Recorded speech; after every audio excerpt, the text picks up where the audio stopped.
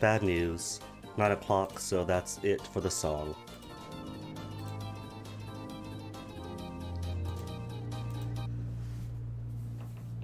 Gotta get started at some point. But, learn my lesson from Thursday or whatever was it.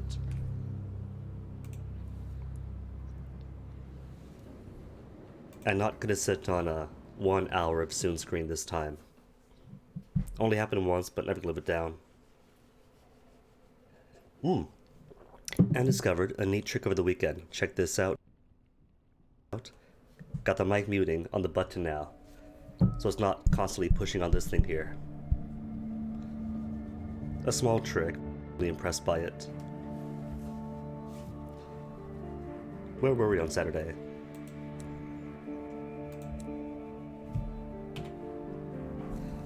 Cause I was what, 2 days ago? So I've forgotten everything. No prospects, some guns. Got my cavi.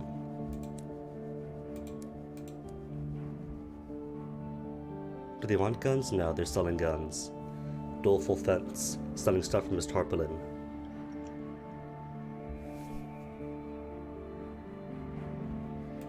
Am I on anything? Albert Clock, gonna sit for a while, Menage's Voyage. Has left the House of Rods and Chains, but I don't know where. Or where to. Impedum, is that Perdition, Perduance? Which I'm not going to anytime soon. Princess wants what again? She wants Perduance too, as does Rats. Driver at least is done. Wait, Incautious Driver? No, he's not done. It's the devil that's done, that's right. Driver wants Albion now, I think?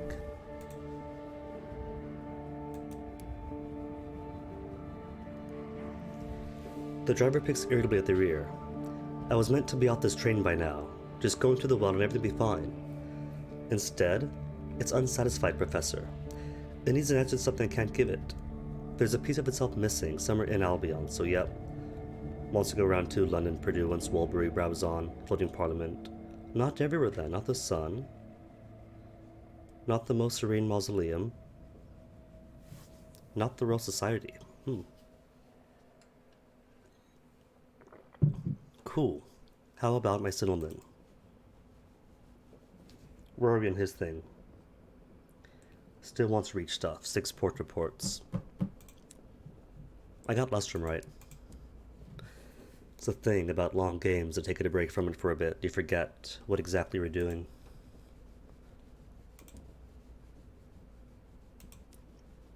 Shouldn't Lustrum then have been 6? With the route we're taking? It is. Good. Perfect. So has he seen then enough for the reach?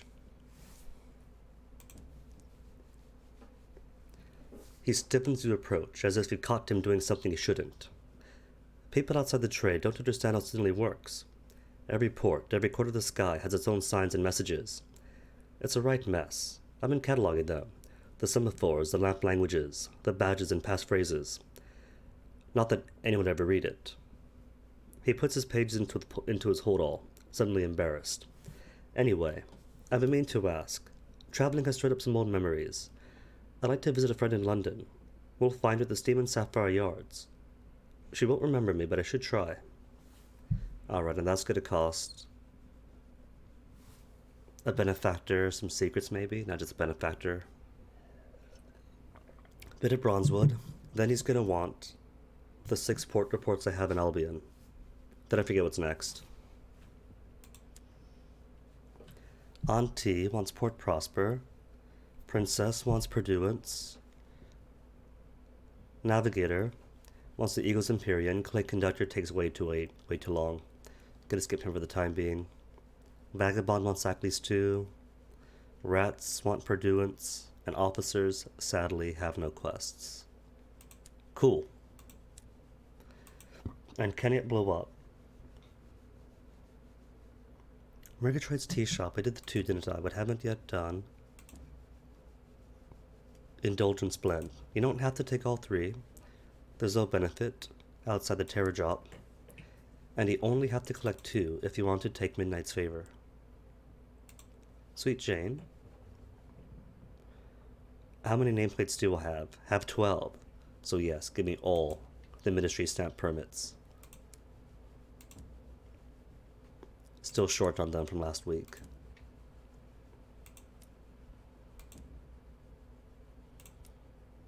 Cool. What else could I get from them? Inspiration. 12 nameplates. So 4 permits or 1 moment of inspiration. It's tempting. I think turning in 12 for 1 moment of inspiration might be the smarter play, especially if you're decked out and good enough that you could reliably take down loads and loads of dreadnoughts and monitors.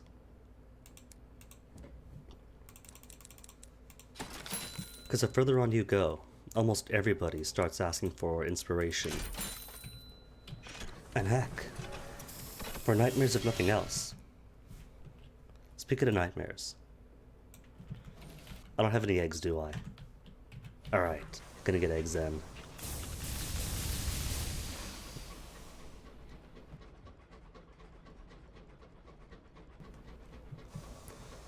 Sudden cough and get to test out the new mute button. But right, I remember now. That is where Saturday left off. With eggs, and stopping by Lustrum first. Had a whole plan for it, a whole route. Was gonna go here, go there, get eggs, do this, do that. And given one lazy Sunday, all of it gets forgotten. Speaking of, how were people's weekends? Apparently that was sports time, which for us means loads and loads of food. So, I'm going to have to do like the wolves do at the Wolf Conservation Trust and just take a starvation day. Or 2, or 3, or a month.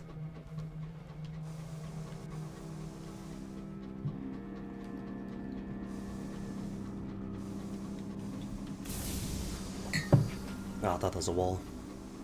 'Tis not.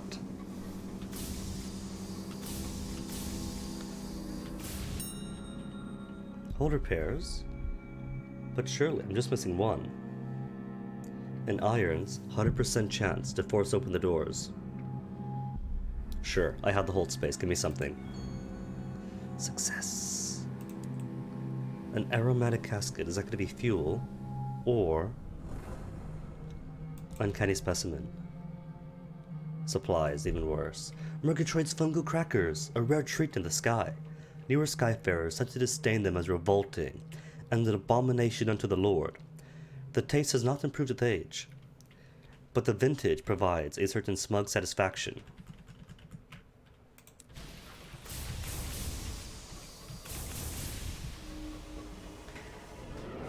Oh no, oh that's okay, cause we can bully them now.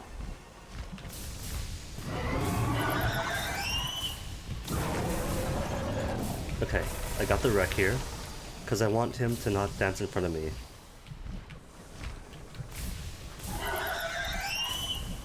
Don't hit. Ah, good.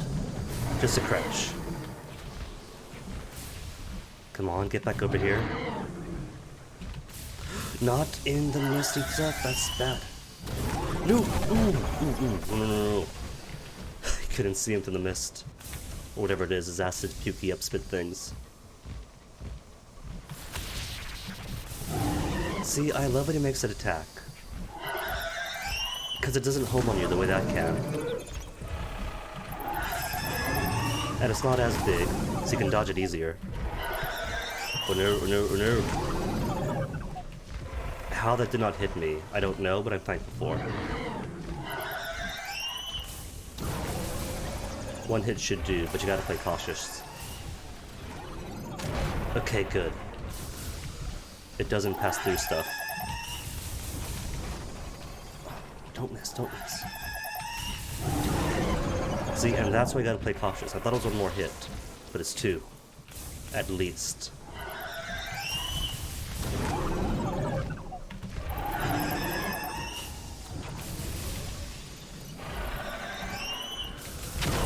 Haha! right as he spat out. Like to think that that marauder mangonel went right down his throat. Anywho, what's your treasure? The curator's wings are thin but sturdy, with texture between sailcloth and supple leather. An engineer helps you pull the wings open and pin them out of the way. He yelps when a claw scratches his helmet. A final spasm for the dead creature. Treasures? Nope, just otherworldly artifacts. Which is cool. A few things do demand otherworldly artifacts. Getting to and from the Blue Kingdom for one. Ooh, and now that I have guns. Loads and loads of guns, we can stop by here and do something. Or drill. Oh. But either way, the odds are not to my favor. 57% chance, 59. So basically flipping tails on both. A vast sheet of ice is frozen over the ossified corpse of a vanquished beast. The surface is pockmarked with failed mining attempts. Collapsed shafts extend into the frigid tomb, and abandoned mining equipment litters the ice like discarded toys. Legends and rumors gather about the beast entombed below, a mythic horde yet unclaimed. Oh no, oh no, oh no, that's right, I forgot. How could I forget? I'm only at 5 out of 14 crew, and my safe minimum is 8. That's why I didn't buy guns then, because I didn't pick up my crew for the mines, did I? I gotta check my hold, see if I picked up my, hours. I probably didn't, did I? Because I just stopped in Lustrum, then into the game. Fine then, explosives. There are a few problems that dynamite can't solve. Need 3, oh my goodness, this drops you down to 2. The aim is simple, the logistics complex. You spend painful hours coordinating the exact sequence your engineers must take for success. There are grumbles. But all is forgiven when you light the fuse, and the ice goes up in a series of meticulously timed explosions. The air is choked with smoke and ice, and when it clears, you can see you've opened a wide crack in the ice. Sweet. The descent is precarious. Flakes of ice trickle down the sides of the shaft, disturbed by your movement through the passage. You climb down, chest pressed against the packed ice. Periodically, you set up a flare to remind your waiting crew you're alive. And then you could descend no further. You have reached the great grey shell of the Silent Saint. Navarantine gemstones! Or scales to mend your hull, or abandoned. And you'll have to dig a new shaft. I mean, it's Navarantine gemstones, dude. I'm out. I'm straight up out.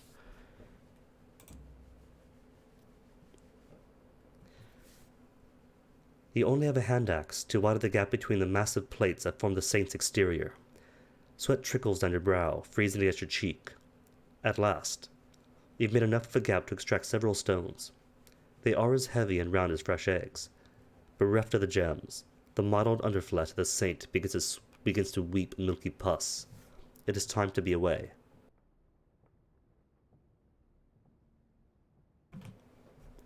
And to test out my mute button. More explosive. Oh, ooh. I could keep on going. Nah, I'm not gonna be dumb. Gotta play smart here. Nothing wholesome abides here. The wind howls, your engine struggles to clear from the ice frozen to it. Debris scatters in your wake, rolling across the surface like dice cast across the board. There's a fierce crunch, and then your engine is free. Engine? And do we have any more eggs for me? I see 1 egg. Any more egg? Or probably not. This is as deep as it goes, and beyond here is just... Nah. Closest thing my poor Cavi could fight is all the way in Fate's Fall.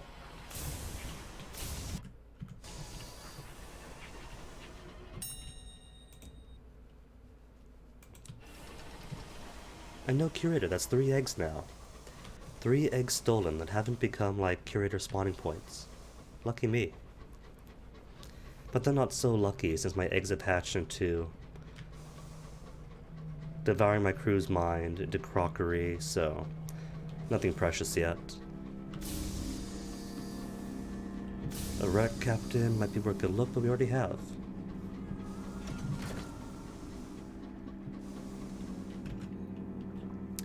So problem is, right, that because I forgot to check the claim on my own, all my crew are sitting back in Mustrum with a whole barrel full of arrows to give me that I have not checked in on yet. But I can't toss anything to get rid of it. The guns I just bought, they weren't free, so that's investment money. Gotta hold on to those and wait for some prospect. Food, fuel, can't give away. Pablo, hello, welcome. How's your weekend?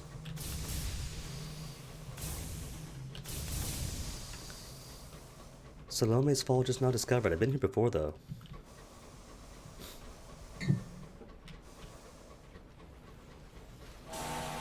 Oh man. I haven't yet ever watched the Super Bowl, but I've celebrated it. I had way too much to eat.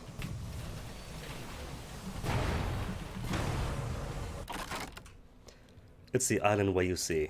Any time for celebration or gatherings means food out the wazoo. Oh no. Carrying hours of my cargo hold, plus insufficient crew. Your crew, undermanned and overworked, are struggling. One of them has failed to thoroughly secure your cargo. When a boisterous wind rocks your engine, the straps snap, setting boxes and barrels careening perilously about the hold. Oh no, not just ours. Just low crew in general. Oh no, oh no. So I have... Excuse me.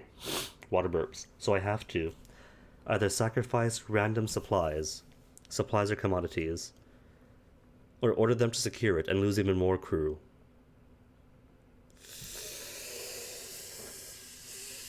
Has to be done. What if it's fuel? What if it's fuel that we toss out, and I gotta make my way all the way back to Winchester with just 1 barrel of fuel? Or 0. Someone's gotta do it, sorry. You work with your crew, flinging nets over the contents of the hold and lashing everything together. But another lurch from your engine makes a stack of crates lean, then topple. Some of your crew are trapped beneath it. Which doesn't necessarily mean they die. Another crew member lost, sure, and the guilt weighs with me. But that is a message it gives. Whether or not the crew member blatantly dies, or if they've lost their mind and are ill-able to work and have to be dropped off in next port. Or if, say, you did something stupid and crushed their hand and now they can't work. So maybe they're still alive. That's always a possibility.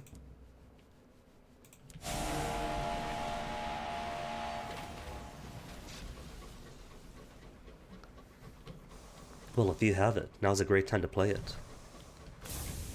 Well, there have been several updates since the game was officially for real release last year.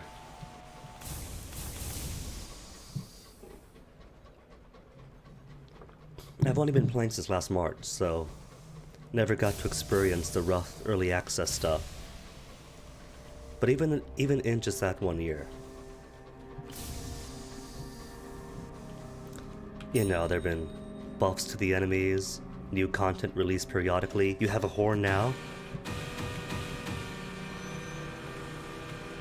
New officers, new mascots, new actual engines you could attach to your engines. Oh, that's Palmyr's, wrong way. Although, if I go by Palmyr Way, they don't sell fuel there, but it's close enough to New Winchester that fuel shouldn't matter.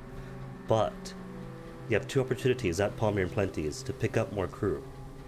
So I could do that, pick up more crew at Palmyr's, down to Victory Hall, toss out my poor supports, then Winchester, and get back above my safe crew minimum. And especially if you haven't put a lot of hours into it then it's a wholly new experience almost.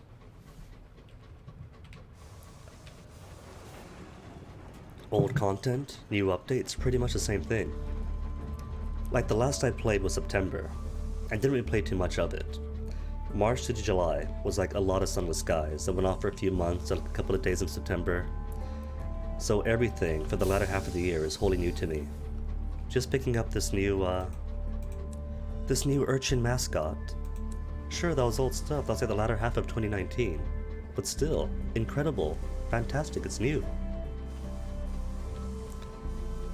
But I can see that the time is kind of an issue. It's not just 2 weeks on 2 captains for me, but 2 weeks, 2 captains, and still on their starter quests, so it is a time investment.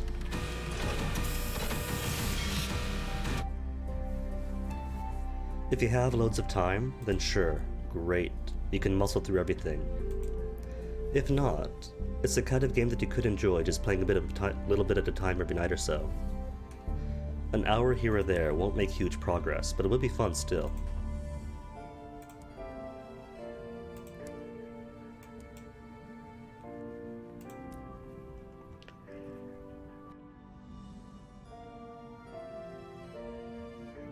Love that I figured out how to put my mic muting on the Stream Deck. Because trying to press this button here on the mic to mute and unmute it is finicky. And I'm a bit worried about constantly pushing at this thing, you know? For the quality and health of it. Yes, got more crew. Still 3 under, but progress. Just 1 crew, it's fine. It's free crew. And costumes for the geese. Pensive Clown cuts his costume, I'm done. Let's do Magician next? Magician, I think.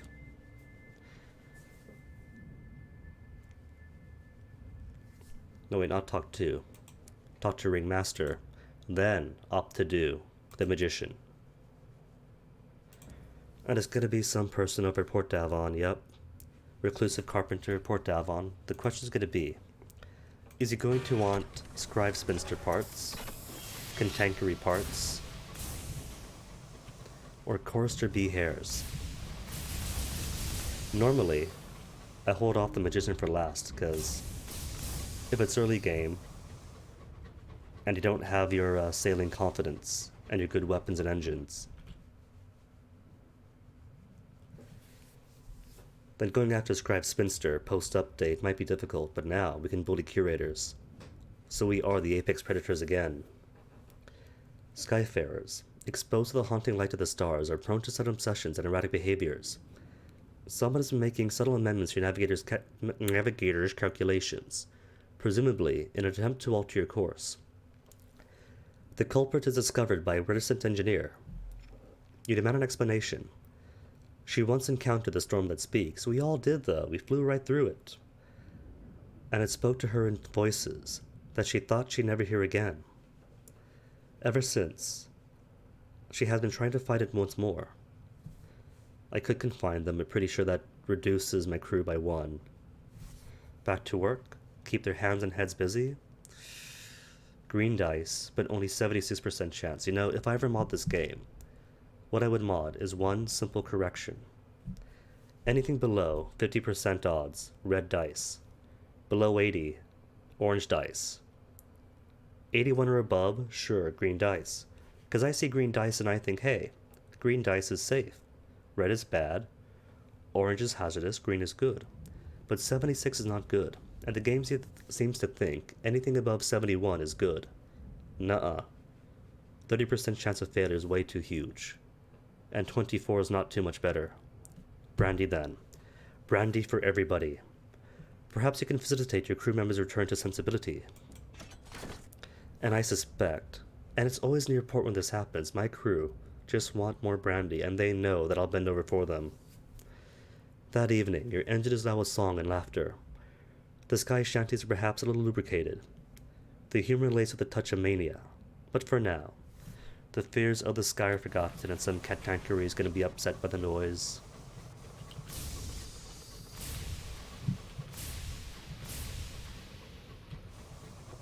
And luckily, Cantankery don't Reddit.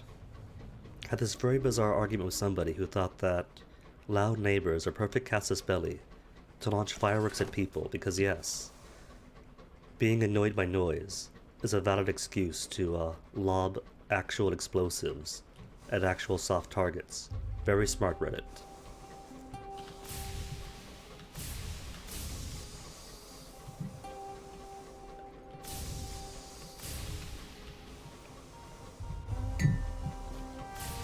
Also forgot that there's a facet, isn't there? We're going to every single region. I haven't had reason yet to stop at the Blue Kingdom, but I could.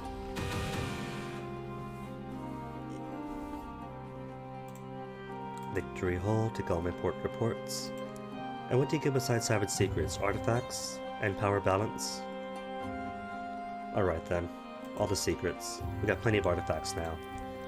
And if I can keep bullying the curators, then odds are good they will give me 4 otherworldly artifacts each time. So pump me up with all those secrets. 26 secrets, cool. And I have my aunt already. So the only real use of secrets for now. But use them on casually. Currency to get to the Eleutheria. And if monitors are fought, then secrets plus gossip to create a cryptic benefactor. Which is a good trade, except I haven't got too much gossip.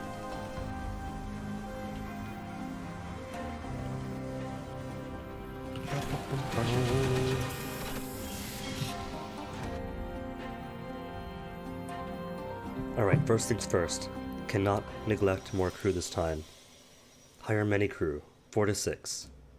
10, great. That's 2 above the safe minimum. More mouths to feed, but more lives to lose. You could afford to. City, nothing in here. Nope. I could start the Wealth Ambition. Got the money to. Governor Manor's okay, but the way I see it, you want to do Eleutheria, because Eleutheria gives an actual palace. Plus it's cool and atmospheric, you know. 8,000 sovereigns. Okay. No, not the egg. Holding on to the egg.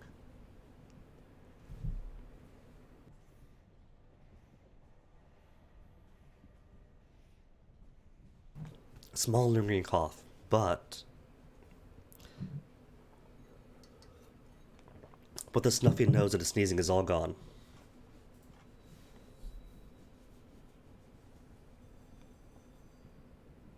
Alright, gonna give Blue Kingdom a try.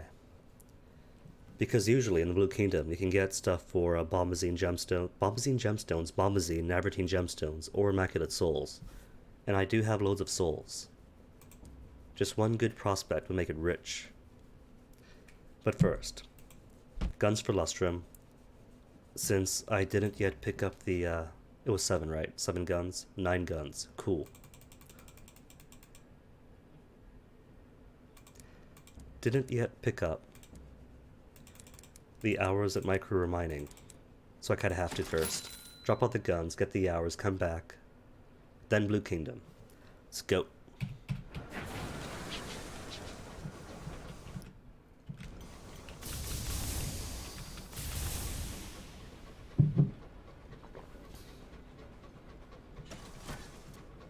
Also, announcement. It seems not many people are too fond of Koi Koi, so the channel points might go stagnant. So I went ahead, jumped on the bandwagon, and installed marbles. It's not all set up yet, but points for marbles might be in the future, just to be like everybody else.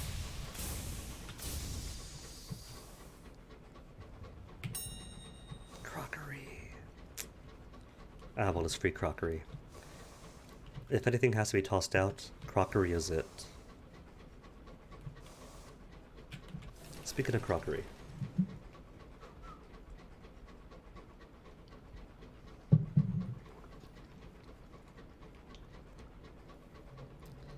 This is good tea, but too many sticks in it. What is Koi Koi, Pablo? I'll give you a freebie.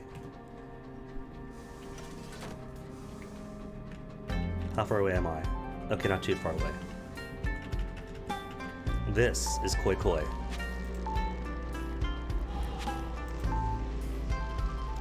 Hanahuda playing cards. Let's get something easy.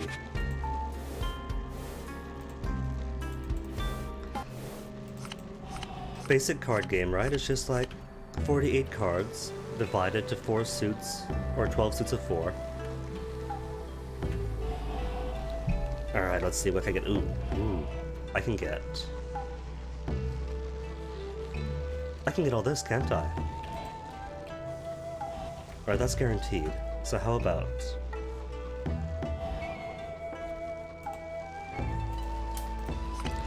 grab the red poacher ribbon first.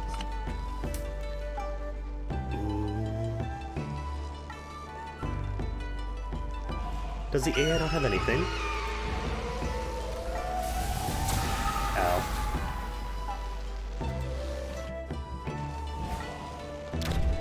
Alright, well that's Koi Koi, and I gotta fly.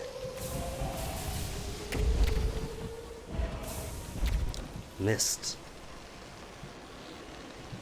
It can get exciting, but not when I'm dodging missiles.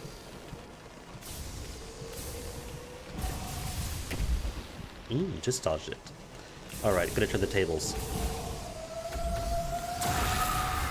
Or not, or I won't turn the tables.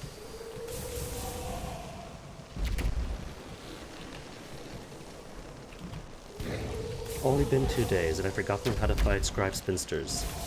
Ouch.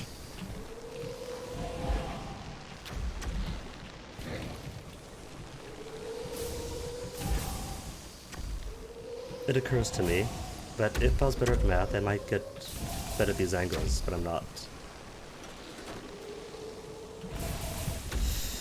Nope, too deep.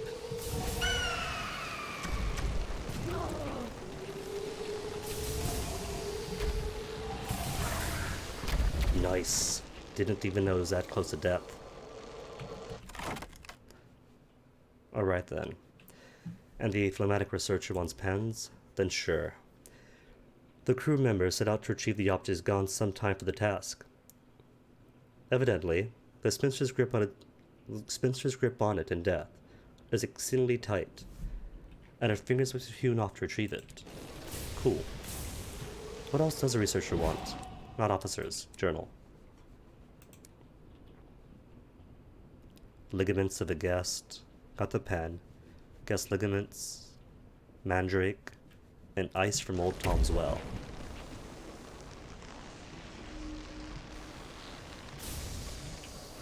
Well, I guess depending then on how much fuel I have, or how much space for fuel I should say, after picking up my load of hours.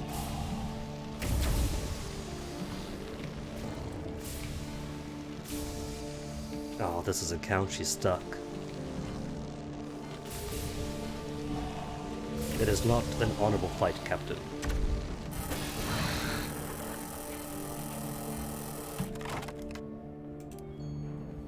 No glory, but plenty of bronze wood.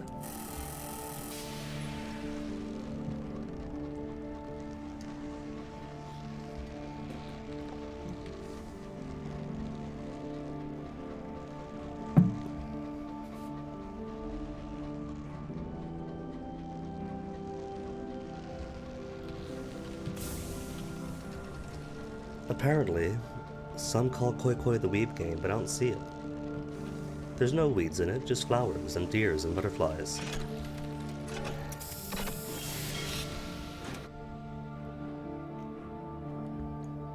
Alright, this time. Not gonna forget. Claim on my own. Collect your haul. Your crew take a break. The fruits of their labors are barreled up and ready for inspection. Nothing to report. Okay, so average load. 50 experience and 6 free barrels. That... Oh, your foreman has bad news. Your claim has run dry. It is time to call it a day. So if that was the case, then I could have... 32 out of 22 whole. So if I didn't buy my hours or buy my munitions, I could have picked up the rest of my barrels now, or when I started the stream, got the rest of my crew. I wouldn't have been under the limit. Oh well. Retrieve crew. 1 crew member. You, over there. You are needed back on the train. Her bunk is just as she left it. Messy. Oh, we left the bunk open for her. Well, Technically, we didn't. It's just that by the time we picked her back up, enough crew members been in there, died, been replaced, that by chance her room was free.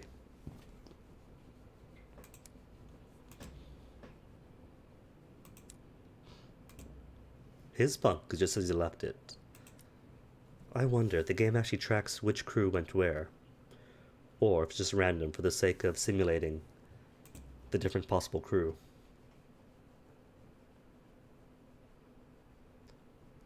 Join a plot against the Windward Company. The Windward Company's factory poisons the air. Oh no, I shouldn't yet, because if you do that, if you blow it up, you get even more hours. And I have no space for it. Right, crockery is the first to go.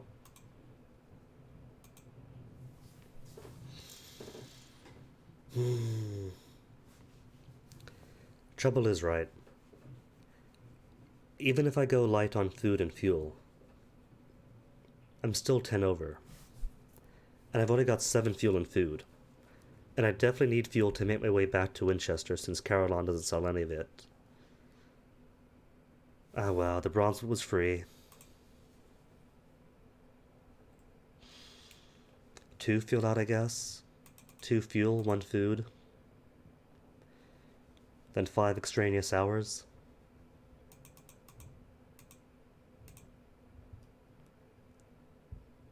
Wait, hold on. Nah, it's okay. I could sell the food and the fuel here. We'll leave for pennies, basically. It's not even worth it. So getting back all the way to Winchester on 1 crate of food and 3 barrels of fuel.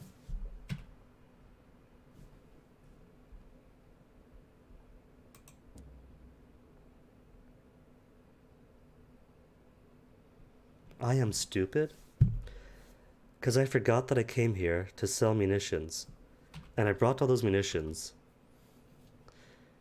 So all I had to do was sell munitions first. And boom, 9 free space. And I only had to toss out... I was only 10 over. Which means, selling all those guns would put me 1 over. Well, what's done is done.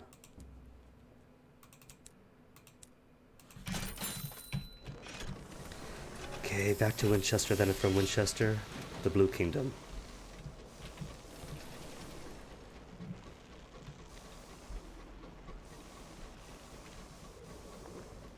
And this time, won't be dropping off the repentant devil of the Blue Kingdom. First time playing through the game, I made the big dummy. Got the devil too submissive to the judgments.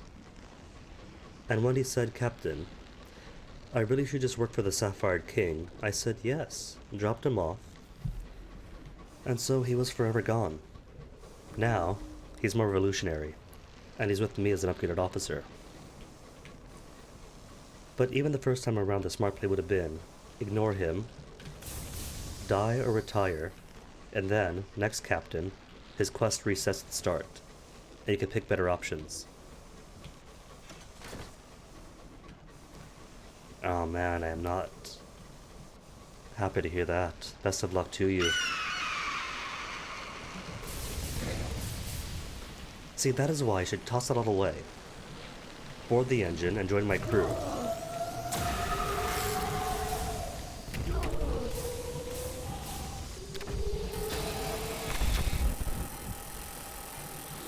None of my crewmates have to worry about expense reports. That's all for the first officer, the quartermaster. All you gotta do is stoke the engines and try not to die or read too much.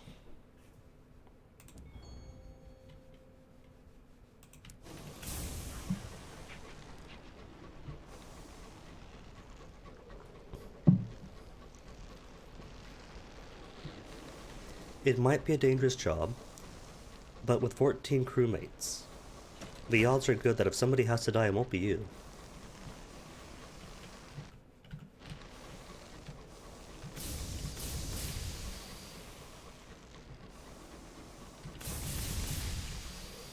I mean, it's only what? A 1 in a 14 chance? That's very good odds. It's better than the lottery.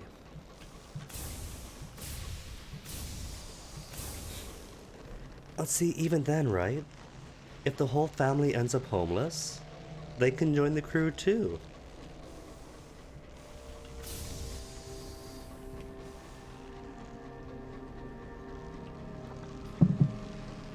Plenty of bunks for everybody. I could splurge to get actual plumbing. So you guys could all enjoy the modern amenities that are hot water and flushing toilets.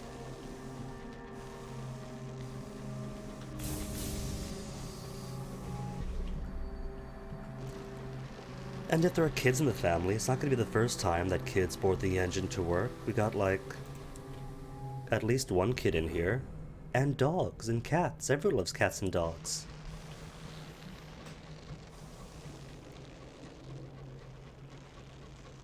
If they won't put their hands to work on the engines and the steel and the grease and the hot pipes, then they could keep the inadvisably big dog out of the way. It's perfect. It's win-win. And you don't have to worry about keeping everybody fed. Fungal crackers for everybody.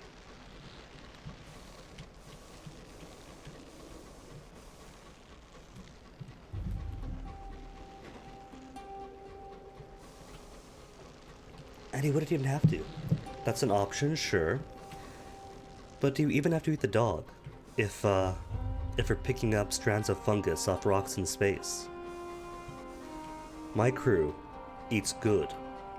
And if you join up, you can be my crew and feast like kings. And not to toot my own horn, but I am a bit of an experienced Sky Captain now, so very likely you won't accidentally end up cannibals.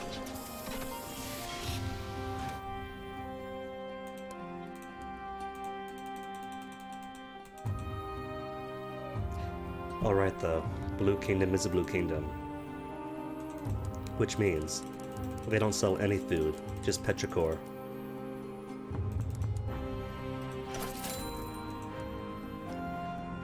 Munitions for the parsimonious chairman. Nah. Carillon connection. What do they want? 5 barrels of unseasoned hours? Not gonna go out of my way for it. Oh, I'm dumb. Hold on. Because they don't have to hold all that fuel. All that food, I mean. Because sure, Blue Kingdom might not sell fuel. They do sell fuel, might not sell food. But the bank is a bank.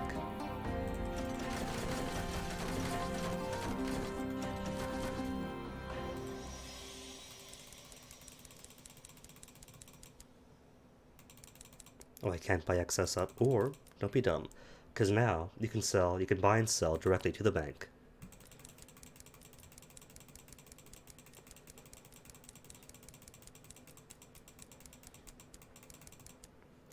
Just shove it all in there.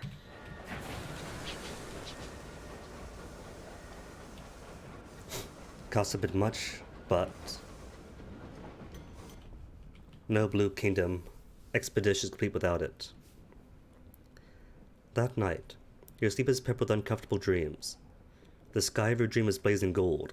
It is peppered, no, crowded, with suns. Suns, piled upon suns, like groats in a miser's hoard. The light floods you. It shines through your skin and blood and meat, picking out your branching veins and slender pillars of your bones. Is there more to you than that? Seek company. 76% chance. Well, if I do pass the check, I get no terror from it. Or gain terror in a tale of terror. Exchange tales of, for a vision of heaven and more terror. Now take the odds. Partial success. Oh, just one supply? No matter. On your way to the galley, round up as many crew and officers as you can, and lead them on midnight raid to the pantry. Brandy is drunk. Murgatroyd's fungal crackers are devoured in bulk. And you see how good of a captain I am. Everybody gets fungal crackers and brandy. Even the kids. Men, women, children, rats. Brandy for days. Though I don't think I've had brandy IRL.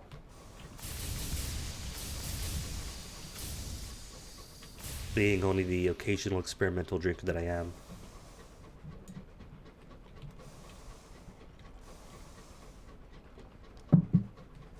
If the company's sufficiently cute, maybe. Outside of that, tea and bitter tea is as hard as I go.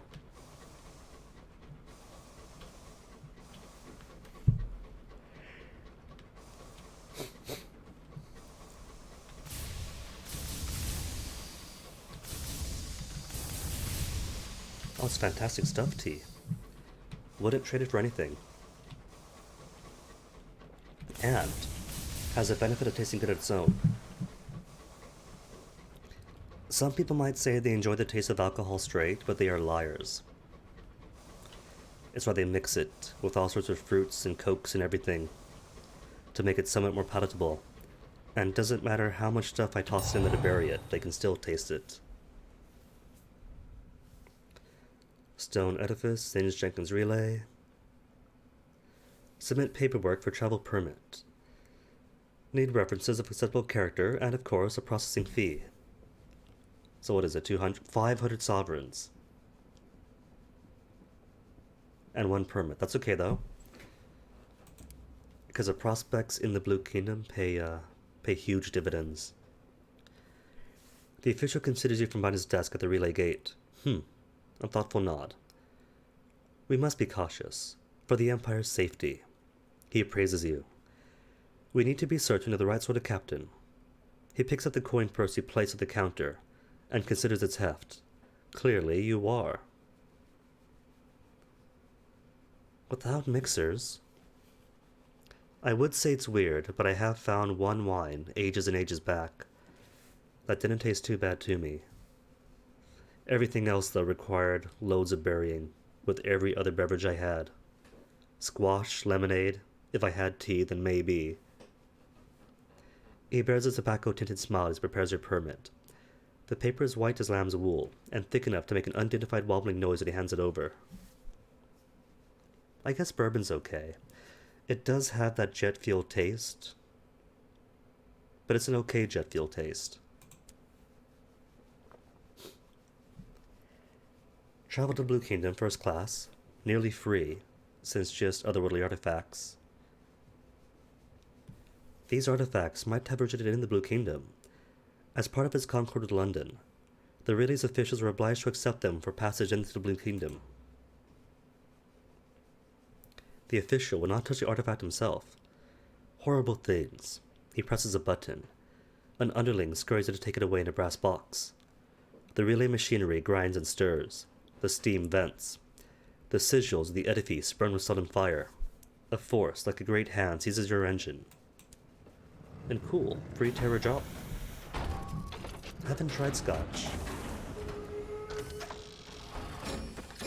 Considering how little I drink and how late in life I started, I don't really have too much exposure.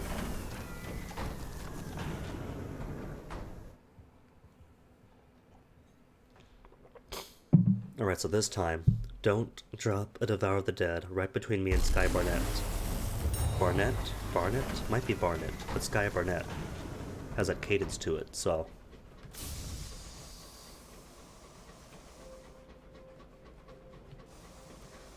yeah, 1 supply to the Blue Kingdom.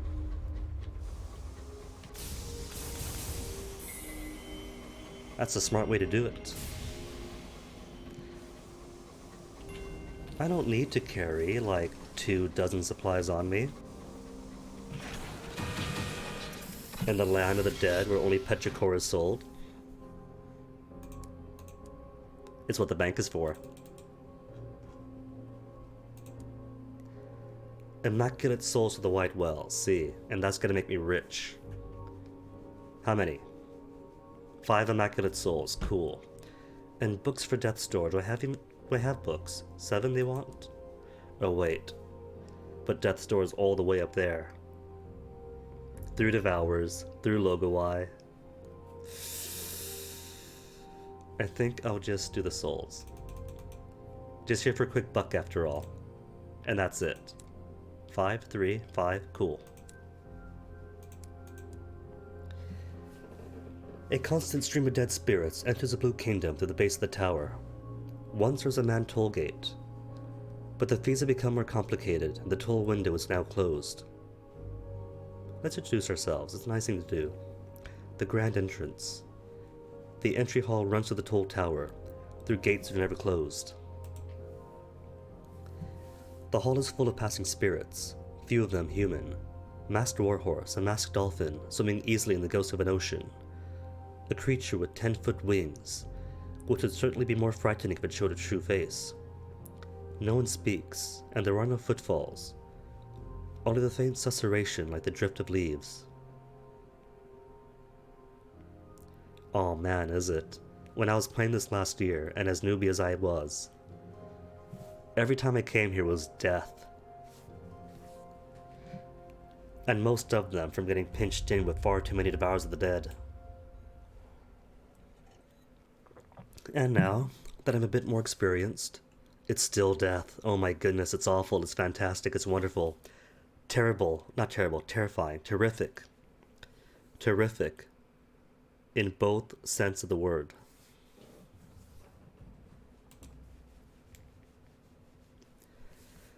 Alongside the grand entrance is a marketplace of litigators, for all who need companionship and guidance in their accounts of the Blue Kingdom. Downstairs, prominent devils live, and in the upper floors of the toll tower is the Embassy of Albion.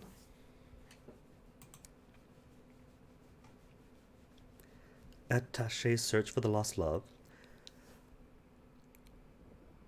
The supercilious attaché is a very busy man apparently, but when you mention the bleak industrialist's name, his secretary suddenly waves you through. You find the attaché hunched at his desk, halfway through a mackerel sandwich. The bureaucracy here is utterly intractable, he moans. I tried all my official channels, honestly. I filled out forms so my hands bled. But they won't even tell me where she is. It is no use anyway. The dead cannot go back. Oh man, you and me both. Like I played heavily, from March up until July-ish. Popped in September for like a day or two. So most of the stuff from the latter half is brand new to me. And so far I'm enjoying it. Where should we start looking? You'll have to track her down the old-fashioned way.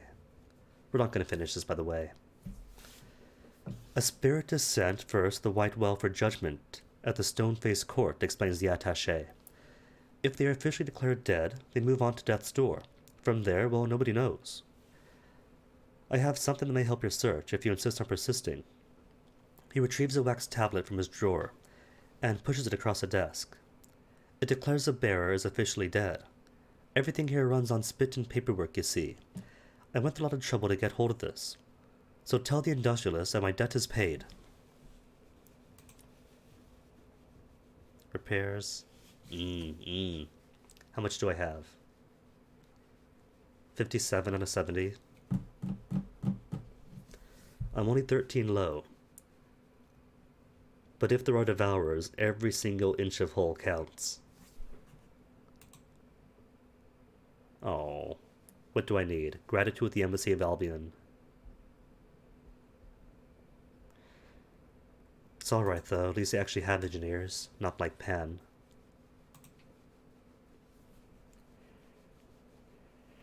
Litigators and resident devils have set up their stalls among the crowds headed to the Blue Kingdom.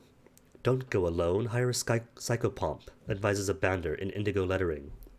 A masked woman is negotiating at the first booth, offering 2 silver coins and a lock of hair. Nameless spirit. To assist in challenges of mirrors and heart. Question a litigator about the Blue Kingdom. They offer preliminary consultations free of charge.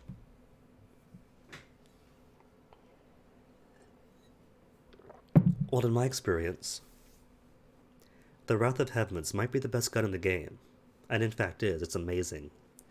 But if you grab yourself a Marauder Mangonel, that could carry the whole game. Like all I had right now was a Mangonel, and I could bully curators. So pretty much with the exception of the Devours of the Dead, you're looking at an apex predator right here. You ought to be marked antedeceased, explains the litigator bluntly. You know what that means, of course. Have a seat. The consultation is free of charge for the first 12 hours. Well, if you're lucky with the dice rolls, and you get the opportunity, the the Marauders and the Reach might toss you a Reclaim Marauder Mangonel. 25 damage, decent range and heat. This baby right here. It's 3 shots to full, but they hit pretty decently.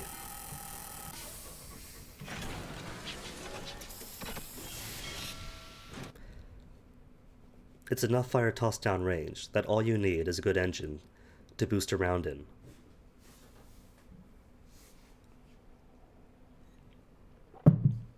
And, unlike the Wrath of Heavens, a lower chance of getting yourself blown up. Oh, I think it is. You can blow up Logowai. If you're confident, you might be able to take on the Devourers, but I just run from them, because their mouths are way too chewy. Seek an appointment. Request the ambassador's assistance. What's the flavor text first? The top 3 floors of the tower belong to the Embassy of Albion. The visitors climb 10 flights of amber stairs guarded by spirits and devils, and arrive in a modest-sized parlor decorated with pink floor carpet and paintings of the Empress. Excuse me. The secretary of the embassy works in the neat half of the office. The disordered half is the domain of the cultural attaché. 69% chance I might win.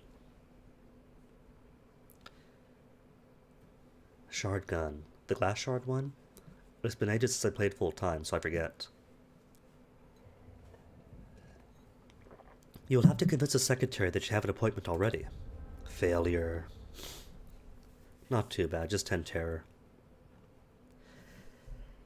The secretary looks at the appointment book, where your name is not written. Then she looks at you again. If you're here to help with the ambassador's wounds, I could admit you, she says. The ambassador is in her chamber. It appears as though someone half-literate tried to carve a stanza of poetry on each forearm. The wounds are still... well, you would call it bleeding, where the droplets climb out of the flesh and fly away. An encounter with the Logowai, she says. And no, I don't know what it's supposed to mean. Sit. What do you want from me? See, I spent like all of Friday trying to get one. Not all of Friday. But every time I saw a deranged dreadnought, I thought, cool, glass weapon, let's get it. But couldn't. The dice were not in my favor the entire time. The ambassador is a tall, silver-haired woman. She is draped in medals and commendations, but none of these are recent. Piled in front of the ambassador is a stack of demands, all marked urgent, pertaining to payments due soon, past due, and their final notice period. Offer to help with their financial concerns. There might be value in putting the ambassador under debt. There is, the ambassador admits, a small matter. The embassy's place at the toll tower is leased by permission of the Blue Kingdom. Observe the lease, she says, pushing a document across the table towards you. It says you're entitled to remain here for 3 viewings of the sun. The devils take this to refer to the days by the calendar, and they're having fees levied against us, but I argue that I haven't seen the judgment of the Blue Kingdom even once, so the lease is nowhere near complete. She watches expectantly to see whether you still want to be involved. Ask for more dates? Definitely. Where might one begin renegotiating the embassy's lease? She hasn't done it herself, but perhaps she knows where to start. The House of Days will have to give a ruling, the ambassador says. They do intake for humans at the Court of Apes. They have never allowed me further than that, but perhaps you'll be more fortunate. Cool. Whether I do or not, though, depends on how hot the Blue Kingdom is. With my luck, I usually get Devourers all throughout here, and Logowai, of course, constantly flowing. If there are no Devourers, then cool. Route in, route out. But if there are, I'll have to go this way, through Spiriferers, with like 3 flavors of Logowai chasing me.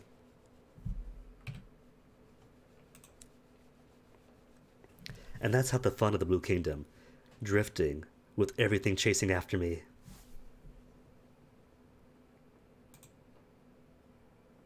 Alright then, Nameless Spirit with a Vision of the Heavens.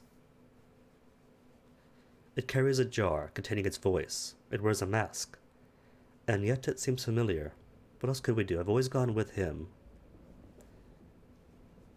Cultural Attaché's notes.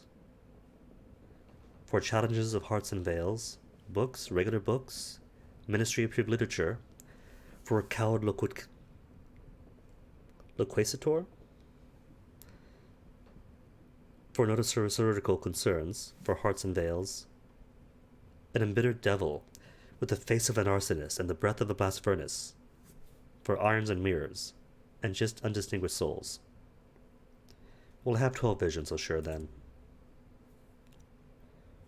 And has never steered me wrong yet. The nameless spirit's voice creaks out of its jar. Thank you, it says. I have always been an explorer. It is a deep voice, deeper than one should be able to fit into the container the size for pickles. As if to acknowledge the incongruity, the nameless spirit winks at you. But you have the sense it is also searching for something in your face, and is not sure whether it has found the something. Okay. Ooh, before I go though, Sky Barnett does have some of the best stuff in the game. Not Petrichor, that's garbage. Such as the Watches in Azure. But 75 hearts. A saying plus free armor, and takes up a shield slot, freeing up your auxiliary just in case you have an insufficient ship. I'm going to buy it. Might not be able to use it, but a future captain might. Gates of Ivory, Veil 75. Rose and Adamant, Iron 75. Tisiphone. 6,000 sovereigns. For 125% movement speed. And 150 fuel consumption. Nah, and weight 60. So not only do you get 150% fuel consumption, but greater weight too. It does have full steam mode, but everything has full steam mode. Well, except for the starter engine. But still, that's what boosting is for. Boosting and koi koi.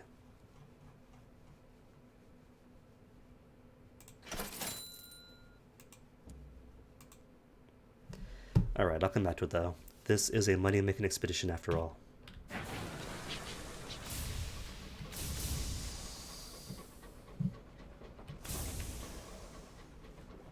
First we'll make money, then we'll stress the more expensive upgrades.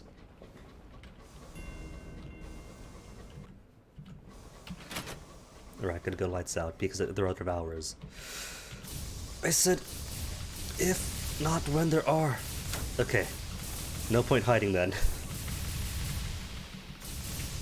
2 devours. No, no, don't look, don't look, don't look.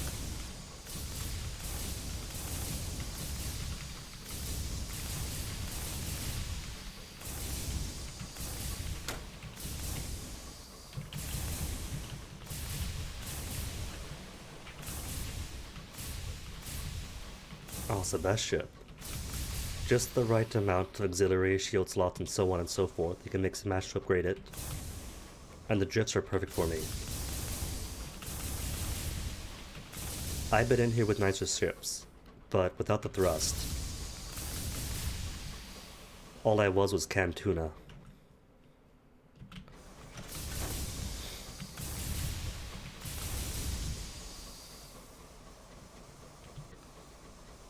Did they nerf the Devourers? Because the last time I faced Devourers, they were a lot more persistent than that.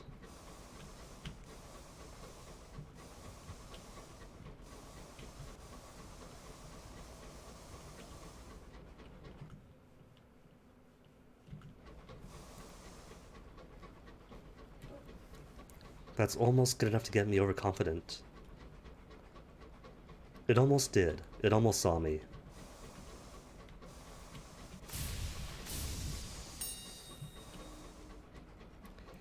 Distant radiance watched over your engine. Shafts of light flung from death's door. Oh, just tails of... just a logo eye.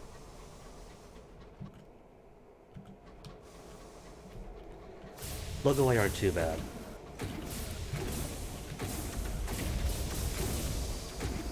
And they have a dedicated front that they shoot from.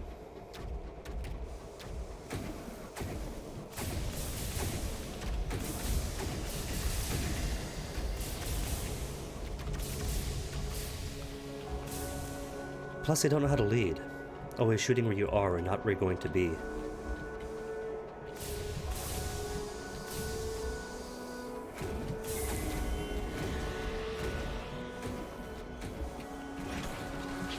If anything, they're free fireworks. The stone-faced court, half ziggurat, half fortress. The court of the spirits go to face judgment before they meet their end. A meek little city has sprung up around it almost by default.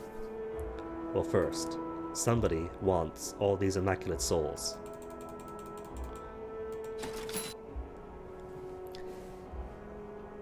The red-robed raven who collects the souls is perhaps pleased. It is hard to tell, since he has meticulously stripped away flesh from his skull. This should soothe the judge, he says, and supplements the agreed-upon amount with a couple of curios, which he promises have use here in the Blue Kingdom. His stopper cage catches. I do need cage catches, and Piranesi does seem to want them. Alright, sure, I'll take them. Still profit after all. Erd, a quietly frostbitten city that clings like a scab to the white well. Masked dead wander its ice-sheathed streets, going wherever dead people go. A statue crumbles in every corner, subjecting passerbys to forbidding stone glares. At Erd's center looms a stone-faced court, where the dead are judged. A ziggurat as wide as a mountain, as tall as a stack of castles. Erd's population are mostly waiting for permission to enter. Mingle and watch the approaching staircase. There are endless numbers of them. You notice that one of the spirits of the dead is lying and convulsing in the gutter. Its porcelain mask is cracked. The other spirits walk swiftly by, not even pausing to glance in its direction. Noticing your concern, a bureaucrat stops beside you. A voice issues from the jar tucked under its arm. It has a disease of the soul, explains the jar hollowly. Far rarer than any disease of mind or body, and more difficult to treat. The poor thing will likely unravel soon. Nothing to be done, unless you have something that might strengthen it. A mystery. Oh, if I had a Syrian enigma. Kneel, and whisper something in its ear. Or make it as comfortable as possible. Or hurry away, quickly, nothing to be done. Nah, give it some comfort. Be careful, mutters a bureaucrat, stepping back. You might catch something. The spirit clutches at you and moans, and whispers incoherently. Its back arches. It begins to wither, to unravel, spools of thread uncurling from its robe and winking out of existence. Now we'll never get a chance to pass through the door, says a bureaucrat, shaking its head. It will just be gone. Oblivion. Nothing. The spirit has almost vanished now. Only a wisp remains in your palm. And then... Nothing, repeats the bureaucrat. Ah well. And my soul, now tantalizingly opaque and rich with personality. Cool. That is nice. That's more free XP to clean the soul up. How was it? Oh. Oh, would have cleansed the soul if I did that. That's too bad. Music on. Oh, Pablo. The mistake you have made. Alright, Snake Yoshi Man.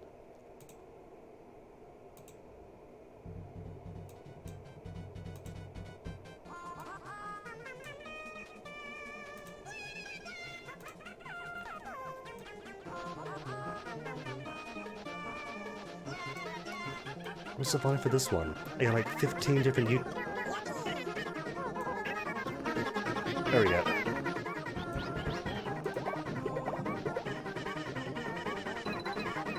Alright, back to Erd.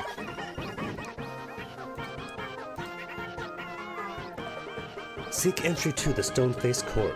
A queue of thousands of masked spirits stretches out from the gates and winds up and down the dozen streets, through buildings and over rooftops. That's quite the queue. Most of the population of Erd, it seems, are holding a place in the tangled queue.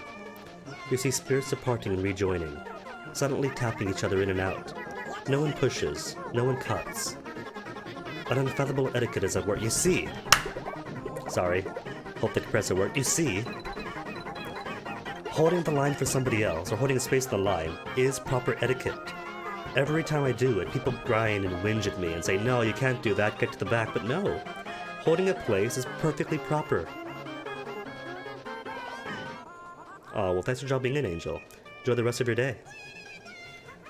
And dying should be impossible. There's gonna be in, out, then maybe Eleutheria. When you ask a spirit at the front how long they've been waiting, they just shrug. A woman sits at the booth beside the gate. At least you think she's a woman. The flesh above her collarbones has been carefully trimmed away, leaving a picked, clean, and perfectly bald skull with gemstones at its sockets. She grins more fixedly than one might expect, even from a skull. It's always a possibility, but I figure, Crabboy, hello, that Snake Yoshi Man is at least not too anime to start with. Because this playlist is 185 songs of mostly anime video game remix loops.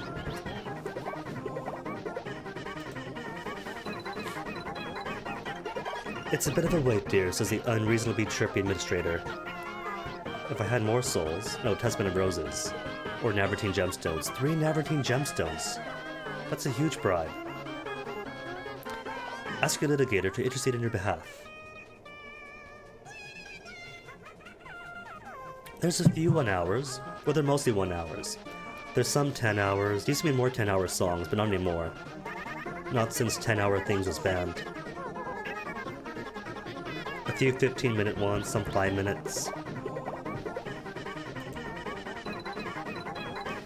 The nameless spirit leans forward and whispers something in the vague area where the administrator's ear should be. She nods, and waves you through without a word. Your entry permission lasts 1 month only, says the administrator, stamping a certificate and handing it to you. Cool. To the stone-faced court, then. You would need an entry pass, which we have, to skip the queue. As you step inside the court, you are immediately accosted by another skull-headed gentleman. Though his ivory is noticeably more worse for wear than the administrator's, yellowing, cracked, pitted with craters. The curious official glances irritably at his clipboard. Ah, invisible, perfect, wonderful. An administrative nightmare is exactly what I need at this juncture. In fact, he looks over to you. Ugh, well, follow me, I suppose. I am your guide. Welcome to the court, etc. Follow the curious official. Spirits are obliged to pretend they cannot see you, which could make for some excellent pranks if that were permitted, which it is not. Your footsteps ring out as you walk through the labyrinthine corridors of the stone-faced court. The bleak stone catches the echo and magnifies it 100-fold. Delightful, aren't they? Mutters the official as you walk past a row of misshapen gargoyles. The court is vast and cold, and almost entirely empty unless you count the statues. Everywhere you look, there are statues in varying states of decay. Cute. Trials take place in a grand chamber at the court's heart, dominated by a colossal basalt statue of a sphinx. Judges are distinguished, not just by their horned crowns, but by the hoard of gemstones embedded in their skull. As you enter, the jeweled judge is deliberating atop a throne. A masked spirit stands in the docks before her, placidly awaiting its fate. Dead, mutters the official behind you. Dead, dead, dead. She's going to say dead. Look, it's obviously dead. Nothing to see here, just dead. Hurry up. Dead. Dead, pronounces the judge finally. Port report.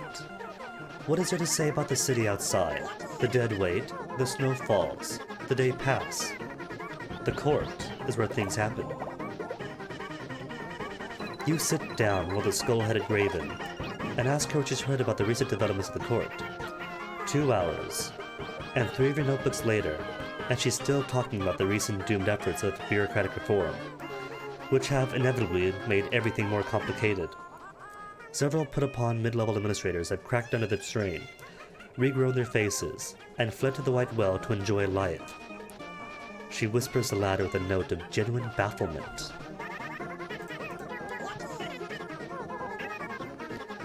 Ask the official to formally declare you anti-deceased. You're currently invisible, but would prefer to be seen. And see, this Blue Kingdom is all about the bureaucracy. The Logoi in particular guard certain areas and make sure the wrong people don't get in. So, if I switch to anti-deceased, or yoked, or ephemeral, that'll impact how accepted I am. Oh, but anti-deceased is dead. Is alive, I mean. I just won't be invisible. Invisible, everything attacks. Anti-deceased gets some minor measure. I think you're allowed just in this area and that's it.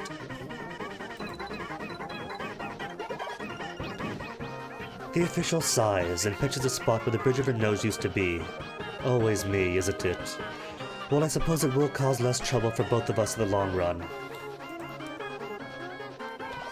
Before I can declare you anti-deceased, I must be satisfied or committed to being dead one day, says the official. No dabbling in immortality, no living life to the fullest.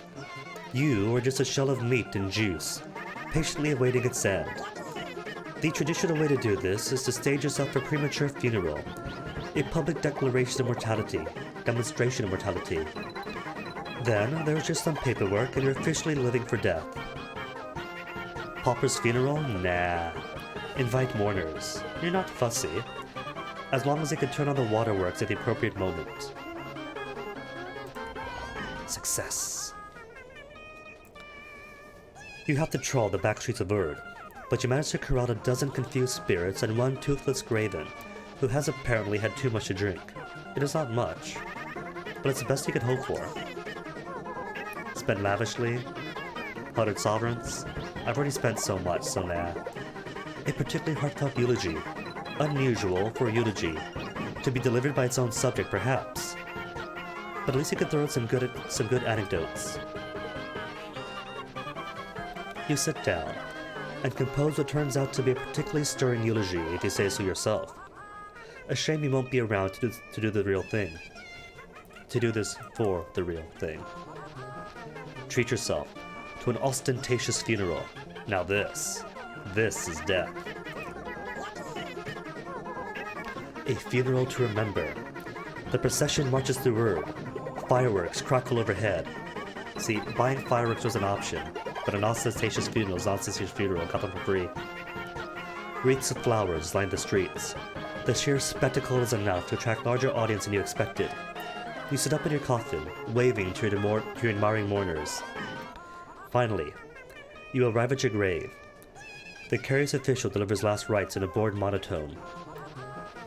As you are lowered, waving into the ground, you don't lie down until the first shovelfuls of soil hit your face.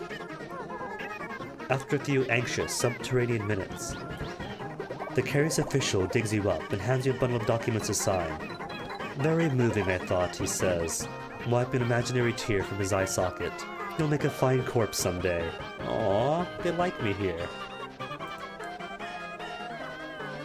So what about the industrialist's lost love? You have given her all the details the industrialist told you. Not too many details, unfortunately. It pains him to relay them. The judge peers at you. I have 72 more spirits to process for the end of the hour. If I can hope to meet today's quota, she says.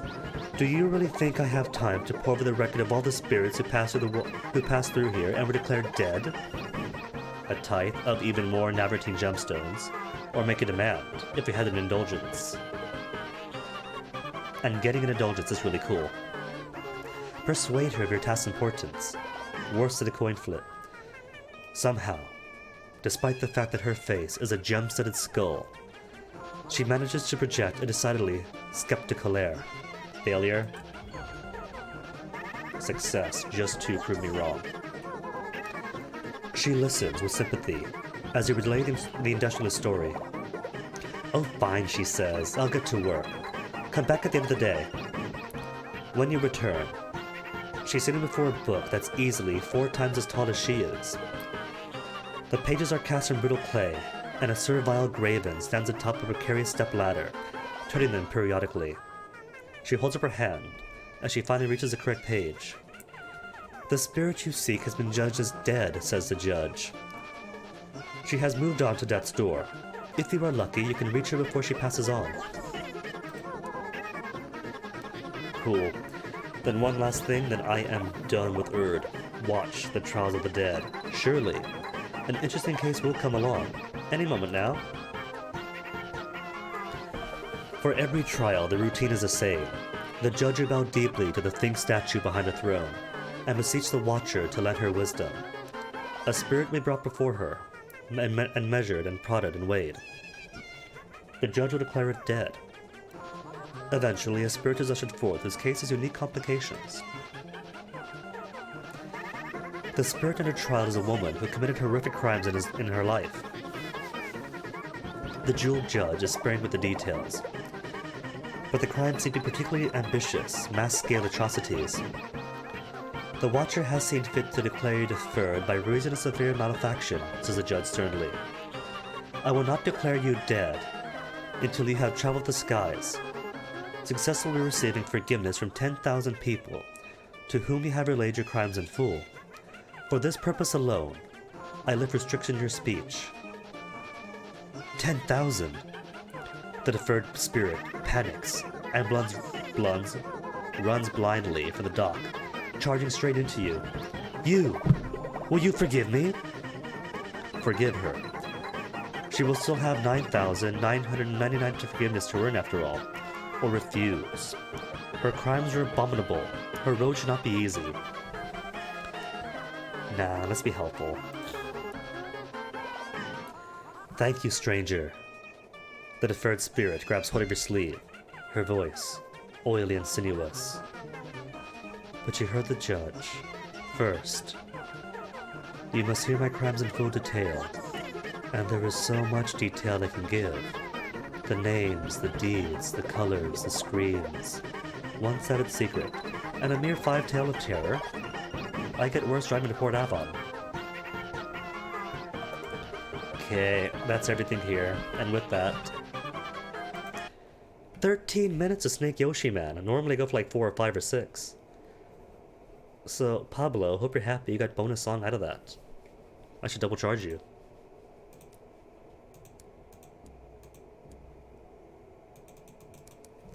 Alright, skill done.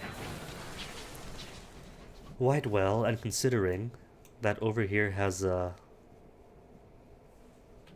that's alright, I'm just teasing. I cannot actually double charge you. I could reject the request, which refunds the points, but that's it. I can't actually take any more or give any more.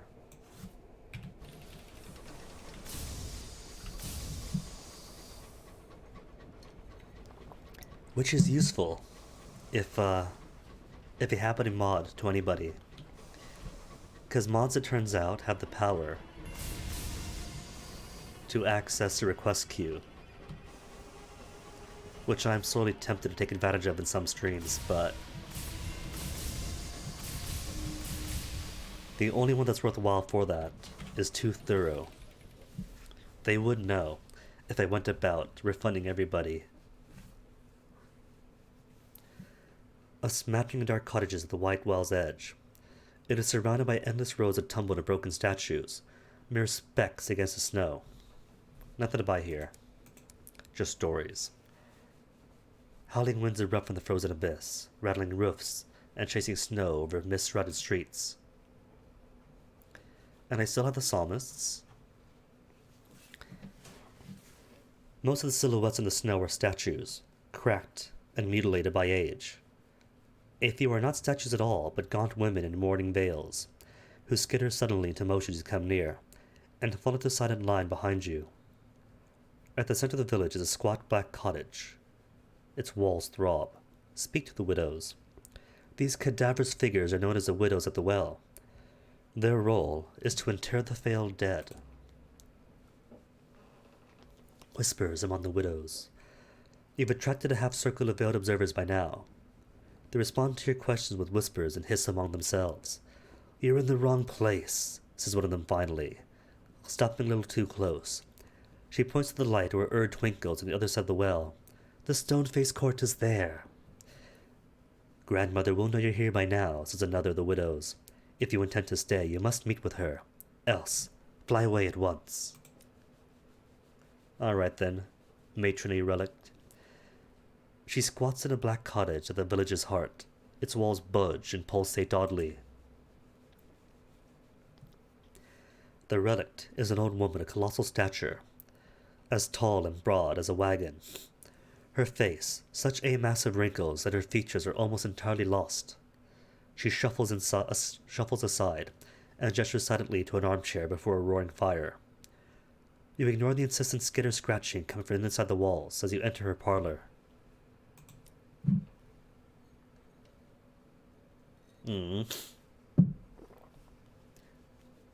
Antedeceased I have, so cool. I can ask permission to linger. But I haven't got the soul, so barber. The relic collapses in an armchair opposite you, taking up her needles. They clicker and clack, knitting together black threads that outstretch the walls and ceilings and floor.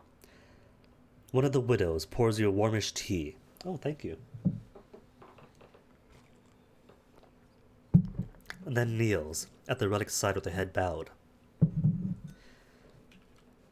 But I can't do anything here, so I have to leave. Just thanks for the tea, then goodbye. Watch the widows inter one of the dead. A steady supply of immortals and quasi-immortals trickles from the stone-faced court. One is being dragged towards the edge now. The failed dead is a cadaverous figure in a three-piece suit, his skin tattooed with phrases in Sanskrit. The widows are dragging him to the edge of the well atop a rickety cart. Though shackled in heavy iron, he thrashes and writhes like a snake on hot coals. "I can give you power," he shouts, voice carrying even above the wind. The widow's wagon nears the edge. "Wealth, secrets, feasts, favors. I have lived 1,000 years, and I am owed debts by gods. What do you want?" The widows titter beneath their veils, and tip him unceremoniously into the abyss. Just 2 terror for that, not too bad. Alright then, psalmists. They've been on board my engine for months now, so let's finally drop them off. The twice-scorned priest and his flock have traveled a long, long way from New Winchester. Your crew can't wait to be rid of them. Level up, nice. Off a mere 500 XP. The psalmists emerge from your train, pulling coats tight against the wind. They form a bleak, snow-battered huddle. A few hurry to fetch the wood and tools they brought. Soon, they've laid foundations for a church. We can manage our own affairs for a while, the twice-scorned priest tells you. His nose and ears are already bitter red from the cold. Take these maps. We don't need them anymore. The church should be finished in 2 weeks. Visit us then. As you leave, you notice a line of widows assembled at the distance, watching, wordlessly. Okay, let's go then. And level up first. So, 51 hearts, 35 veils, 59 irons, and 58 mirrors. Think that, with how many left? 16 for 1, then 1, 2, 3, and 4. 1, 2, 3, and 4 would be 20 stat gains if I focus all on one primary. Which won't get me 75 hearts, at best I'll get 74. That's okay though. There are well rights, so I could squeeze some extra out. And officers. Switch officers around, I'll get like 75 in no time if I want hearts. And what would give hearts primary? Scandals, haunted, family footsteps. And then nothing else is hearts primary. Alright then, far traveled for now, that's why I came here. You have journeyed to every corner of the heavens. The accounts of your travels are in great demand. When your avid audience asks what the sky holds, what do you tell them? Terrors. Humanity was never invited to the heavens. You are intruders in a grand house, and you have learned to tread carefully. Or wonders, if that is, you are bold enough to tread in the places of the sphere, and sturdy enough to weather the winds. But considering that if I do the math right, I'll have to get to max level. Hold up. I see a visibility arc. Who's here? Not more devours, I hope.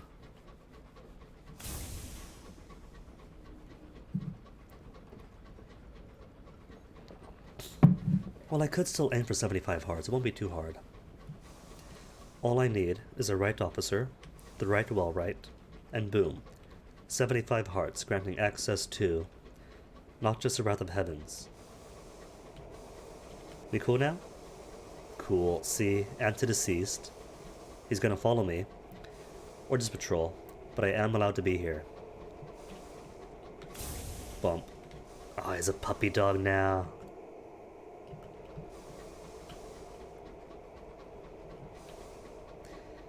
There are going to be Spiriferers, and Spiriferers are basically dreadnoughts, but more agile and hitting harder. But that's okay.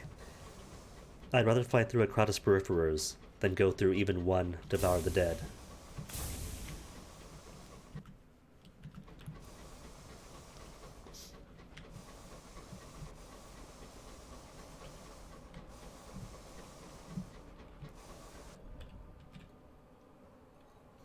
Fuel. Shepherd of the... Hold on, did I just... I gotta check something. I thought that the Storm That Speaks likes me now. Or at least doesn't hate me. All day, a series of incessant winds have been tugging at your engine, trying to push you off course into a well-traveled nook of the sky. The crew blame the Shepherds of the Wind. Well, let the winds take me. 94% chance success. Fine then.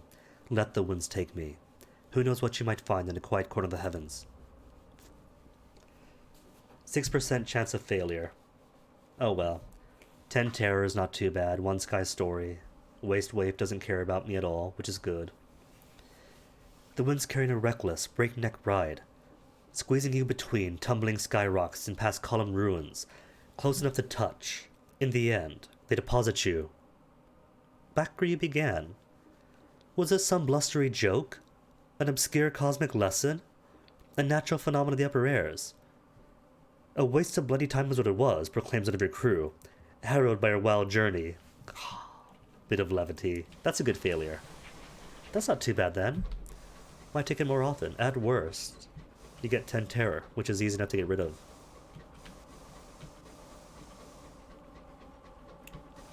Oh, but that has to be a good failure, I bet you. That if I failed worse, would have been like hull or crew lost or something. Or 25 terrors.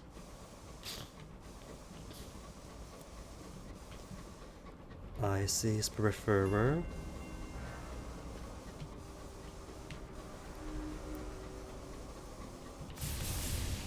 Oh no, too...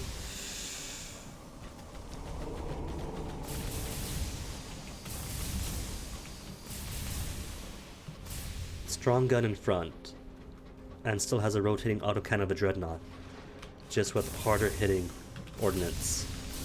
And that arc. So not only do they have a fast firing rotating auto turret, but the missiles hold on you. Crockery again. Blah.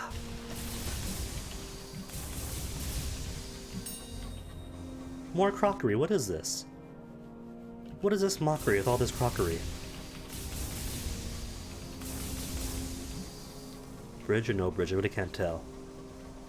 Okay, that is a bridge. Normally, the rule is, if your light shines through it, you could fly through it. But that doesn't exactly work when your flashlight or when your headlight can't shine through a solid bridge because it's above you, and solid because it's a physical object. Well, not physical, but you know, thick, dense, actual mass to it. Not mass, but dimensions.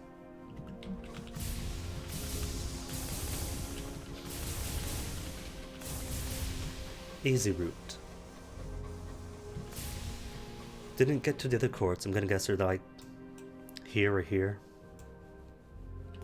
I forget the exact configuration of Blue Kingdom. I know Lyceum's gonna be here, Death's Door here.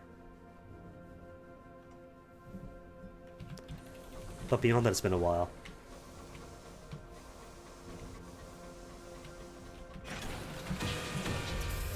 But now that I'm back, that is 1 hour and 40 minutes in. So I'm going to take a momentary bathroom break, then right back out, then maybe Eleutheria. BRB.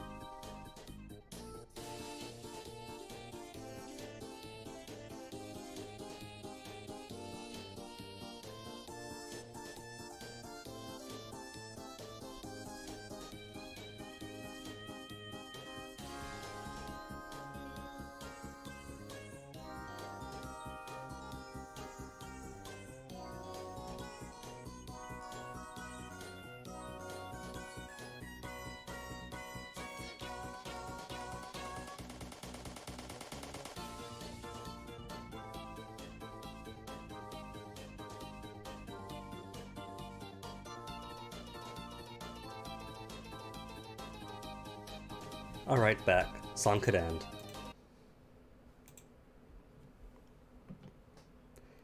Loving this button, no more mic pushing. Just talk, push a button, then it's back on. It's amazing. Any more prospects? Literature for Death's Door, not gonna do it yet. Undistinguished Soul to the Forge. Forge is way out here somewhere, right? And it's all twisty and turny, more so than this relatively clear path. There will be Logoi. And I'm not ephemeral, so I don't belong here. There will be Devourers and Sporiferers.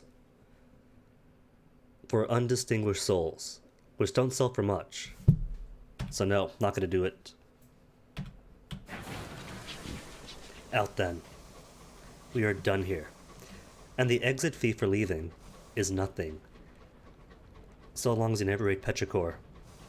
You don't buy petrichor, you don't eat petrichor, easy. But sometimes, if you want to make friends, you have to dine with them. Then it requires some small ritual to undo it.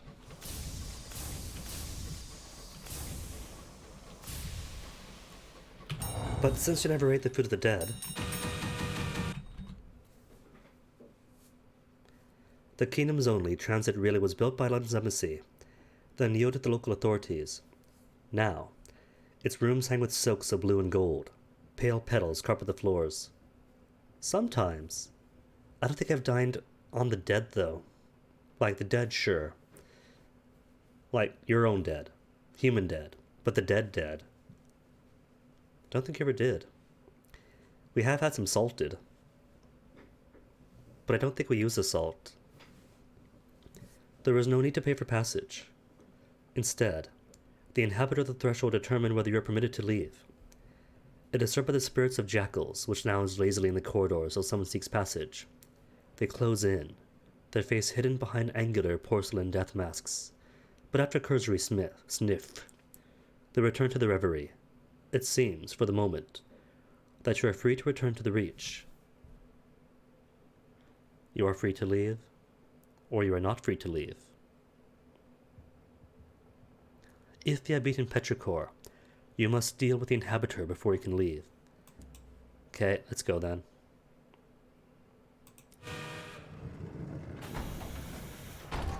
I was just thinking, there's no customs here, is there? Oh, Pablo, enjoy the rest of your day, thanks for dropping by. But I don't think there's anything to smuggle here, is there? I don't think there is. Although...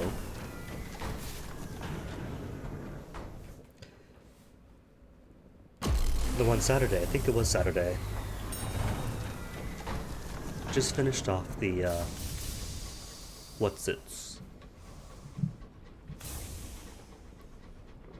The thing at Titania with the red honey. Giving them charts, clearing out their thing. So maybe not Eleutheria yet, but instead, to go back to London, report to the Wit and Vinegar lumberyard that the problems are solved, and then qualify myself for the actual smuggling campaign of the game. And I feel like eccentric. I still have her at the Royal Society, don't I? Yeah, she's back at the Society. So I could pick her back up, and then see about giving her some illicit literature. Because to start off her quest requires giving her books. And the cheap and easy option is to give her ministry-approved literature, which I did last time. But I wonder if giving her illicit literature does anything different. Changes the personality for the end any, like gives a boost to it. Or if it's just flavor text.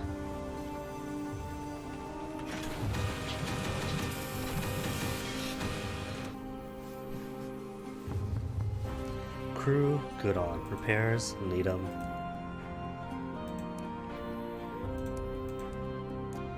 Parsimonious chairman, sure then. How many munitions? Just 3? Money's money then. So route's gonna be Port Davon, to start off the quest of the Carpenter, then Port Prosper, and Albion.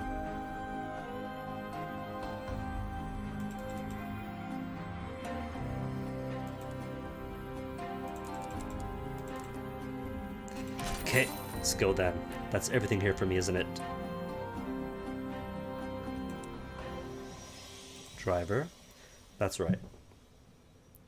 So pretty much everybody wants Albion. The driver to find the fungus, the rats to go to Perduance, the princess wants Perduance,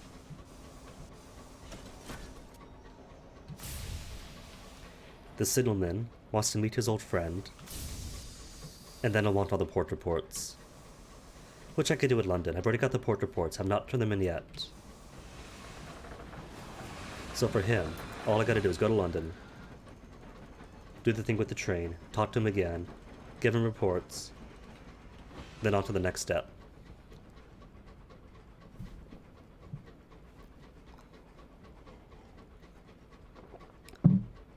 And my bat, my Chiropterus Hoarder wants Faith's Fall, which I'll get en route to Eleutheria. London stop, back to the Reach, Faith's Fall, Eleutheria.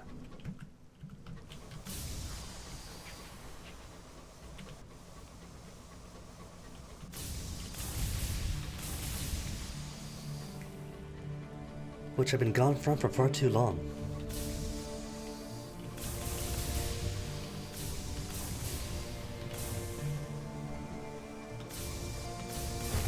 Whoop. Would have almost been perfect. It's gonna drift over, reverse, and park smoothly.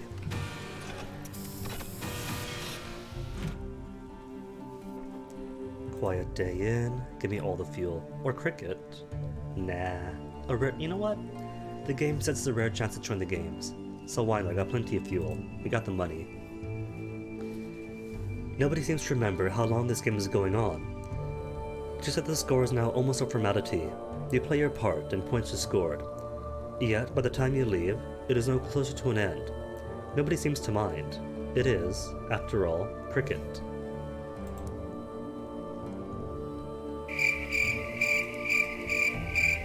Bombazine. Alright, I'm gonna buy the Bombazine. Charmin Sons, good on. Just give me the stories then. Is that a gossip? How much gossip do I have? 23. Ooh, I have 23, not too bad. Still only half as much as I want, but it's not bad.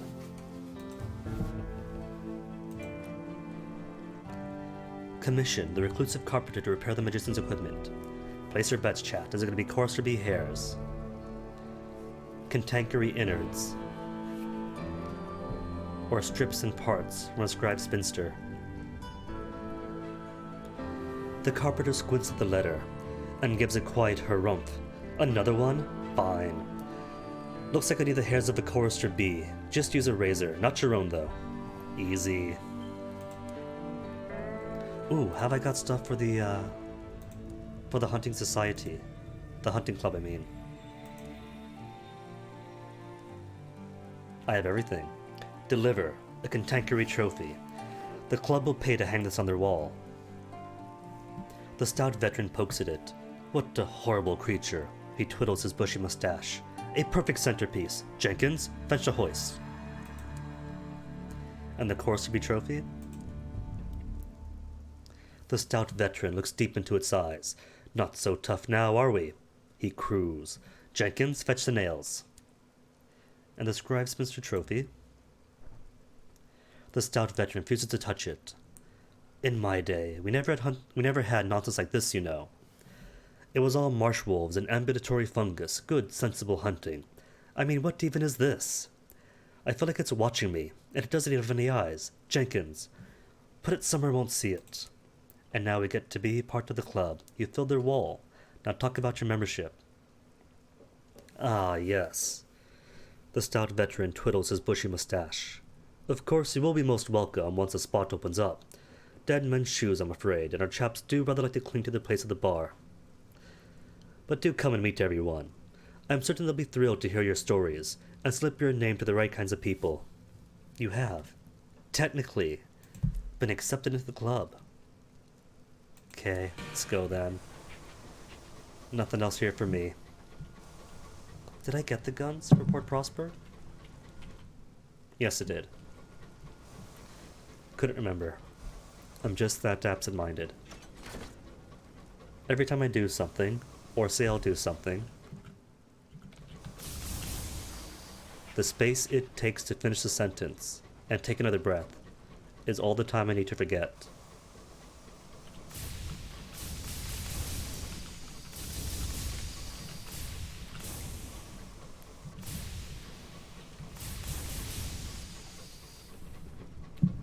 But could you really blame me? This game is gorgeous.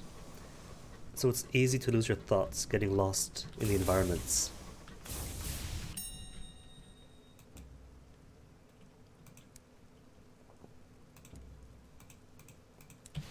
Got more Sky Stories, cool. And hours. Hours, and forget the ambush, I hear my axe. Where is she?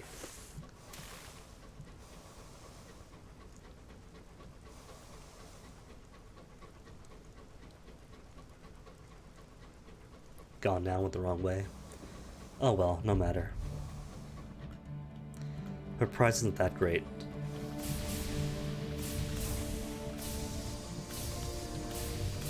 The Rat Brigade salutes the memorial. A true inspiration, says Cinders.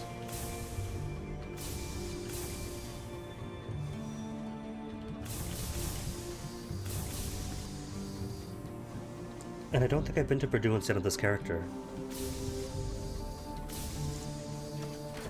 I guess what I could do is ignore the macabre counselor stuff for now and just do the princesses thing, the rats things. Because the rats at least aren't too difficult. You go to Purdueans. You find, what was it, not Cinders. Vilma? Yeah, Vilma. Then you get two options as to which friend to find next. Then eventually down to Hallige's bank, and then it's done. You open things up, the rats weep. Mission accomplished, and more rats for you.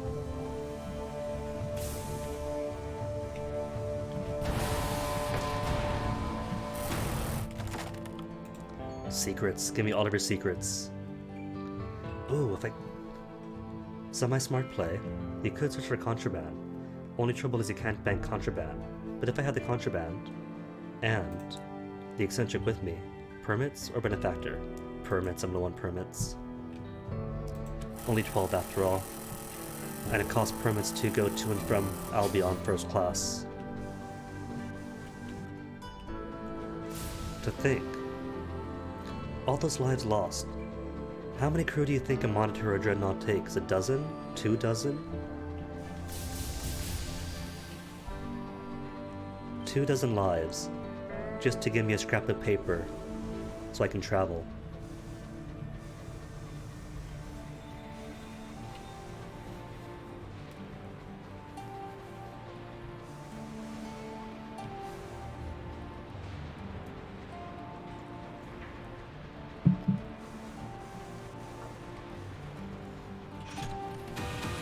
Come to think of it, that is a lot of lives just casually lost. Clock tower didn't bring stuff. Company, nah.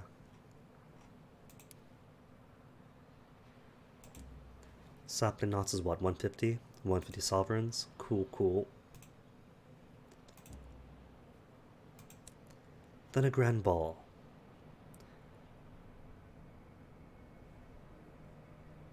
Oh right, that's right, forgot that my aunt has something here she wants to do, which I can't do unless the West Enders love me.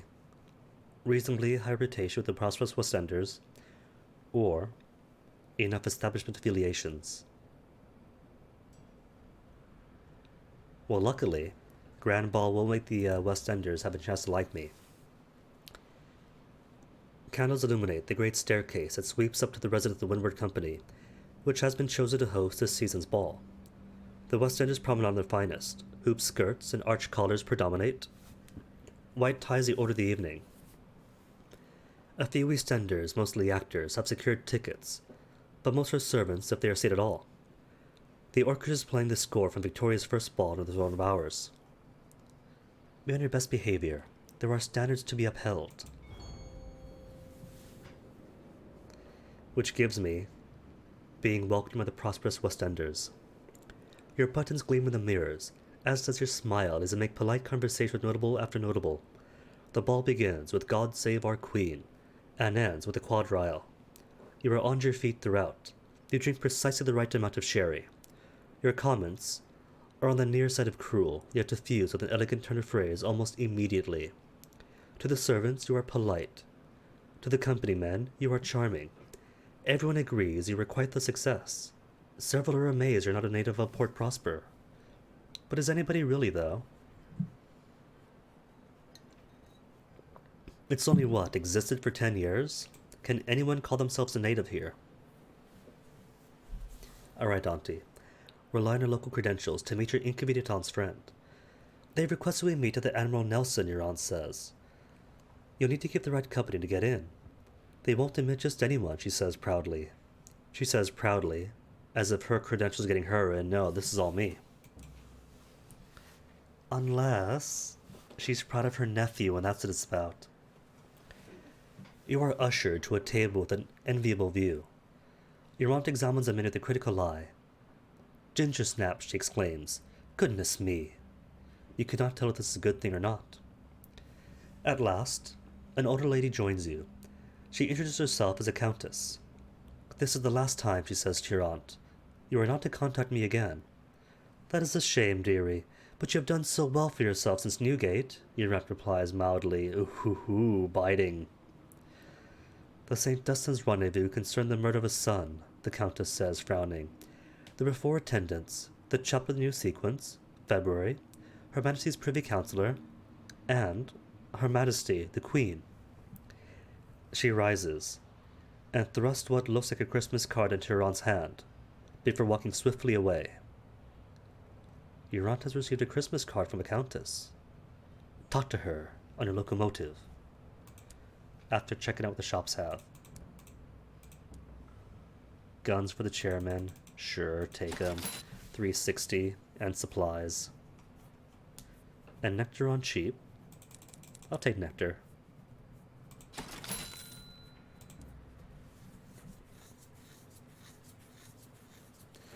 And there should be just enough fuel and food to make my way to London. So Auntie then. Quiz your aunt. What has she gotten involved in? And what is this with the Christmas card? One tick, dearie, just looking for. Aha. Clink of glass. Your aunt rises from an open suitcase, clutching a dusty bottle of brandy. We've got to go to Pan and Etheria. Well, that is where February is. Though she wasn't Feb when I knew her. She was my opposite number back in... But you want answers. February's on the Calendar Council. The revolutionary leadership. The Christmas card will get us to Winter's Reside. Your aunt brandishes the bottle. She has a fondness for brandy. I've been saving this for if I ran into her again. It should get us into her good graces. She'll be able to tell us what went on at St. Dunstan's. Cool, but sadly for her, Pan is in the opposite direction, unless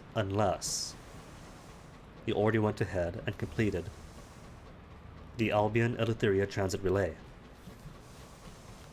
Which I don't think I did, even on the old Legacy. Present to customs, nothing to declare.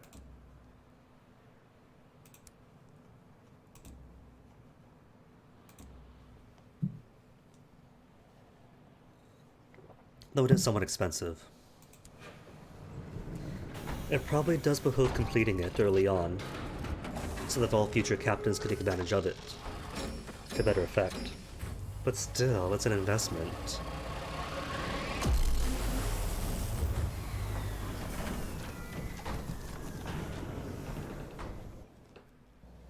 Which means I gotta pay for it. And I've already bought the watches in Azure, which is 2,000 down the drain, for a piece of equipment I can't even use.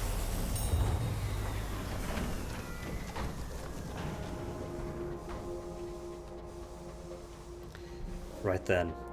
Time to find fungus for the driver. And not everyone will have it, so I can't just like float about, go from Brabazon to Parliament to the Most Serene Mausoleum. Apparently it's only a few specific places. Oh, missed. Fine then. Mel Memento Mori. That is your luck then. It turns out it was not meant to be. But do remember that you are mortal. What? Again? Alright, maybe you're not.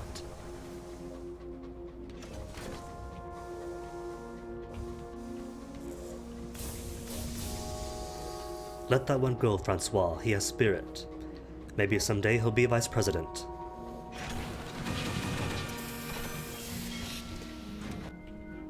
Hey, Tool, welcome. How was your weekend? Browse of hours. I got plenty of hours. Not gonna bother with that. What am I here? That's right, here for. Not the bit between. Help your work roll to the paperwork. 50% chance. A perfect 1-for-1 coin flip. Do it. Failure still. Oh, well, we tried. Alright then, fungus here or fungus no? 0% chance success, so it's better odds than the lottery. Failure. The incautious driver spends hours sniffing at the air in search of the familiar spores, but to no avail.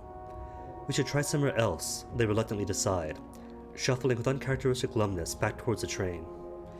No sign of the fragment in Brabazon. Aw, sorry, Tool. But I can't do 7 days a week, you know? On the one hand, everyone needs a break. On the other, I gotta be more productive too.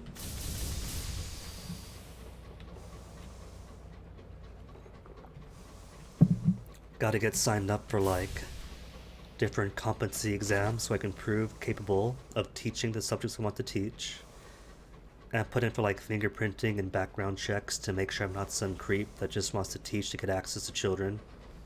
Gotta make sure on that.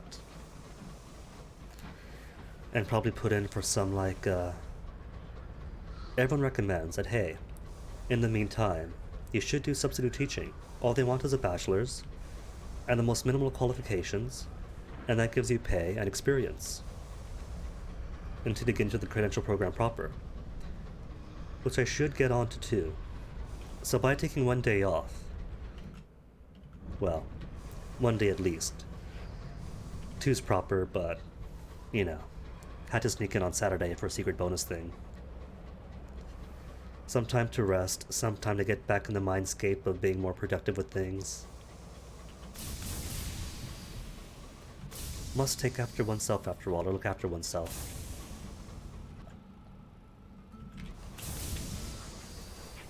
Alright, gonna stop by the Wit and Vinegar first, then St. Dominic's.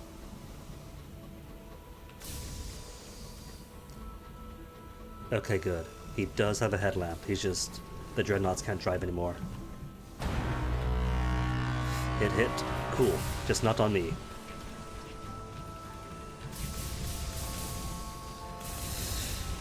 Can I get him to not face me?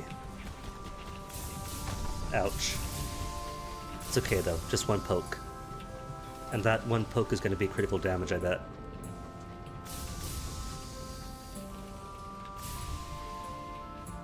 Cursor, out of the way. Nice. Direct hit right on his nose. Ouch. Get off the wall, off the wall. I've already spent my mulligan. Cool.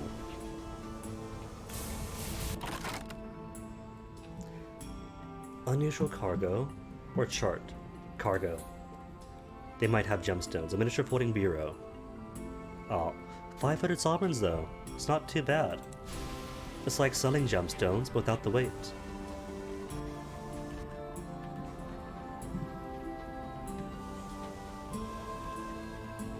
And the cool part is, nobody in London cares about blowing up Her Majesty's ships.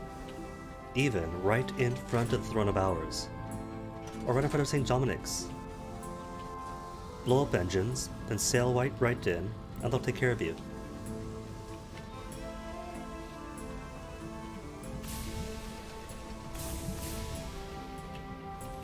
Butter.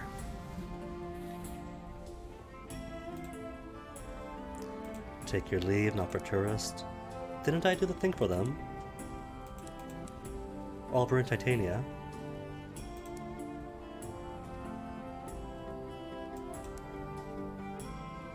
Not that. Which one is it? Wit and Vinegar, Smuggler's Tale. Return to London. Alright. So Wit and Vinegar is not yet unlocked for it.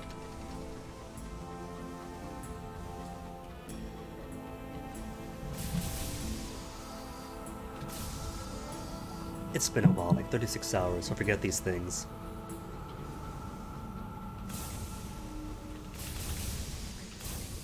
The useless cat, too liberal with his affections, set about wooing the princess's coats. She was not amused. Ugh.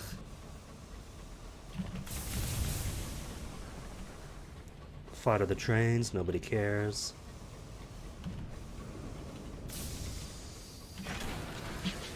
Would be cool if there were more environmental hazards. Like there's all sorts of gun turrets all around space. And yet they're all inactive, this is for show.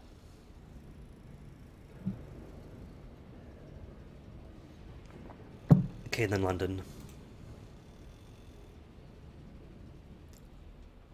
How about here? Any verdants here? 30% chance success. Failure still. The incautious driver spends hours sniffing at the air in search of familiar spores. No avail. No fragments in London. Where's the next place is at? Woolbury, and where else? Not gonna tell me.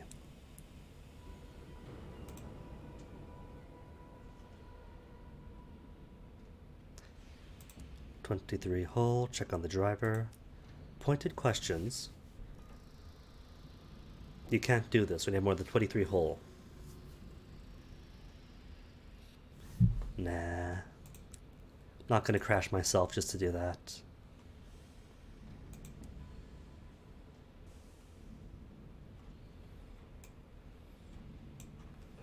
Where is it? Where's that dude? Not the Underground Railway.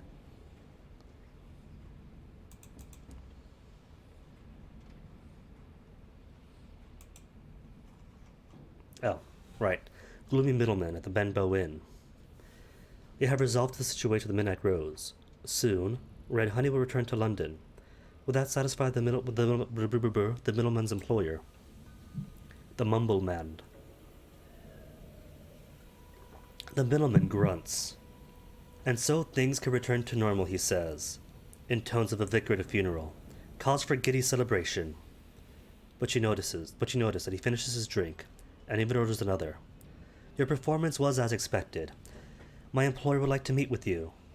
The middleman gives you an address. The company offices for the Wit and Vinegar Lumber Company. Cool. Tall saw you in. Don't need those. No food. Huh. Didn't even notice. Just in case.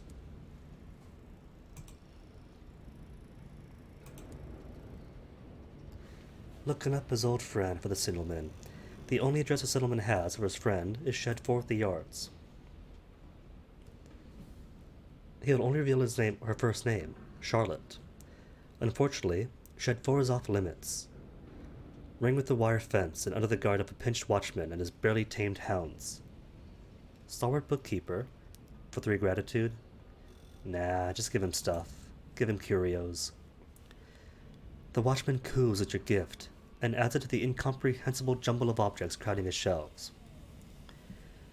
It goes between a roll of crackling parchment, which he claims originated the library of the scribe spinsters, and a rubbery skull. He waves you through, and the grumbling dogs watch petulantly as you sidle past. Shedforth is a huge storehouse. Beams of solemn starlight slant from the grubby windows of the roof. Hulks of old locomotives rust here.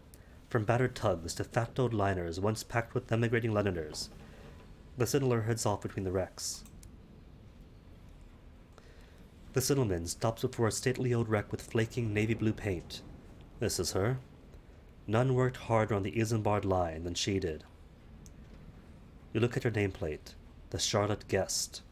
Ah, look how they left her, he says gloomily. That's not right. You tidy up. You put things in order. You turn the lights off and close before you go. She deserved better than this.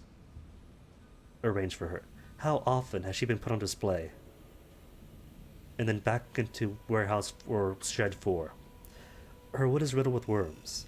Even if you can restore her, you need someone with influence who can recommend a more lauded resting place.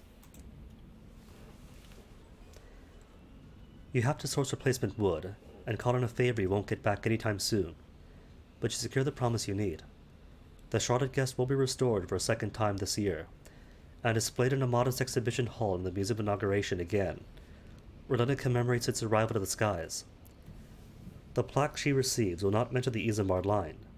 London does not celebrate failures, but it will testify to her hard work in a hostile sky. The settlement is mollified. It is all any of us can hope for in the end, isn't it? To be remembered. Lost 3 bronzewood, but that's fine. Now, you're going to want Albion port reports. Trade savage secrets over a slice of Battenberg cake. The signalman has sunk back into his reticence.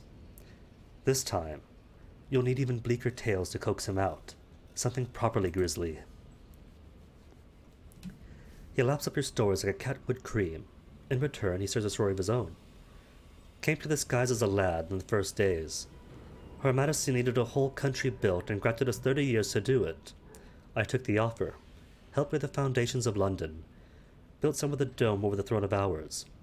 Then I joined up with the squire to lay the Isambard line and head to the Reach. Last time I saw Albion, it were just construction.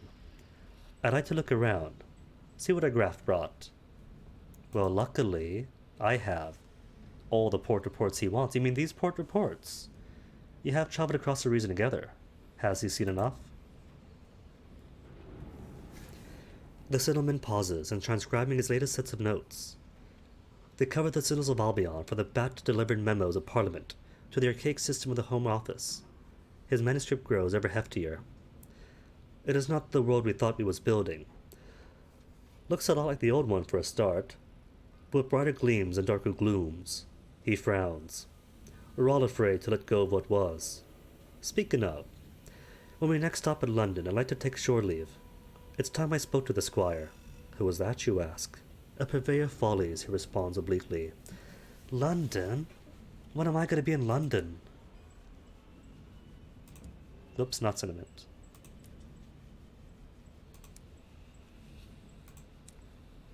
And I can't do it from here. It has to be from the ministries. Yep, not here at all. But while I'm here, bazaar, bronzewood for Parliament, fireworks for Parliament. They really want Parliament, don't they? Alright, 5 consignments of bronzewood, and 3 guns.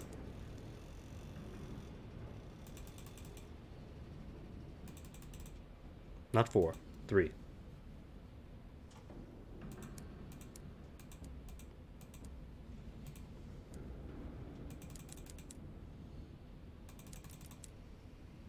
Mm, 6 and 5. Or 7 and 5. However the map works out.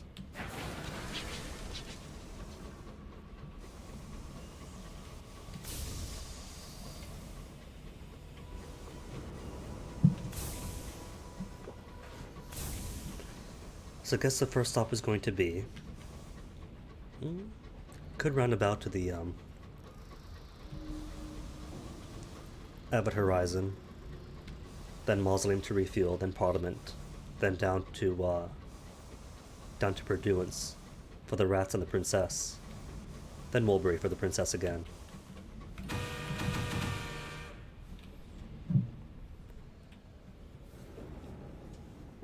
In search for the quixotic spire, he inherited his family's wealth, Doubled it by founding Port Avon. Wait a minute, don't I need some affiliation? Establishment 3, have 2. Okay, then officers. Who's got more establishment? You have establishment? Cool.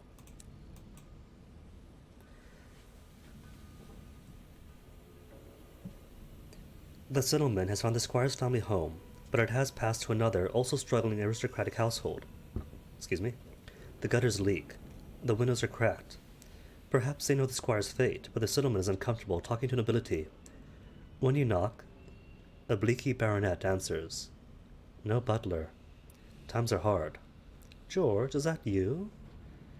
You have extensive society connections, and the baronet, it seems, is one. You should be able to get information out of him with only conversations worth of gossip.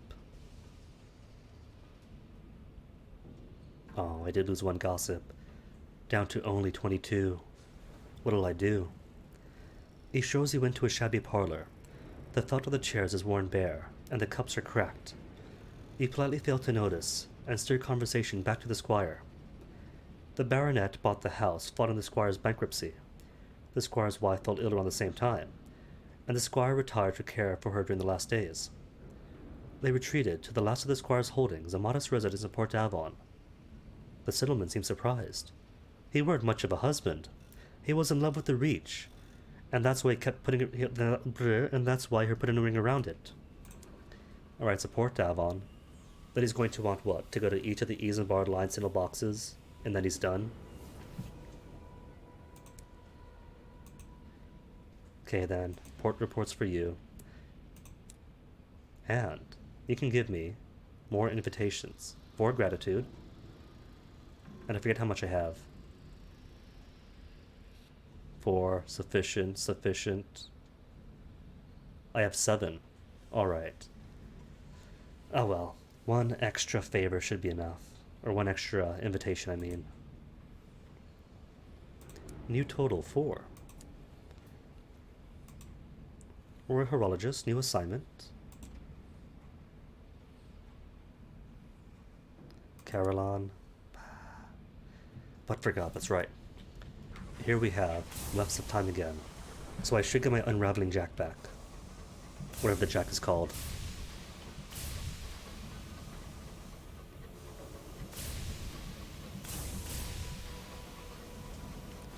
Because some parts around here are swarming with lapse in time.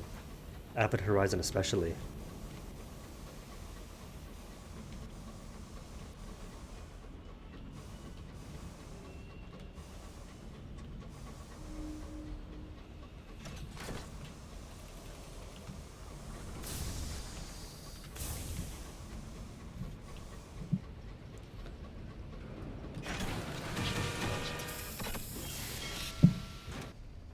Bankety bank.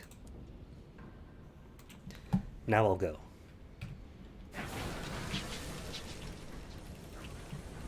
And maybe with 1 more gun, just in case the fungus is in the Abbott Horizon. And I can go straight to picking up what's his thing. Cool. 52, 65, 57. Lovely. Because if it is at Abbott Horizon, then what I want to do is not just have 1 extra gun, but to maximize my irons as much as I can.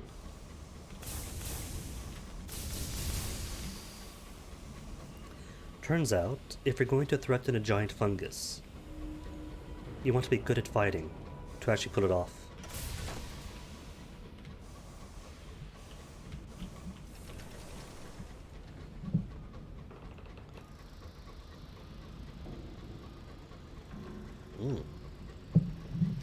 Bitter tea, just the way I like it. Hit. Really? All these dreadnoughts are so lucky today. But on monitor, all by its lonesome. And stuck against a wall. Oh, perpendicular now? Now it's perpendicular. Okay, do it. Take him on.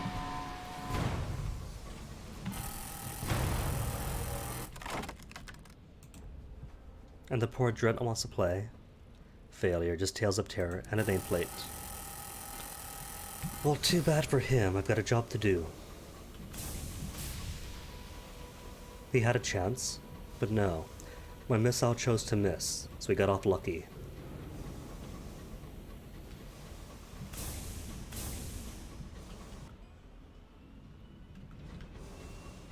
Cool. Go through here and clear out more of the map. We know it's open, but the map looks prettier if you could actually see the edges of the islands.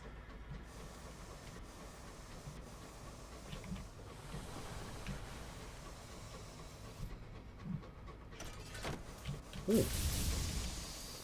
Flotsam, don't be crockery. Twice in a row crockery, followed by the curator egg being crockery, or preceded by.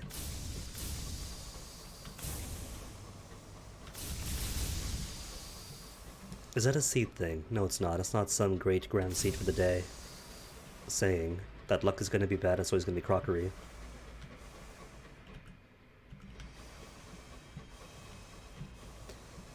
New instance, new dice, and the dice just do not like me.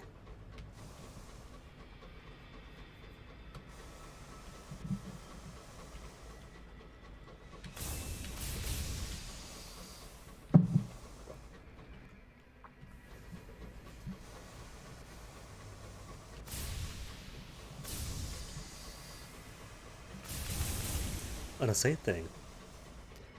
And luckily, I just bought an assay thing. Unluckily, don't have the hearts for it.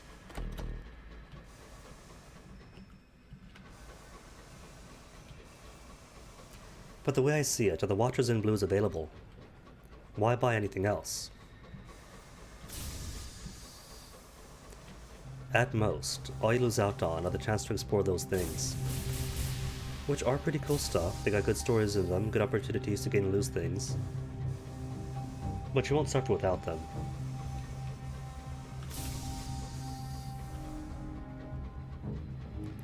Though, to be perfectly honest, some of those things didn't used to require saying. You saw a ruin, you stopped by it, you checked it out. But it does require a saying for most things now is kind of new. In one of the more recent updates on the latter half of 2019. Like this, right? It's just a ruin. Do you need a speciometer to identify it and go in? Or you just park your engine, walk aboard, have a picnic?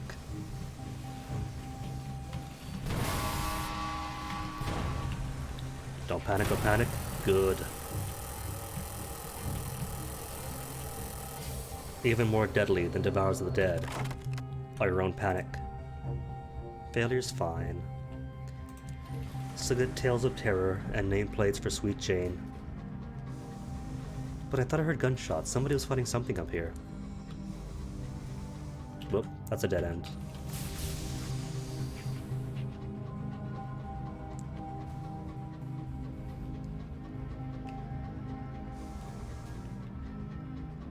Can't quite tell if I hear something.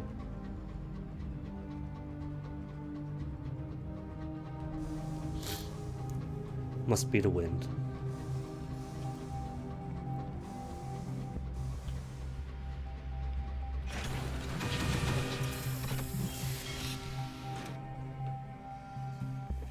Market of Truth? Nah. Home office? Could drop off the devil. But I think all he gives is hours, so nope. Speak to the Prudent Observer. Once a brilliant astronomer for the Royal Society, now consigned here to his dotage. He watches the gate. The Prudent Observer is out on the observation deck, telescope in hand. He waves at you through the fog. Coming closer, you notice his table of logbooks. Date back to 1898. Those tally marks of people coming in. It leads you through pages to 1902, where sheaf after sheaf is revealed to be blank after blank bar the dates. Wasted pages. Bored detainees walked by. Nothing else here then. And Bazaar's even more guns. I'll hold off on the guns. To the most serene mausoleum then. Then Parliament. And Parliament Scared me. Didn't even see you. The senior scrivener. Haven't killed those yet. Not on this line.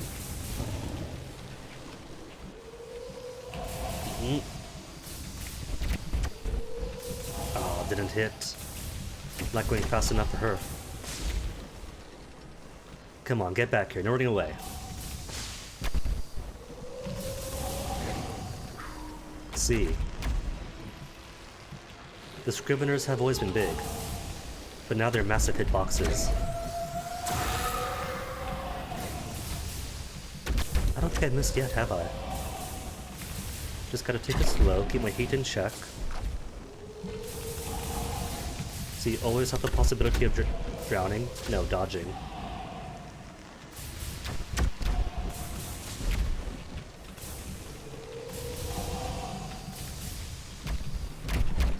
Particular?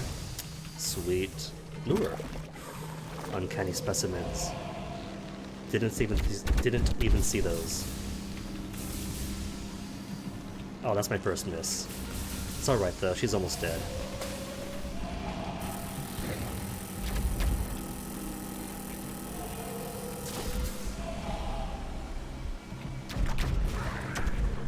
Perfect.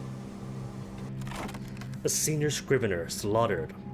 Once, the senior scrivener was an ancient servitor of the stars, feared even among its own kind. Now it is broken and hanging haphazardly in the sky like a puppet whose strings have been cut. Axes for bronze wood. Share knowledge you've stolen from the plundered libraries. If I saw more libraries in Eleutheria and stole from them, this would be a good source of Syrian enigmas. But you need 7 scraps of ancient knowledge. Recover scraps of parchment, sheaves of parchment. The spinsters pin them to their coats and wigs.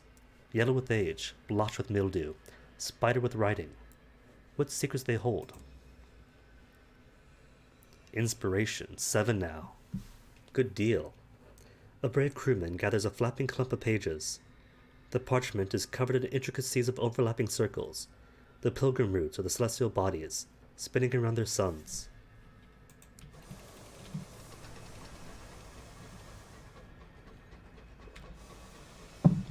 And what's at the horizon itself?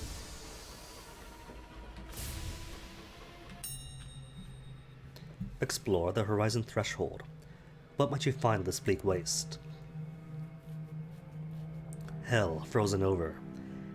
This was only every place to pass through, never a destination. Bitter cold rhymes every surface. A merciless wind passed without effort even through your skysuit, your flesh, your lungs. You will not stay here long.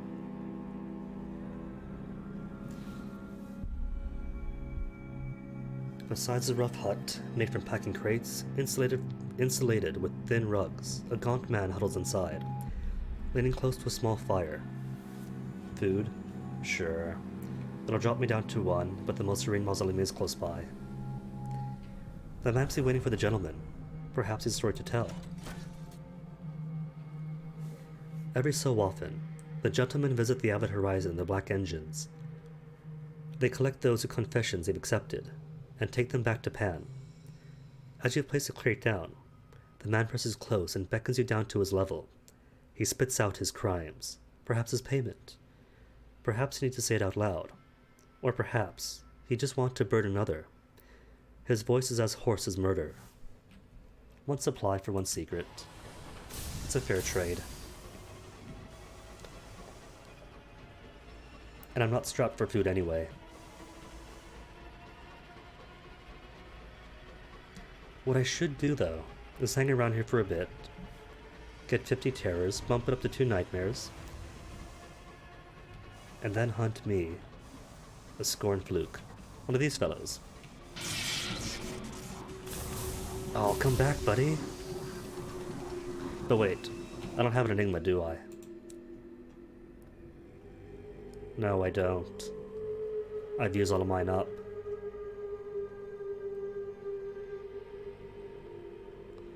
Searching for the verdant fragment. The incautious driver cannot last long without it.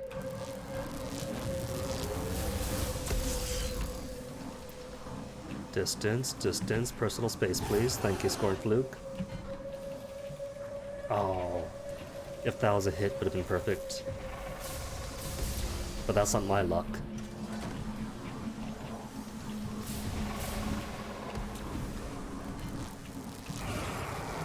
See, for some reason, if I'm spinning, my aim is much more immaculate than if I'm not spinning.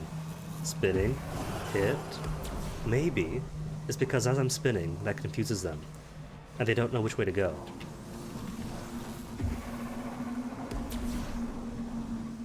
Though it does help if I aim at all. It keeps working. So if it keeps working, I'll keep doing it.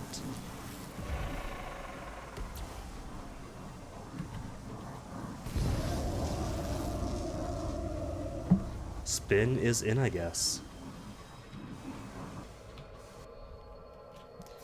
The nameless spirit must be paid. The nameless spirit leaves a jar containing its voice on your dinner table. The spirit itself sits on the side of the room, trying to look uninvolved. My next month's pay is due, remarks the jar conversationally. Well, I'm not going to the Blue Kingdom anytime soon, so refuse. You're out of money, or you're bored with the company. Goodbye, litigator. The nameless spirit growls from deep within the jar. You do nothing. At the next port, the nameless spirit will leave your vessel and does not return. Ever. But he could hire him back. Charge a trophy. Investigate the scorn fluke. With only a 68% chance success. Go for it. What's the worst that can happen, lose crew? And even then, don't even have to find out. Its inhuman music rages and sobs. The polyphonic scream brings your crew to shuddering tears. Discipline keeps them working. They are careful to maintain distance from the oozing grey exudate. In abrupt silence, the remains liquefy and dissipate. Any artifacts remaining are too tainted to gather. But I didn't see the option. Did not see the option to create that unholy weapon. Even if you're not qualified to actually complete it, normally you could see it. What am I missing then? Mirrors check maybe? Be smart enough to do it?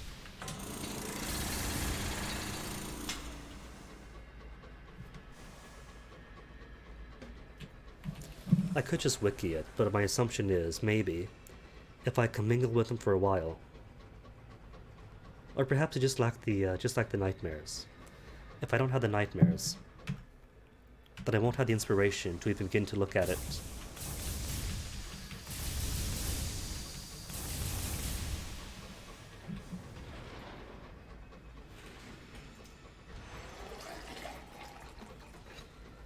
More combat, this time sounds like Albion Marauders, judging by the report.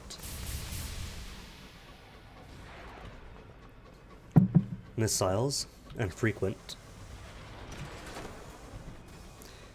You are down to your last dregs of your supplies. The unlabeled tins, the wormy biscuits. This just the last crate of food, don't be so dramatic, crew.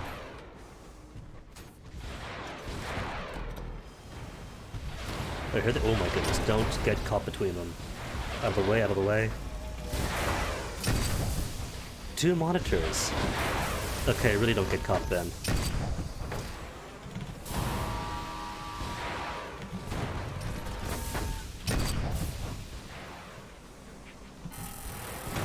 Cool. Easy. Just got to learn to get around them. Okay, more secrets then.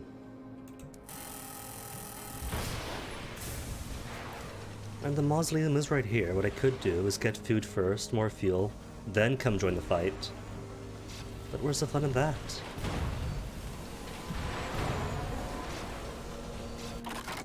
And they killed the other monitor for me, so I kinda have to do this. This is just me cleaning up. Then I'll come back. Permits. Cool. I'll take permits. 13 permits is still garbage. No, don't get caught.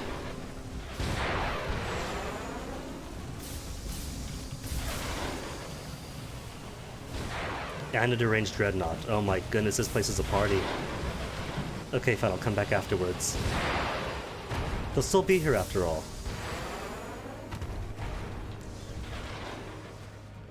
They'll still be here, so I can come back. Maybe, hopefully.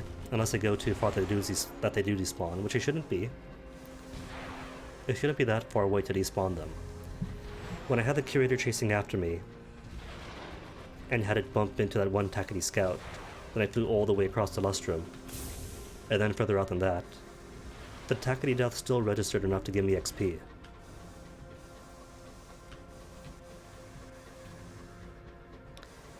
Then again, where exactly the map breaks apart is a bit weird.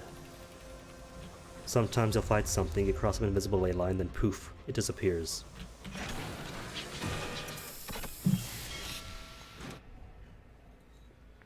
So despawning is a thing that actually does happen. Inter-aunt? No. Port report? Sure.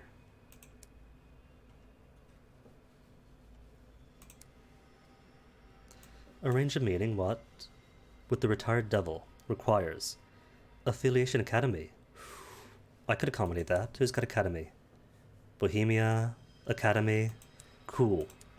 Back to. What are you about? A single devil resides at the mausoleum. He spends his time corresponding with various academics. An introduction can be arranged. But one thing your acquaintance agree on. He is in no way retired. He has converted a vacant crypt into a cramped space, not unlike a hobbyist shed. A stove above the corner blazes out heat. A copper kettle sits atop it. A grand bookcase is loaded with binders, identical, well used, and each marked with a cartouche, reference to what authority alphabets of hell. The devil himself has a narrow, chiseled face, and a boyish tussle to his hair. He wears small, round glasses. Make conversation, learn more about him, hear his request. Conversation first, be polite. We've just met the guy after all. He prepares you a cup of stewed tea. Thank you. And presents a plate of Murgatroyd's Funko crackers. They are years old, and have the exact consistency of cardboard. He's a polite conversationalist, but reticent to discuss himself. Instead, you discuss your mutual acquaintances in academia. Is he an academic yourself, he asks. No, he demurs. His interests lie in less formal areas.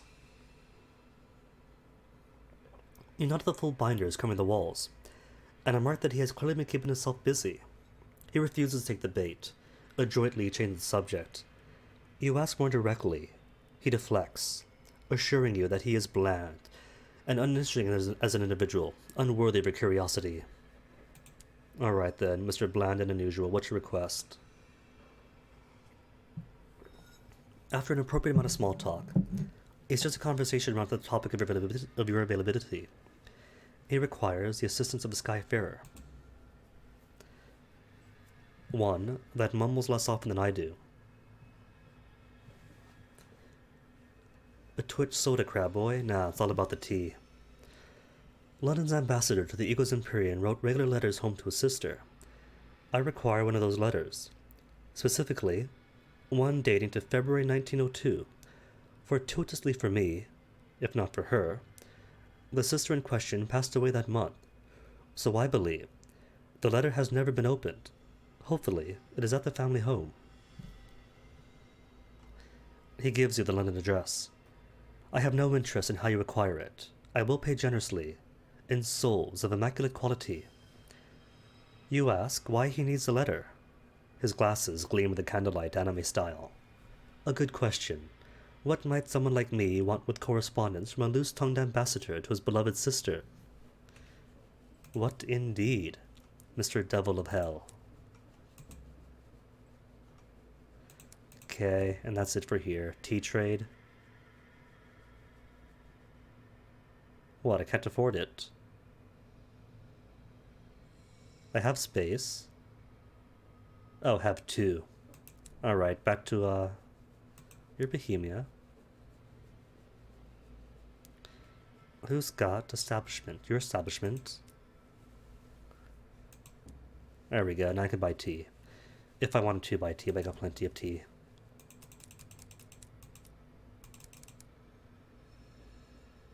And no space for anything.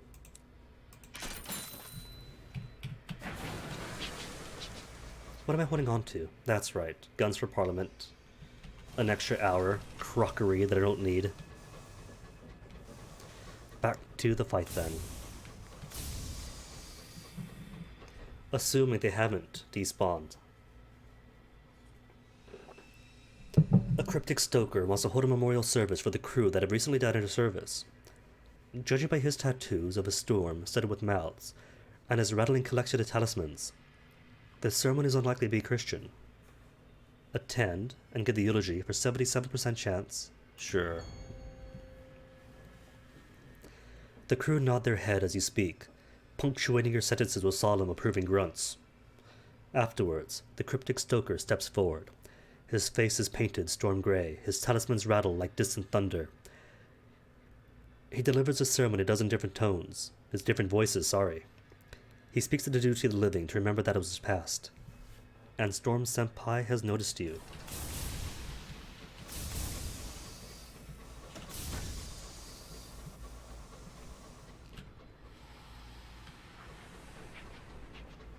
I don't hear combat. They might be over with. The Asang place is still here, so I can check it out. No, it's still here. Come back, come back, come back, come back. Don't go. Oh, he's gonna run away from me. And he's too quick. Is anybody else up here then? Or are they all gone too? Should have chased after him.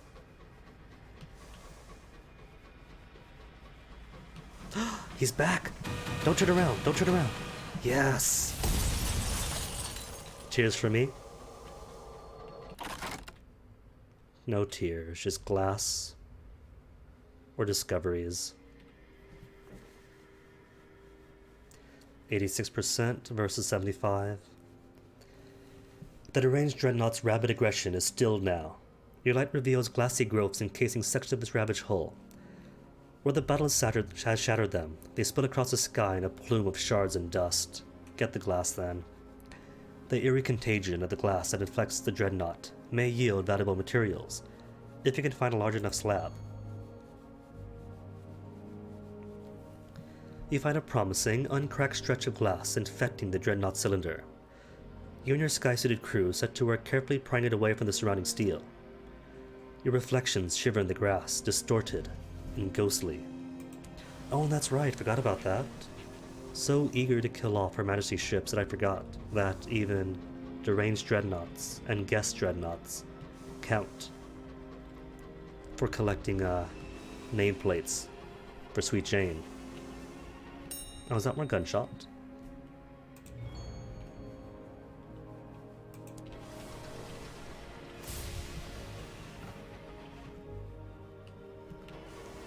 Thought I heard something, but I might have been making it up.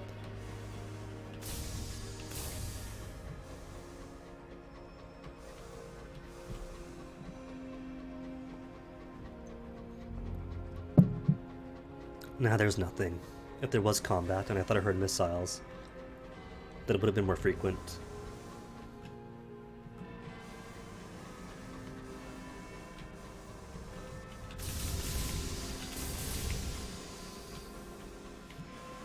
At the very least, I could see if there's any more curator eggs around here.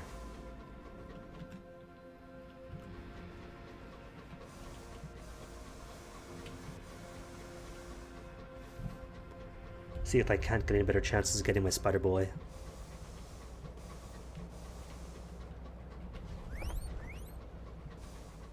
So far, from curator eggs, I lost 2 crew. Just out there, what about anywhere closer? Or I could bully curator itself. Okay, if curator's here, eggs are going to be close by as well. Where you at, eggs? A thing way down there. But I'm pretty sure that eggs are something glimmering, not something grave.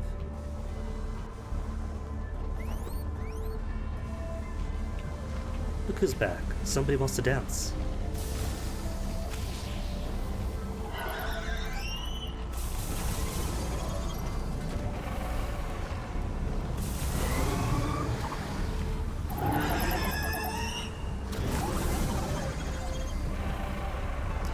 There was eggs. I saw eggs. Don't get hit. It's alright though, plenty of hole left.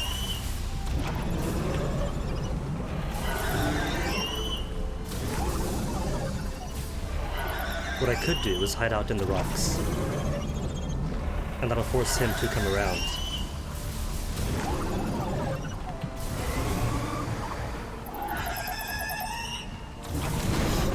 Right into it. Wrong door. Blah. Meant to go left, as in the military left.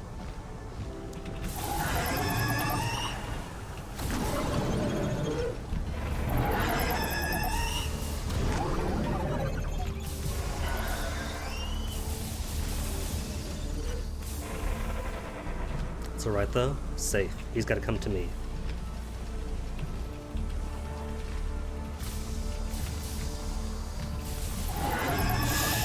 Ooh, that was close. Okay, get my egg, then get ambushed. No ambush. 5 eggs in and no ambush. Bully. Bully all the curators.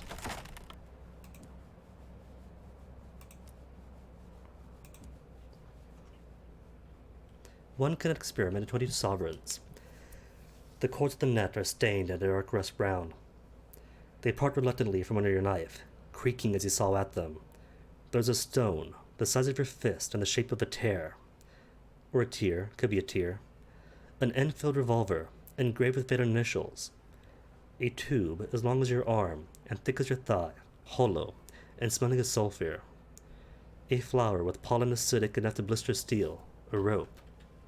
You know, I had an Enfield once. Picked up at the Haji shop, they call it. They being the occupiers of Afghanistan.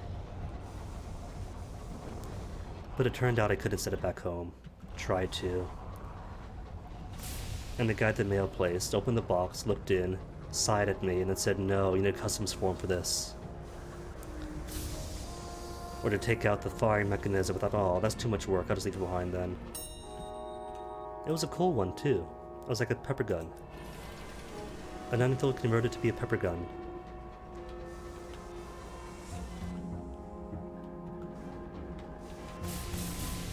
Since in that region, you got the Khyber Pass nearby and Khyber Pass copies, and the workmanship of the guns are renowned. Forget if it's famously or infamously.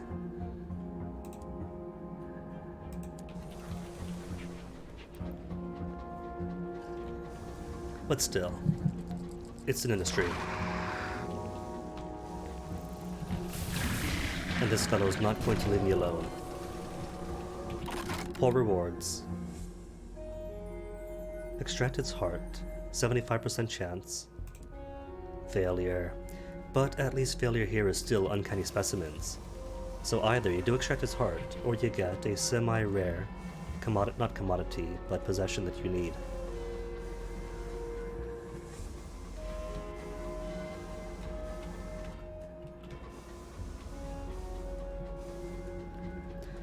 Oh no, back down to the wormy biscuits.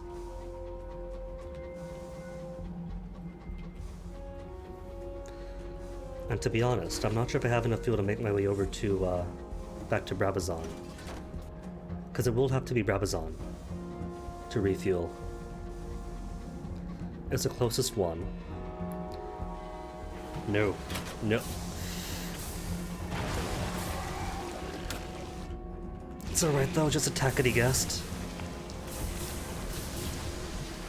Just a tackety guest with its globules facing right into me. At least it's not a dreadnought guest. Those things are the worst.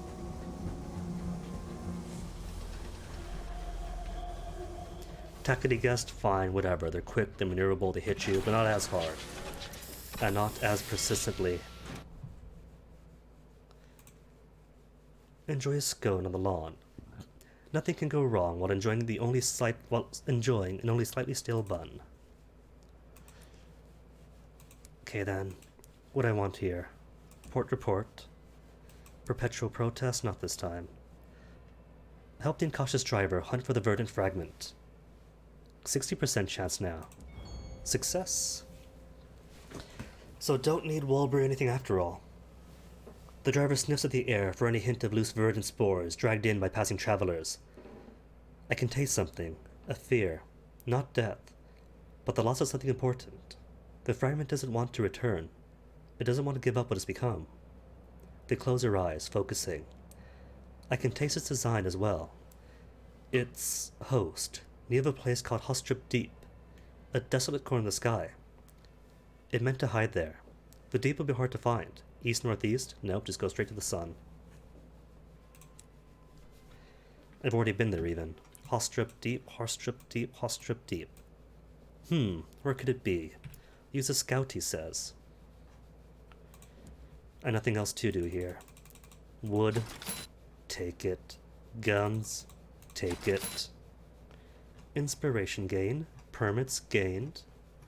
Tea. Trouble is, I have the space for tea. I'll take some tea.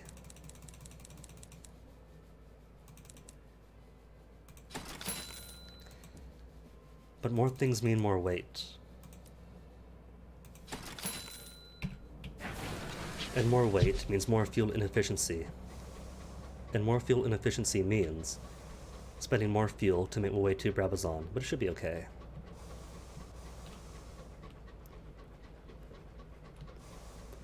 Three and a half fuel after all. It's plenty. And Brabazon's right next door. Just gotta fly up, then back down, right over this huge hook.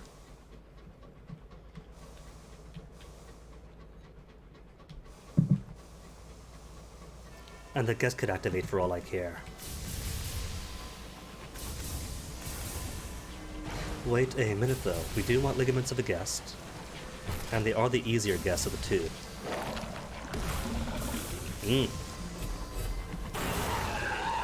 Easier, but still annoying.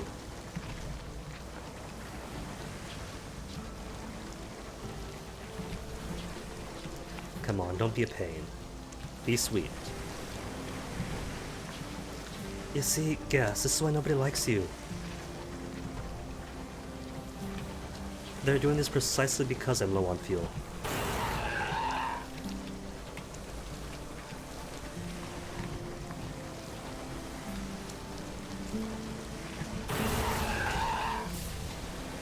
Aw, we're dancing. Come on, give me your ligaments.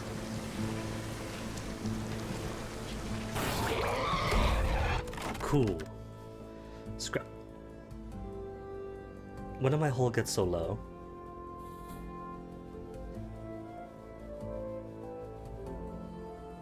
No, really, I didn't even notice that. Was that from fighting? Way up in, between those resurrectionists and the monitors. Anywho, that means I get to talk to my driver, doesn't it? Wait, why is he not? When did I detail out my engineers? Anywho, ask the driver some pointed questions. Your locomotive has suffered significant damage. Has your driver been even more incautious than usual as of late? You find them in the cargo hold, listening to the groans of the straining hull. The driver's scars crook around an intriguing half smile. Their eyes are blue and bright. Well, he's still here, he's not evicted. Either I misclicked somebody, or I don't know. Taking your hand. Oh, they took my hand. They place it on the plating, and you feel the steel shiver. That's the sky, they say, just an inch away. You recognize the look in their eyes. It's the same appraising, resolute look you've seen when they know a maneuver is risky. But they decide to do it anyway.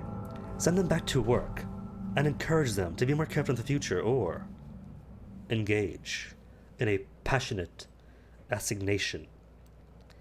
In the sky, you are only ever one bad choice from death.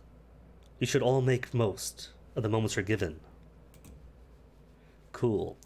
So we've hooked up with the devil so far, now the driver. Your encounter is hurried and illicit. concealed behind crates of cargo. When a crewman enters a hold, you pause, fingers on one another's lips. You adjust your balance, and the driver stifles a gasp. The instant the intruder departs, they're forgotten. The driver is fearless and inquisitive. Afterwards, while their breath is still ragged and their arms are fierce on your back, you whisper, "You don't ever have to worry. I won't let anything happen to you." Oh, that's too sweet. And yet, if you fail their quest wrong, they run off into the jungles, never to be seen again. Which is why you have to bring the guns. Bring guns, be ready for guns, because apparently, if you threaten the fungus, they'll always say, "Yes, fine, let's go back home, and do this a proper way."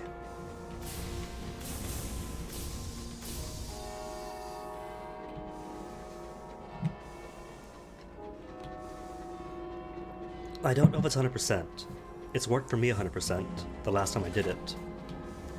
And according to Reddit, if you threaten the fungus, then the quest always works the same way. So I could hope, but I'm still worried. Because after all, if you lose him, what if that's like turning the repentant devil in to the Blue Kingdom, and that ends the quest line permanently, and the driver never comes back?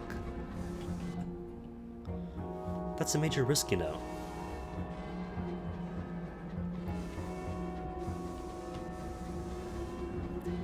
It's almost enough to make me consider backing up the saves.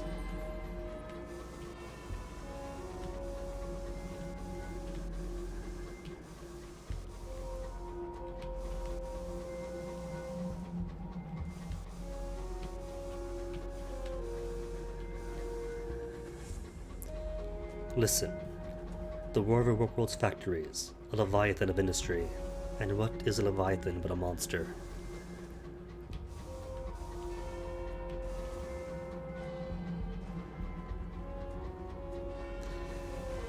So, by coming here, I could max out my fuel, and 3 food should be plenty to get to Perduance, then Beaubridge Extremere. So I think I'll do that. More fuel. Hours. Forget them.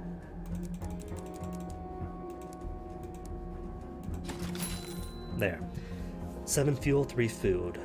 Getting to Perduance should drop me down to like 2 food, and 4 or 5 fuel. And then for Perduance to roll would take no time at all. But while I'm here, I'm dancing, I'm bouncing. Gonna go to the bit between the Little and Ice, and take a momentary bath and break. Give me a sec.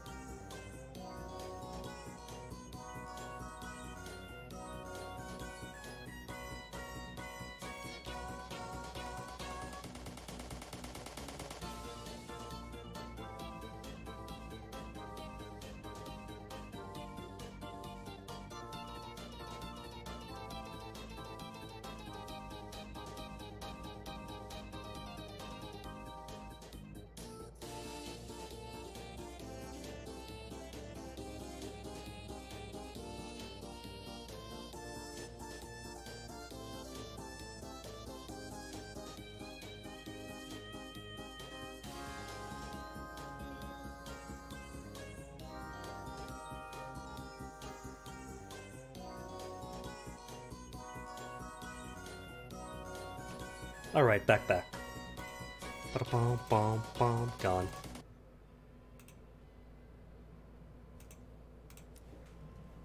Good bathroom break. Port report can't do. Bring gossip to take tea with the governor? Nah. I'm done here. Next stop is Purduance. What's the best route to Purduance? Straight on down, past the chimes. Yep. It's pretty much right next door, so no stressing. Though the smart plan would be, is to wait at the bit between for a bit, lose fuel, then come back. But if that was smart, wouldn't be wasting my time going to monitors, would I? Nah, I'll let that one free. And I do have my eggs, right? Eggs? 2 eggs even. Aren't they so talented? They're all dancing. What I should do is find somebody with a, like a saxophone emote or something, and recreate that bit with it. Alright, he's definitely going down, he's just asking for it.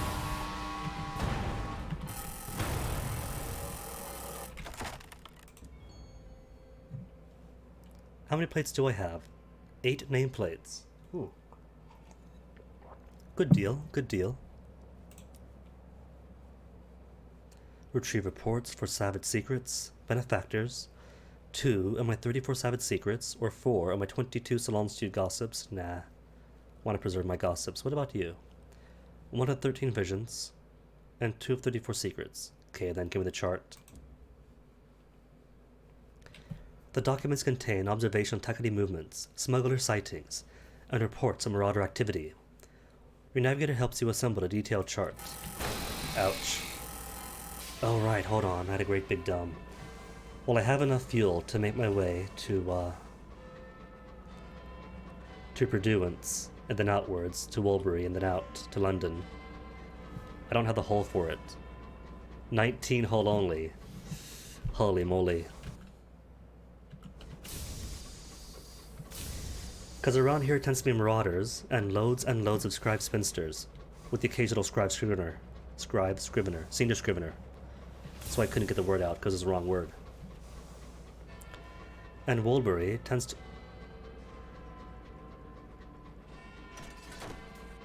Oh no, that's right. Woolbury doesn't just have the possibilities of marauders and scorn flukes, but also the occasional guest. It's not too late to go to London, it's just right over here. And it clears out more map. Oh no. The smart plan is turn around, go back to London, heal up, then come back right down. But I'm already here at Purduance.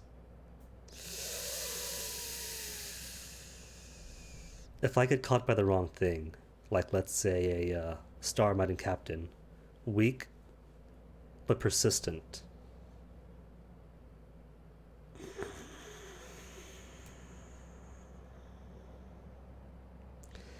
Already here.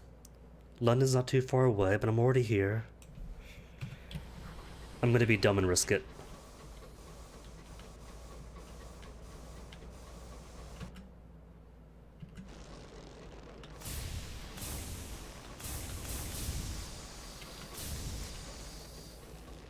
Going to have the biggest of brains and fill it with jelly beans. Okay, that is the sound of the Scrivener. Back to London it is then. All I had to hear was one bit of hostility, then I'm out.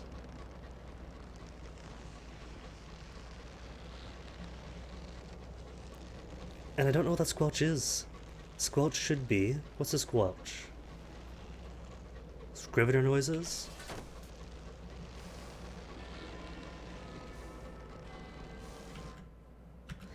Don't worry, crew, we're going back to London. Gonna get some repairs in, then come back out.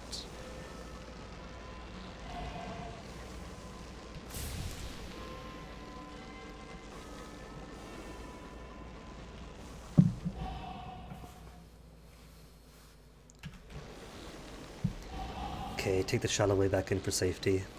And, bonus, it gets us to the, what do you call it? Witten Vinegar Lumberyard.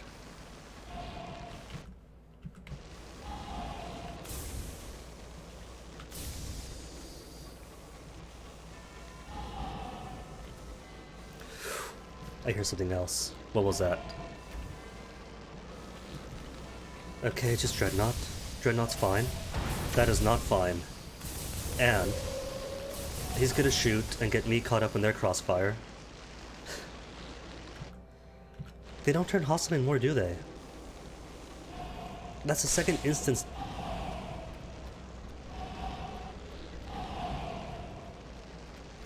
I heard something splash. I'm going to assume that's just... Okay, that's just that. But that's the second time that the Dreadnoughts or whatever else just don't care when there's monsters flying around, shooting stuff. It's like they decided that an agent is an agent, and so they're all friends. The monsters disagree and will attack them, assuming the player is not there to take their interest. But for the Tacades and the Stovepipes, they'll just do nothing. At least so far. That enduring Dreadnought just took every single attack that the Scribe Spinster was giving. Just mumbling, "Yes ma'am, sorry ma'am, won't happen again ma'am." And Curator versus Tacades, Liberator and Scout types, just sitting there as a Curator chases after a resident of the Reach. Curator flies on into them, nothing, just scoot out of the way. Until eventually some stray screaming shout raises the Tacade and now they're engaged. Could be me. Could just be the way the dice roll. And how the AI decision makings manifest.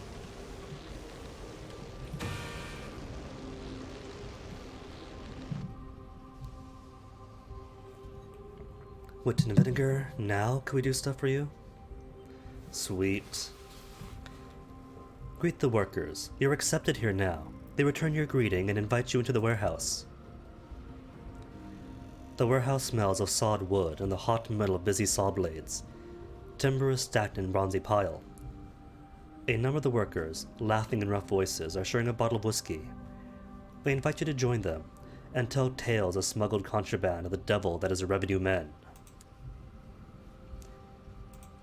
And the gloomy middleman's employer, the Witten Vinegar Company, is owned by a blind bruiser. He keeps an office above the warehouse.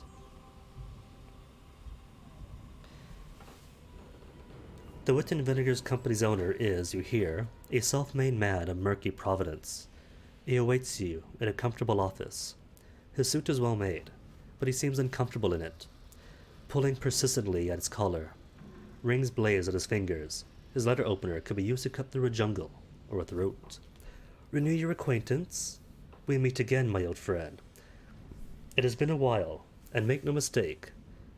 It has been a while to make no mistake, and a poorer while for your absence from it, if I might say so. But here we stand, reunited. All is righted, or catch up on old times. It would ease your burdens to share with them someone who knows you. You may only do it once.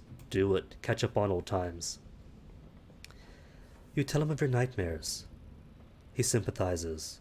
He's no stranger to midnight visitations. In return, he talks about his failed attempt to go straight after coming to the heavens. I didn't set up the Witten Vinegar as a cover for smuggling. I intend to make a go of it, to put the past behind me, become a respectable businessman. But things kept going wrong. I thought I was cursed. But you know what? I think living an honest life is just bloody difficult. He shakes his head. It's a hard road to walk, the straight and narrow, and my feet are crooked. Untroubled nightmares and briefly without terror. Neat, neat. Renew acquaintance.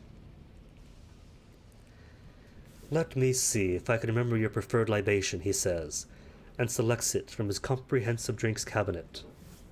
A toast to cause him trouble. After you both drunk, he speaks. I apologize for making you run that errand to the flower port. For me, there is no question of your ability, of course. But certain of my fellows needed a demonstration, and accusations of favorable treatment can cause ill will, and that gives people in our line of work funny ideas. And what is his line of work these days? He grins, and the lamplight burns on a gold tooth. Smuggling. And how could I become a smuggler? A pertinent question. Very pertinent indeed, if you'll permit me to observe so, and I trust that you will, us being bound as we are by bonds of mutual admiration and respect. All that I require, if I may be so modest, is a word from me in the right ears. I have already taken the liberty of conveying that word, and the opportunities to procure and supply contraband will now be made available to you. In fact, there's a juicy little opportunity waiting already, to carry consumptive materials from London to Pan. I would encourage you to snap it up. I'm sure you have further questions, being as perspicacious as you are. As you is, I will strive to answer them. But we know the score. We'll take our leave. Shops, though. What do you want? Illicit literature to Pan. Illicit literature for the Empyrean. Aklis and the Empyrean. So 12 trunks of books would be a good idea, right? Except every single bit of contraband requires its own hidden compartment. Otherwise, it's a Vales check to pass it through customs, and it's a huge one. But they've also got sawing devices for mining and 2 hidden compartments. Winch and pulley for 8 hold, cool, but it's an auxiliary slot. Concealed cavities for more hidden compartments, but it's a shield slot. And it's all weight, too. How's my ship so far? A free plating slot, 1 more auxiliary slot. I'll hold off on it. At best, what I'll do is carry 1 for my, whatever her name is, the feline eccentric. As if I could create the name of the best officer in the entire game.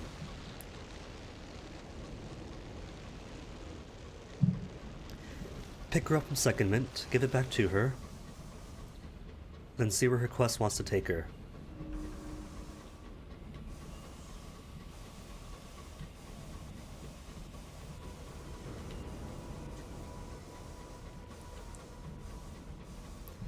And see what other prospects we have.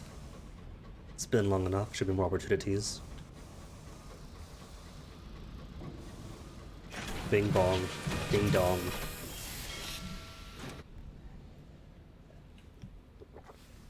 Retrieve the retired devil's letters. The address the devil gave you is a dour house, only the upper middle layers of London. High enough to glimpse the white mansions above, low enough to be occasionally troubled by the smog from below. It features a shadowed garden, railings like a thicket of spears, and a throaty baying of an ill-tempered hound. You hear a bitter widow lives here, clinging to the husk of once-splendid industrial holdings.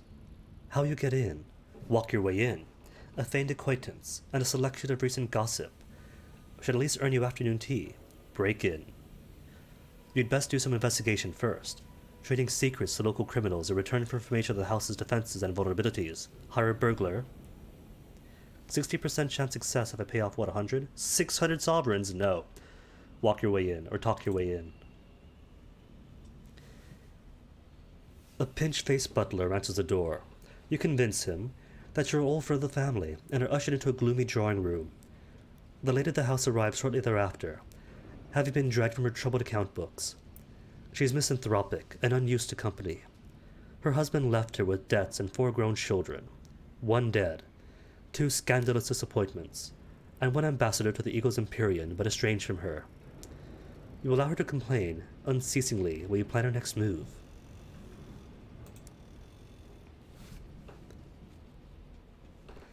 The house's interior is funereal. Funereal? Since it only has one remaining occupant, apart from the butler, the housekeeper, two maids of all work, the cook, and a decrepit gardener, who hardly count. Many of its rooms are in disuse, their furniture covered by sheets. Now that you're inside, how will you acquire the letters? Bring the conversation around to 69% chance success. Listening patiently to the widow's complaints about her family has given you an idea. You claim to be an acquaintance of her eldest son, the ambassador to the Empyrean, which we are. We've met him. Failure. Try as you might, you cannot divert her from her interminable monologue of the perfidy of husbands, the ingratitude of daughters, and the weakness of sons. Before she can move on to uncles, aunts, and cousins, you take your leave. Perhaps you could try again another day, or look for other methods. Alright, who's all got hearts? First, you two. Hearts and irons, veils and irons, get back in here. I don't know who disabled him, wasn't me. 4 hearts.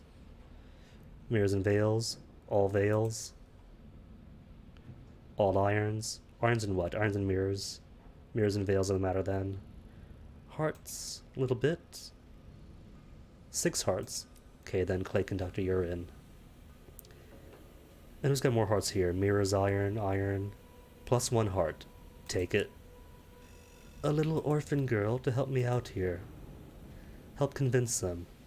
3 gossip. 1 savage secret. I'll take the gossip. I might be low, only 16.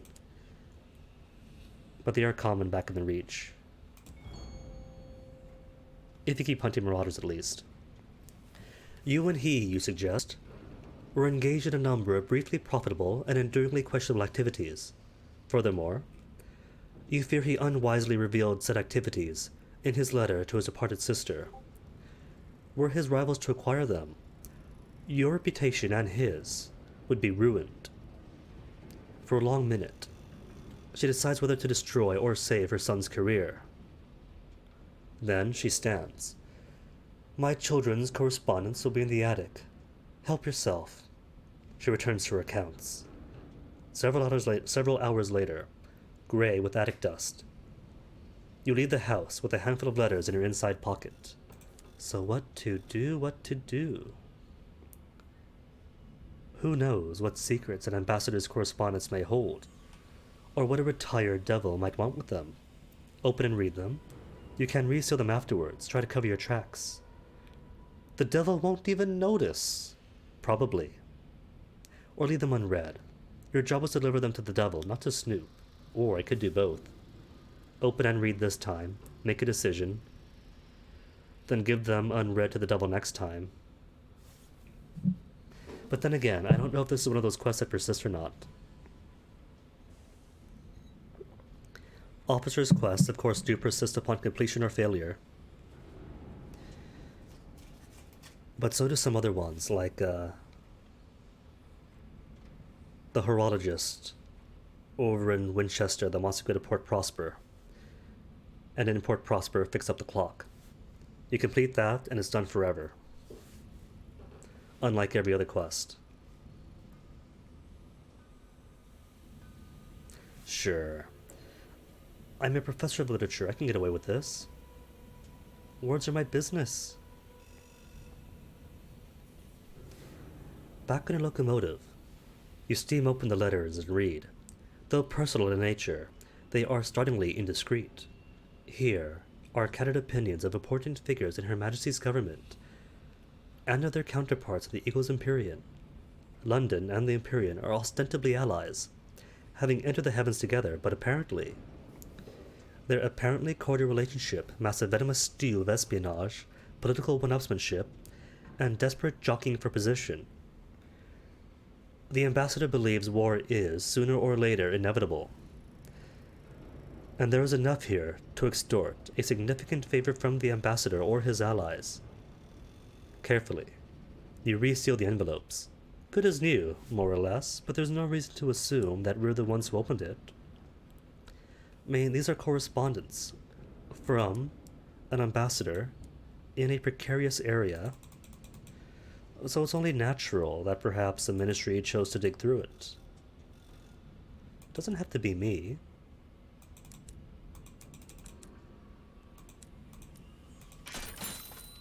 And surely, our fellow's not so paranoid to assume that it does have to be me. Okay, who's all irons? 6 irons? You're up. 6 irons, 6 veils. Want to become famous, buy followers, primes, and viewers. That is so cool. So cool that I should reward this good advice with ban. I so rarely get to ban or time out people. As the rules say, chat rules. That they do. So it's nice of bots to come in here and give me a reason. Alright. Not going to make the same mistake as last week. Came to London for my hull, and I'm not leaving until my hull is repaired. Cool. Perfect. Now we can go. No, I cannot. Bizarre. Parliament again? Just how many guns do they want at Parliament? Are they always launching off fireworks? Because it's always fireworks for the Parliament. Books for the Sun is what I'm going to do. How many books? 5 consignments, which I can't carry with me. Fine, then forget the rabbiting jack. Cool. Let's go then.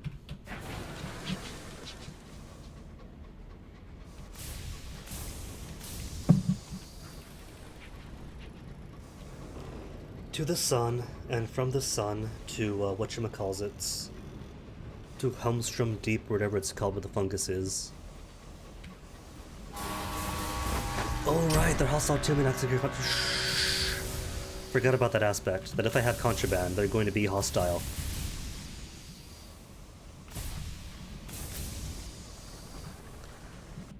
And I don't mind fighting them, but on my terms.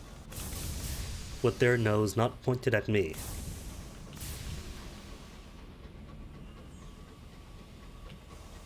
It's okay though, just means if I do have to fight them, it's in self-defense.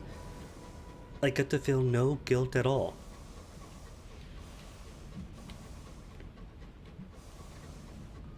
If they don't want to die, they simply don't have to be so invasive with a state surveillance apparatus.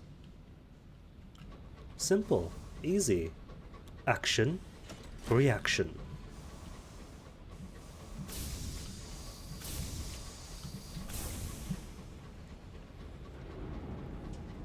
Ooh. That's a nice heavy ambient noise. I will give Albion this. The noise direction for the regions after the Reach, phenomenal. Well, maybe not phenomenal, it is Albion. But a lot better than the dead silence that plagues the Reach far too often. Hear this? Music. And not a 15-second snippet for the sake of going to port and that's it. But for the region. Regional music, not just port music.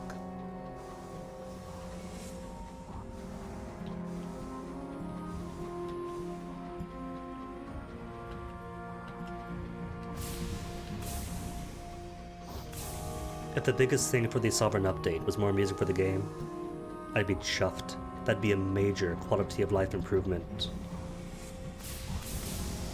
After all, it's gotta be on. It is on consoles. Gotta be on the Switch too. They want their glitz and glamour there.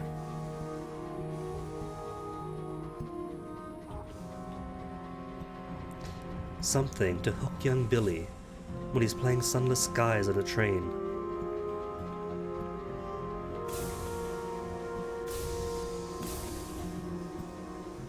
Honestly, that's brilliant. I should get it for the Switch, just for the possibility of playing Space Train on the train.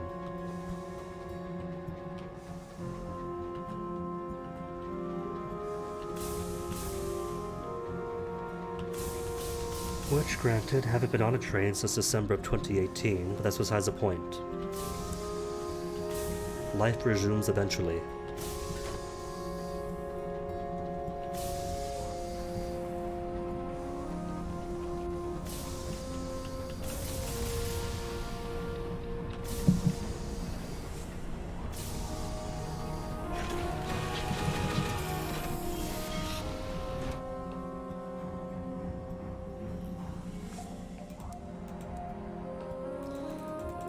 Books.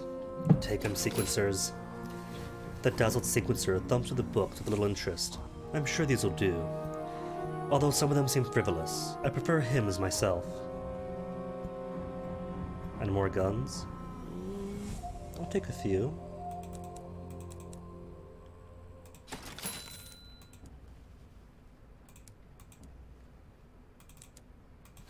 Cool. Let's go then. Don't really got to, need to, or want to do anything else with the sun. It's got fun stories, sure. But the stories this captain wants done are material wealth for future captains, and as many officer completions as possible, for the benefit of everybody else. I got all the irons right. Irons, hearts and veils, mirrors and veils, 10 veils, you guys don't matter. Hearts and irons, veils and 2 irons. And didn't slap 2 irons back on, but if 2 irons are gonna make a difference, then that means I've lost already.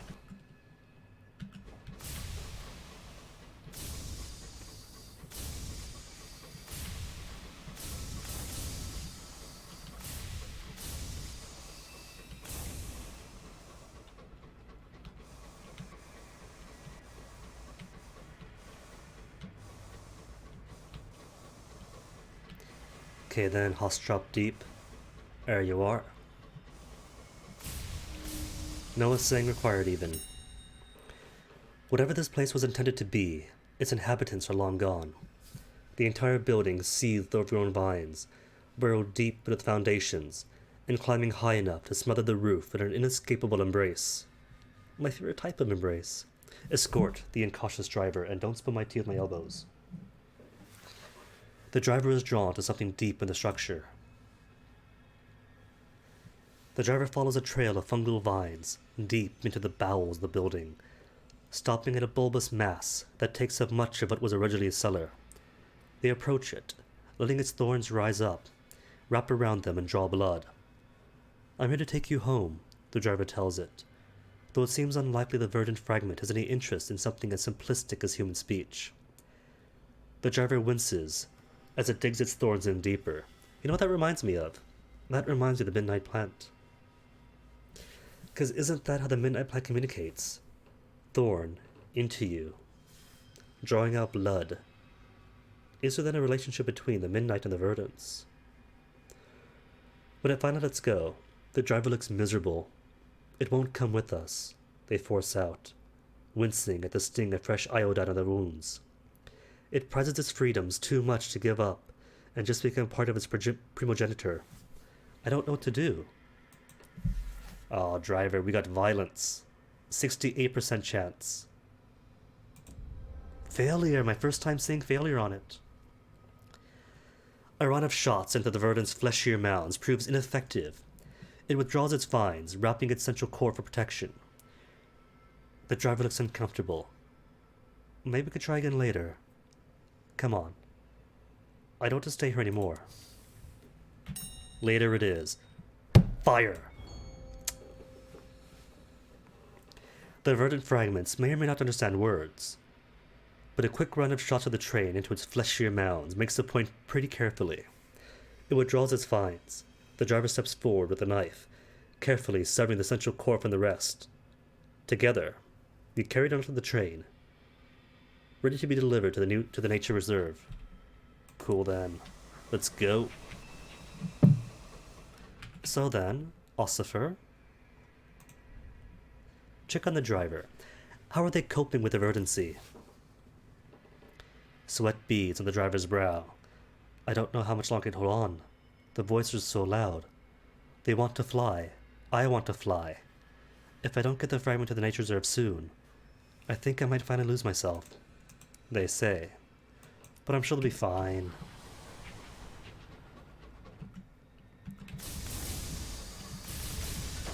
Gonna go around here and en route to the Royal Society, just fill out more of the map.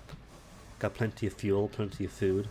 Might as well indulge, and unlike Perduance, Royal Society is cut enough to carry both fuel and food.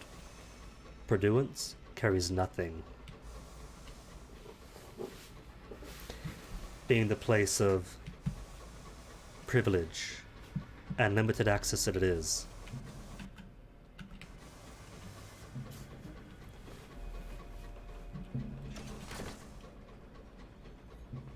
At the very least, good trade in food. It's a party place after all, surely. They have plenty of snacks and whatnot that don't get used up. They haven't got to get their precious stuff, but I work restaurants too, same as anybody else, and the food industry is horrible with waste. Some places are better than others, especially these days, but the status quo is still produce a lot, then dump it all. And some might think, well, that's a waste. And if they waste too much, that goes against the record and the bosses get punished for it by corporate. Sure. If it's important things, or if we're tossing out steaks every night, then maybe. But biscuits and drinks are like pennies each.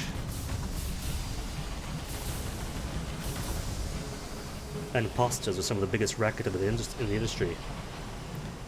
Almost as much as drinks are. Noodles cost barely a whole penny by the pound, sold for dozens of bucks. So if you waste that stuff, nobody cares. Just toss it on the dumpster. Success for glass. Failure, 91%. Is still 9% chance failure. The chambers of the Dreadnought have become an extended death trap. Slivers of glass fall from the ceilings. Vitrified wall shatters you pass, exposing you to sky in its wind-blown shards. You are forced to turn back, with only a few larger fragments that might fetch some sovereign support. So as I was saying, with as wasteful as food industries are, and this being 1907, so I doubt that they care much about sustainability or reusability or anything like that. And surely Purduans could have some surplus to sell and help maintain the cost of running itself.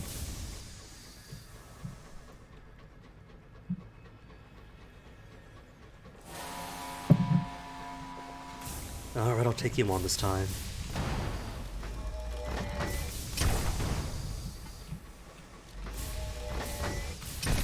Just gotta take it slow and use what I learned fighting the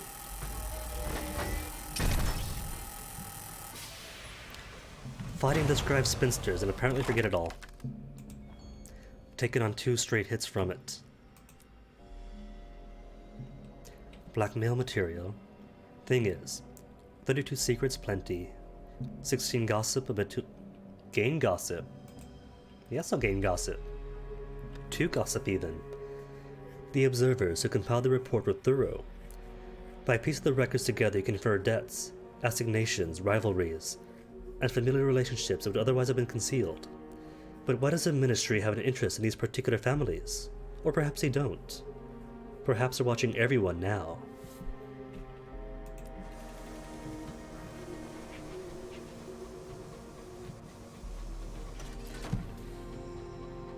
They really do go whole hog on on London being the enemy. Makes it hard not to be a Takati.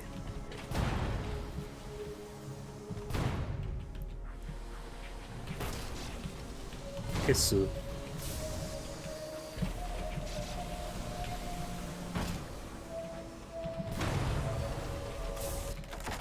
See, if I did have the Wrath of Heavens, you couldn't engage that closely. Wrath of Heavens doesn't just have splash damage, it has all the splash damage.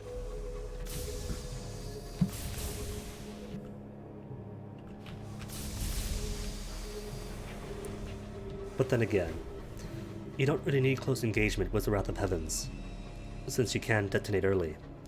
Launch it off somewhere within a mile, detonate it, and boom. Aiming becomes a luxury, in the sense that you don't need it. But then close range combat does happen sometimes. Round the corner, there's something just above you, pinches you to the wall, so you have to engage close.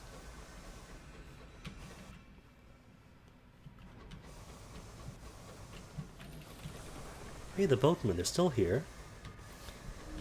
Didn't they say they're gonna go flying once the living and the dead were gone?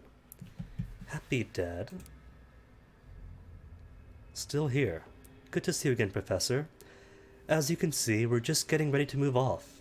Several months later, still just getting ready. He considers the state of the engine around him. Might be a wild mind. Got a lot of work to do. Uh-huh. A good excuse, fail better. He shakes your hand and shows you to the exit. Please, don't let me keep you.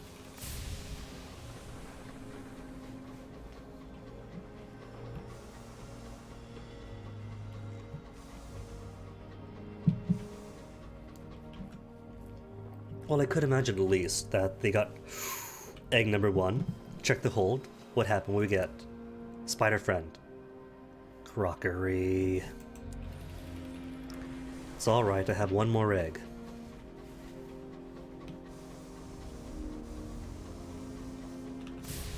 The Chiropter's hoard will not come out of its walls, and a low, hungry chittering rattles from every pipe. Wrong way, wrong way. Maybe that is why I won't get the spider thing. Because the hoarder is already inside the walls, and it'll eat it. Eye of the wolf, drink, forget what you've seen.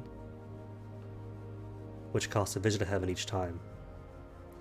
Endure this lean, cruel hour. It'll pass. It doesn't pass. Your doubts are hungry tonight. They seize on your past decisions one by one, mooring in each like wolves at a lamb. Sleep is impossible. When your shift arrives, you arise haggard and unrested. You splash water in your face and wonder what mistakes you'll make today. Isn't that a mood?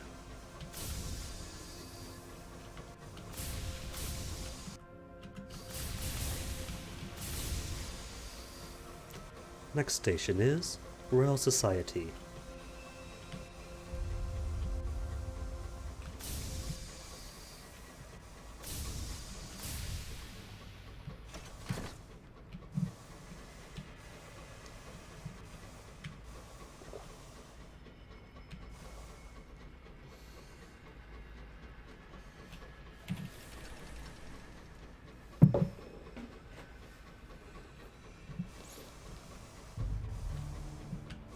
And where's that Nels Tower or whatever?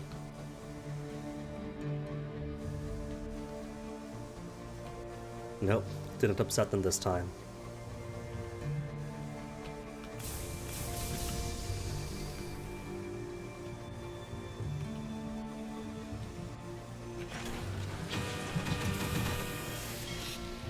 So then, how many experimental stuff does she get me? Eccentric. Repairs? Nah. Checking on the eccentric, how's she coping with life at the Royal Society? 5 experimental modifications. Cool. You sit on the lawn outside the Eyrie with a jug of Pimm's and a picnic hamper. She picks her brains at a problem she's having and rushes away halfway through, when she has a breakthrough on her project. A note to reset her engine before we depart, an apology, along with a number of blueprints on a project she's working on. Return in 30 days to find out what she's been up to. Well, first, I'm going to collect her. The eccentric nods. She asks her to give her a few minutes while she hands out the detailed instructions and hand over notes to her colleagues and apprentices. Several hours and several rounds of farewell drinks later, you and the eccentric are back aboard your engine, not too much worse for the wear. So maybe that implied that because I left her here, she's working on something for me, or something big. So maybe it is a good idea to leave your crew on secondment, even if the devil just gives hours or whatever. Or whoever it was that gives hours, the possibility of further things from it. We'll see. First, break the ice with an offer of illicit reading material. The Ministry would not approve these books, but perhaps Eccentric will. You've seen her reading when she could find time away from the engines, and when her cats allow. She quirks at a intrigued eyebrow. Thanks, cat. A cat hisses fiercely from its perch on the overhead piping. Stop it, Asmodee, the eccentric scolds. Thanks, Captain, she continues.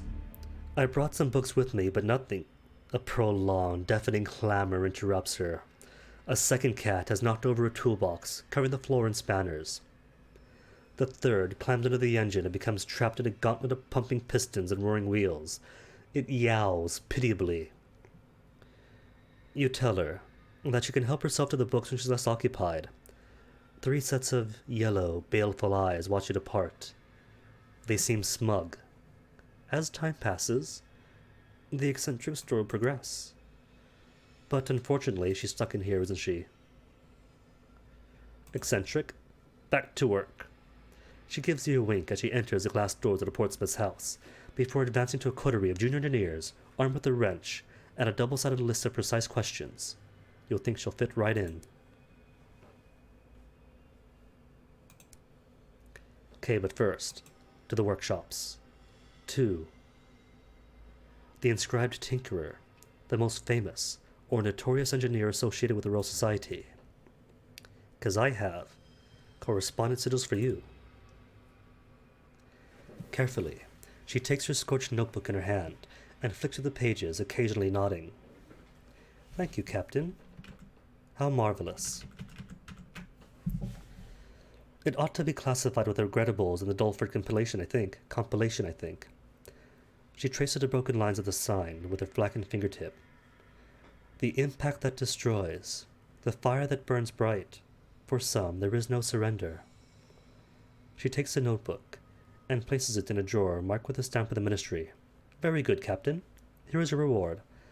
I am more than happy to do business with you from now on. Cool. 'Cause she has the good stuff. Portsmouth Arsenal? Rubbish. But hers.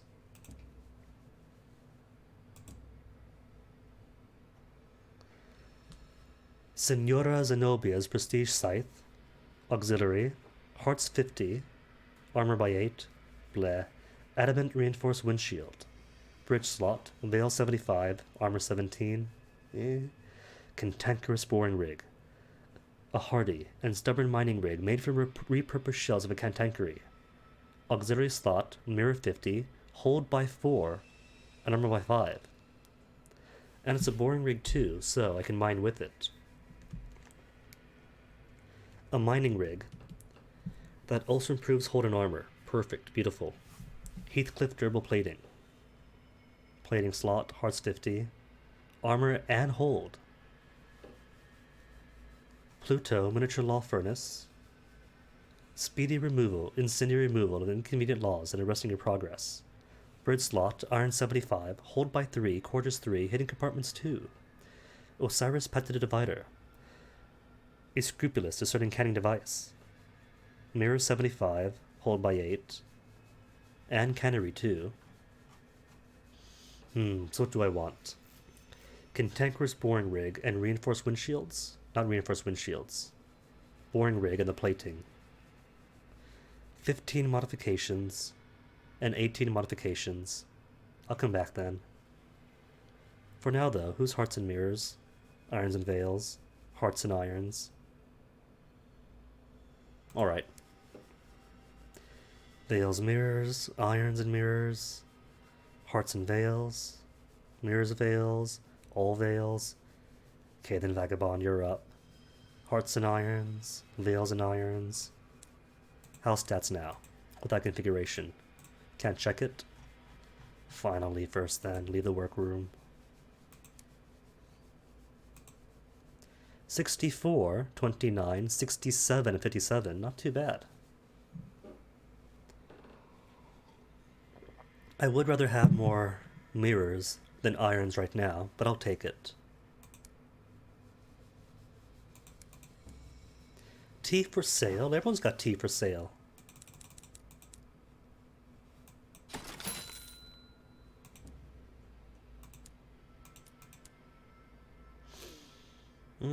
Alright then. Waldbury, and from Waldbury, Purduance finish things off.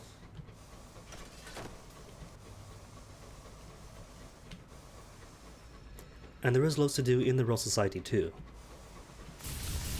Like take on a large feast, take on a mentor or something. Then do whatever it is they want to do.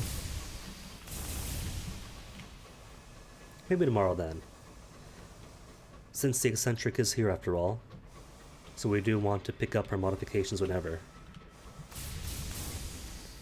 And see whatever it is she's up to.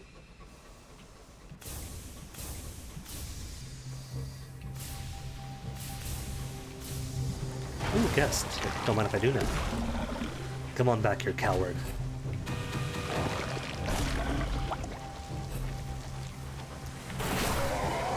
You know, homing shots only count if you have aim, I say, and then subsequently miss an enemy right in front of me, so I really can't talk.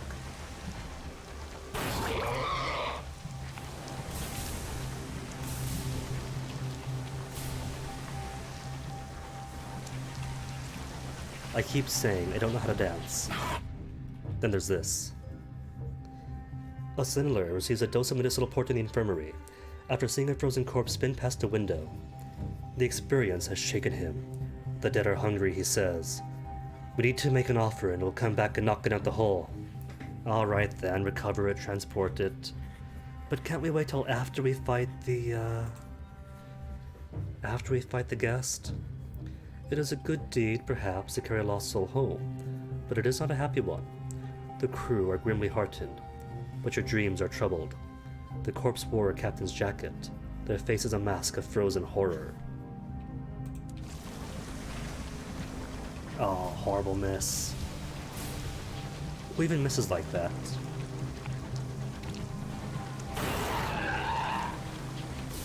Come on, back in, back in. Okay.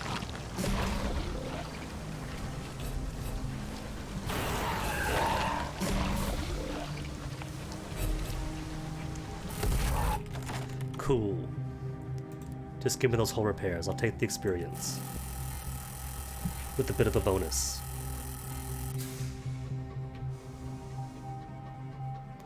The cards really haven't been on my side so far. Of all the scorn flukes I fought, all what, 2 or 3? I had no opportunities to create the Wrath of Heavens, and the guests thus far that I bothered fighting, no chance to collect bits of guests from them, to someday create a weapon from them. Not that you want to, it turns out that the guest weapon, while exciting and difficult to amass, is absolute garbage.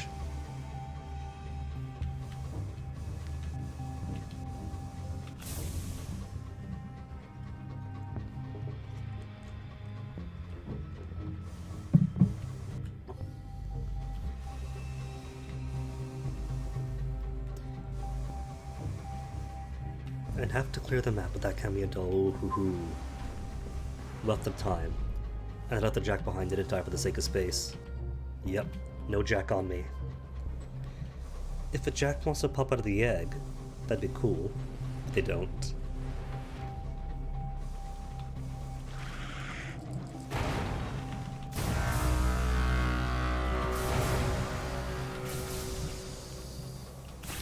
This discrimination.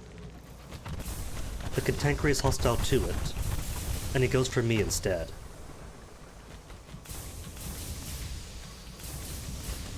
See? Pushed around. And does he care about it? No. Heart sickness? Fine then, Brandy. Or right. Failed. 20 terror, oof. Great big major oofs. Major oofs of the oofs infantry. Oofs regiment. Ouch. Okay, this is awful. Go away, go away.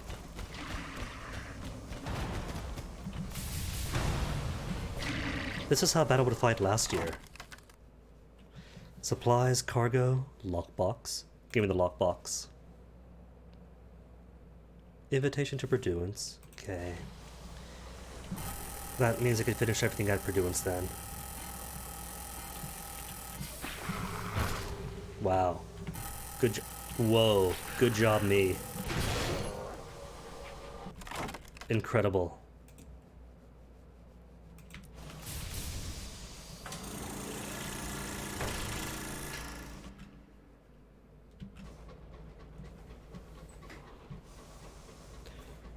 My aiming is absolutely beyond reproach. Purely because anyone who saw it would not want anything to do with me.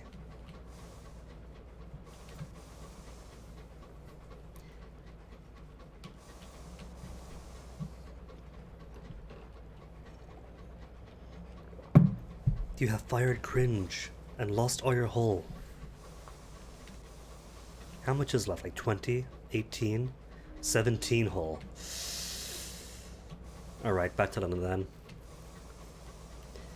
London, then Purduans, because they don't know how to do anything anymore.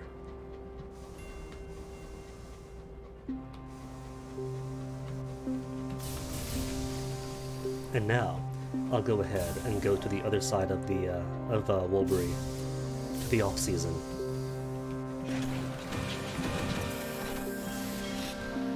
If I can.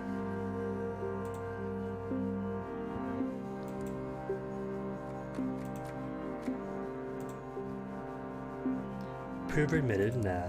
What does Bazaar have? Just fruits of the sea. Sure then. Close enough to London they can afford to. And what's my hold? Crockery? Yeah, then crockery's definitely going.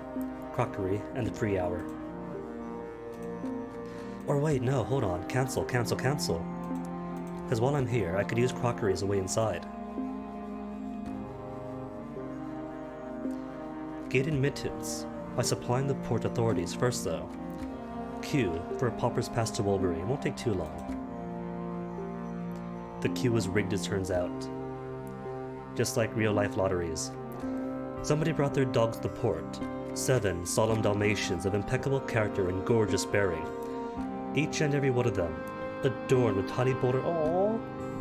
One looks to you and shakes his head, inexplicably disapproving of what he sees. It is time. A drum is performed by a smugly beaming child in a bright blue uniform. A maternal figure, similarly attired in cobalt, counts off those at the front of the queue. She reaches you, then 3 behind you, and then stops. That's it. The rest of you have to come back for the next lottery. Workers, and the bearded entertainment swoops in, gathering the lucky winners.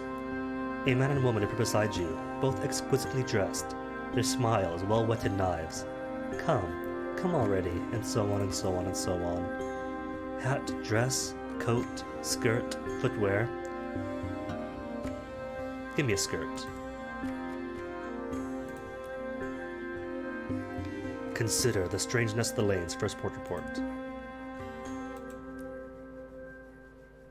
Or that strange, unearthly taste from the last cup of tea I had like 3 months ago. A flavor like roasted chestnuts on the cutter blue, like absinthe brewed in the belly of a star. The sour tang of that last sip resides in your palate, in the oily coating on your tongue. It is like, but not entirely dissimilar to, the more familiar teas of London. It would go magnificently with a fresh scone, some on-to-manufactured jam. But the aroma is fundamentally incorrect. Yeah, leaves. The citrus nose mingles with the nostalgia for a time that's never been. The warm spices heighten the anxiety that bubbles with every sip. This tea remembers how it will come to be made. It is a struggle to ignore the details. In a place so bright and joy-filled, it's easy to be distracted. Whatever you noticed about Wolbury Jacques de Mer, it's gone now. Clamber through the gnarled door. The door slides like a thief into the periphery of your vision, too short to enter unless you crawl. First, though. 54 Terrors? Stop at the tea room first, or the tiny lane. Soft and comfortable clothes. Tea room. Sure, just get things down some. Now we'll clamber through. You pry the door open. Inside is the throat of a short tunnel. Connectivity tissue, really, leading out into a star-shadowed twilight. A canal slick with juices that cannot so much be seen as felt. Your journey begins here. Push through, to the other side, you press down. It sticks to you, vernix and the warm reek of intestinal meat, gelatinous and insistent that you remain where you are. Perhaps it is the Sisyphean nature of the travel. Perhaps it's a carelessness. Whatever it is, the voice of the man ahead of you, salt dry and salt cold, comes as a surprise. "You're late for the sermon too," he hisses. "We mustn't be late for the sermon." His hand grasps yours, tugs you through the translucent membrane across the path through the church doors. You don't have time to observe the port. The air seizes you, cold as a corpse's kiss, and something about it seems wrong. The bedraggled parson stands before his people, palms raised. "Today, we stand before they who must grieve to give praise to their sacrifice. Without them there would be no joy, no agony against which we might juxtapose the sweetness of our existence. Do not ever forget this. If you forget all else, do not forget this." He raises his eyebrows at you. "A pleasure to see a new member. Please join us later on the beach." Listen to the murmuring sermon. You find a seat among the parishioners, their skin whorled with strange patterns, tentacular calligraphy that might quite possibly be flesh, or talk to the cultist to my right. You lean over and whisper to the mutilated old woman, her hair swaddled in gold filigree, or to the cultist to my left. Share quick dialogue with the restless-seeming individual of indeterminate age, gender, and species. Sermon first. What are they about? The bedraggled parson paces across his stage, lit up from behind by his reverence, his conviction in the sutras of his speech. Here is a man assured on his precise place in the universe. And remember, next Thursday, a baptism at the mists. All those looking to experience a closer connection with they who must grieve, come down to the shore. They who must grieve makes you think of the flukes and the rubbery men who grieve the lost exile. And we cannot, beloveds, allow ourselves to be afraid of they who must grieve. In our ignorance we defame as monsters, but are we not the monstrous one? We who live so alone. Cultist to my right. Left cultist of indeterminate age, gender, species. "Hello," they burble gently at you, their voice like a chorus of brooks. "You are new?" When they speak, you can see they do not in fact have tongues, but a mouth like the inside of an intestine, soft with pale villi. Perhaps that is why they sound the way they do. The Bureau does not like me in Mulberry-Juxtamer. They don't even like me in the off-season. But I have seen They Who Must Grieve, and I'll remember that day always. It transformed my body, my mind, my heart. Sure then, more sermons then. The bedraggled parson paces across the stage, lit up from behind, so on and so on and so on. "And if you take one thing away from this church today, carry it with you. Hope. Hope that the world will change. Hope that we will transform under the watchful eye of they who must grieve." An unexpected protrusion. He clears his throat, but before the parturition of the first syllable, officials from the Bureau of Entertainment swarm into the chapel, howling like blood-drunk wolves. There is little resistance with the congregation, merely an affected resignation. The officers from the Bureau of Entertainment are civil as they evict the crowd where the ego crab way finally have an eviction. Once they've surmised that you do not belong, the officers leave you largely alone, occupying themselves instead with the task of extricating the parishioners. The bedraggled parson's disciples cooperate with only minimal contempt, moving where they're told, answering questions when they're asked. All in all, a courteous disruption. "Come on then, let's go, let's go." The rictus smiles of the officers are identical in their splendor, as is the exquisiteness of their uniforms, the oil shined in the dark of their hair. The Bureau of Entertainment is a branch of the Ministry of Public Decency responsible for the well-being and upkeep of Mulberry-Juxtamer. They take their duty seriously. Go quietly. They're too busy pummeling parishioners to listen. You'll surely be able to explain soon. Or bolt from the officials. Sod this. You flee from the Bureau of Entertainment enforcers, who are, quite naturally, aghast by your audacity. Well, I have some dignity. Let's go quietly. We could explain ourselves. I think I bolted last time, so... Marched back into Wolbury-Jextemer. Oh, so I should have bolted then, and stayed in the off-season. You really should have said something, coos a woman, box-shouldering and fetchingly crocodilian. Box-shouldered and fetchingly crocodilian. Her smile something scrimshawed into her jaw. Why didn't you say anything? Oh well, too late now. The Bruces are charming, I suppose. Now off with you. Back to Wolbury. Back to civilization. She thrusts you through the exit and bolts the door behind you. The journey burns like the birth of a star, boils beneath your muscles. Go to the office. Or I could slide into the off-season. How are my clothes anyway? Attired for Wolbury-Jextemer 2 and all. I'm going to slide to the off-season. It bleeds from your teeth, the story that grants you passage, guilt-ridden and sour. Well, there you go, more reasons to use Savage Secrets. You tell a passerby of a story they did not expect, something raw, profoundly, and audaciously private. They gasp and the air jumps, irises into a door like a wicker tunnel strung with fairy lights. You dash through, and the air feels membranous, stinking of burning wire. It is a wall of mucus, 2 feet thick, and it calls your eyes in oil-slick rainbows. I read about this, calling your eyes in oil-slick rainbows, because that calling is like a memory to something, isn't it? And just by chance describe some feature of the eye as well. Wolbury-Jextemer has become a corpse. The run-down bones of his forgotten attractions swarm with bedraggled men and women, all armed with cleaning equipment.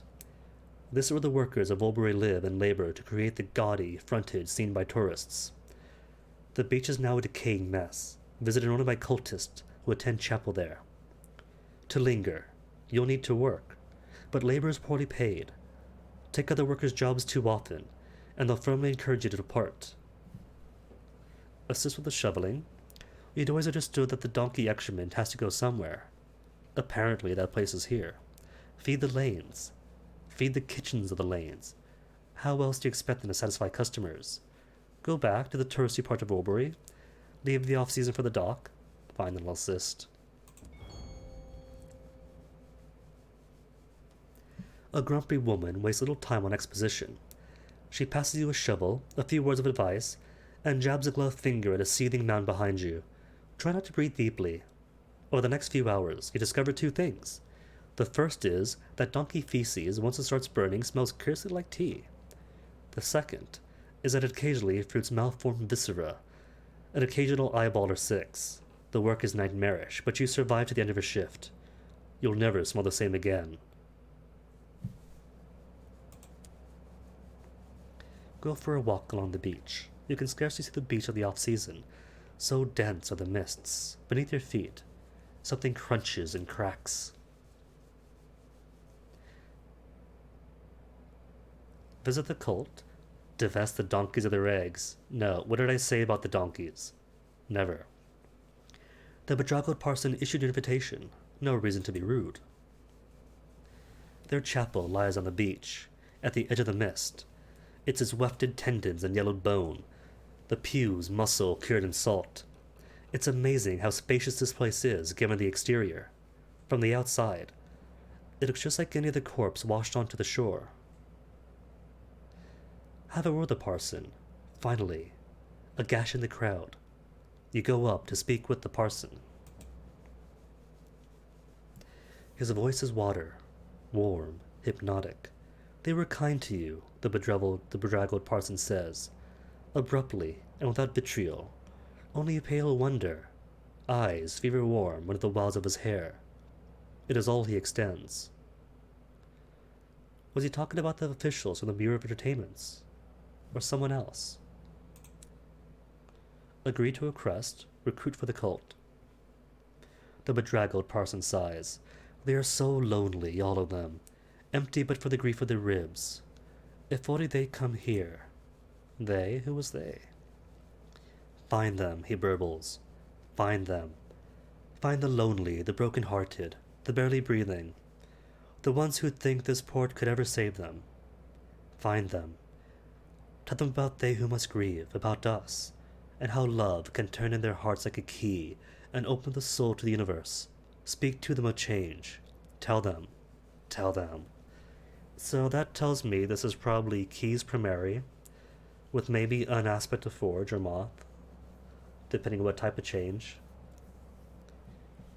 The words seep from the bedraggled parson tie themselves into gibberish nonsense sounds like a spill of cold water on glass. For minutes, he is inchoate, and then, you need clothes. The cultists cram you into a second-hand finery, shabby but serviceable. Now, you are suitably attired. They bundle you off for the off-season and through the door to Woolbury. The membrane blocking it shivers and twitches, reluctantly allowing you to pass through. Time tingles in your skin for several minutes after your arrival. Seek a cultist, huh? Seek new blood for War Rejection Mare. Gather a new member. Gather new members. 100% chance of success. No amount of finders enough to hide the grief weighing from their lashes. These poor souls must hear your word. And I'll only lose visions of heaven if I fail. 14 in all. Attired 4 in all. Gather new members with grief weighing for the lashes. The poor souls will be persuaded if only can make them listen. You'll need to start with the enthralling tales, then drop to the personal. We're acquiring salon stewed gossip? Nah, then take the hearts. I'm all about the hearts.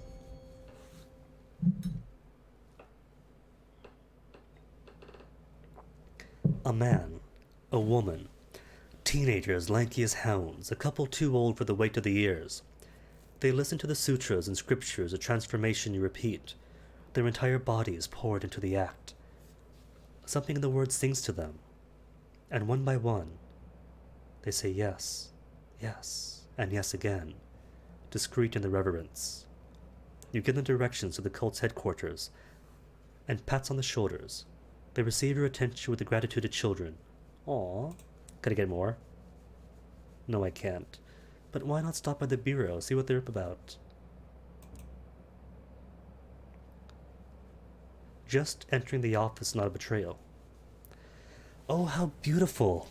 Chandeliers dripping with diamonds, gilt-limbed cornices of marble, Baroque atria so magnificent it could drive into tears, all leading to a sumptuous little office, its walls painted by gold candle flame. The toy maker, that venerable Doctor Who villain, who looks like an amber-cast cousin to the couturier, sits by the desk, mending plush toys. He glances up. If you're here to assist, you may speak with me. Offer to help the official of the bureau. Stop the cult for everyone's sake. Or speak with him, talk with the cult of the state of the port, of how you could assist. Reports tell me you were with the cult, but not of the cult. The toy maker sutures the teddy bear's black button eye in place. That sermon caused a fuss. He spits out the word like a jag of sharp bone. In the off-season, people are taking risks. People are dying. So very wasteful. He tilts his head like a sparrow. We have to protect our working class. They dwell in the off-season and mustn't be disturbed. Their work then keeps this era of Woolbury pristine. They stand between our guests and untoward horror. Bureau officials hover nearby. The officials of the Bureau of Entertainment are teeth and the gleam of brass buttons. No warmth at all. They do not trust you. Well, if they don't, then I have nothing for them. 3 in all? Pawn of the strange taste? Nah. Just drop terror some. Drop terror, then back to the off-season.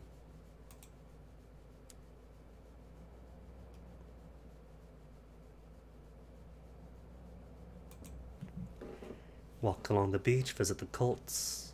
Sure. Report the results of your recruitment mission. The bedraggled parcel likely wish to be notified of your success. Thank you, says the bedraggled parson, tone milk mild. He gestures. An inflection of the hand that draws the eye to a swath of new faces, each tendril-haired, paraffin pale without expression. Then, one laughs jerkily, fingers pricking at their chewed-down hems, and it becomes clear who they are. They who must grieve are soothed by their presence, as they are by their contact with the numinous. A susurrant echo. The parish is repeating his every word. Oh my. So not just midnight here, but midnight a la Doctor Who. Agree to visit the Avid Horizon? Not enough, not enough, the bedraggled parson warbles. They need more. We need more. He unrolls a sheet of vellum, their surfaces vernix slick, and intaglioed with elegant, if mildly tentacular handwriting. My poor, poor children. They are unhappy.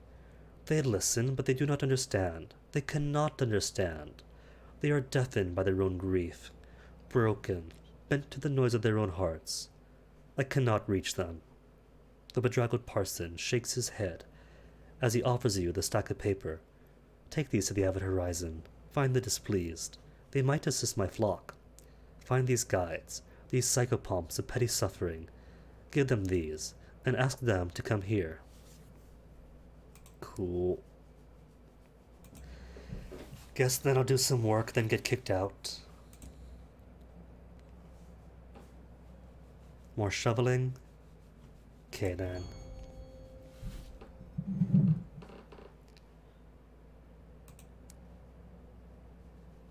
Does it drop each time? No, it's just 80. That has to fail eventually.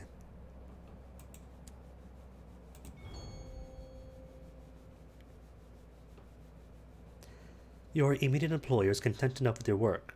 The labor you replace, less so. Well, does it affect how welcome I am, though? You are not one of the usual off-season workers. You do not belong here. Forced to leave. The locals have had enough of you scavenging for their scraps. It is easier to leave the off-season than it is to enter. You are led to the impressive cathedral doors, ornate slabs of polished wood that are twice as tall as a normal man. They appear to be adhering to nothing at all. The locals scowl at you, arms crossed, a horseshoe of shabbily dressed bodies preventing escape. Don't take our damn jobs. There's not enough to go around. They're single-minded laborers, not out of pride for pristiner outside of Warbury, but out of a desperate necessity. Welcome to Warbury. And gain admittance. Save the crockery for that very reason. Get a hat, and what a lovely hat. Officials, nah. Off-seasons, nah. Just take the lubbery rumps. Lubbery rumps, rubbery lumps. Continue button, please. Thank you.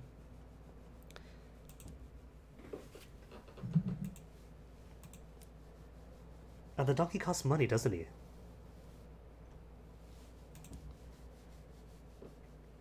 Pretty sure it does. So it's not enough to be here.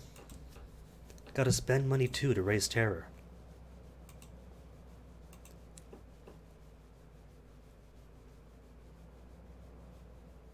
You know what? Why not? 3 sovereigns. No trip to Warbury is complete without a donkey ride. A man in a candy-striped suit bellows while his donkey drools a string of iridescent tumors. How could you resist? What an unpleasant ride. No matter how many sugar cubes you sacrifice to its appetites, your donkey insists on remaining truculent. You can't even make faces at it while it's not looking. Not with its watchful halo of glistening insect's eyes. You will return to the paddock and nervous customers intact and only moderately traumatized. Oh, that actually dropped my terror, really? Huh. I thought it always raises terror. At least the last time I did the donkeys it did raise terror.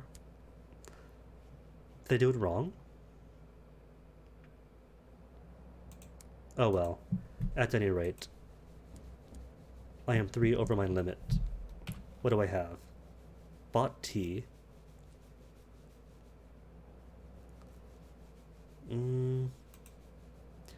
Alright, I'll drop the hour. Because the hour I picked up off some rock. And then sell. 1 food? 1 food, 1 fuel. That'll be plenty to make my way back to London.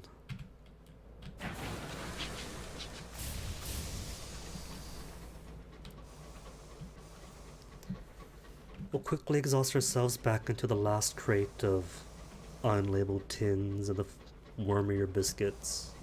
But that's alright, that's a whole crate of food on its own. Which means sorry, Scorn Fluke, but not only am I low on food, I'm low on hull as well, so really cannot afford to fight with you this time.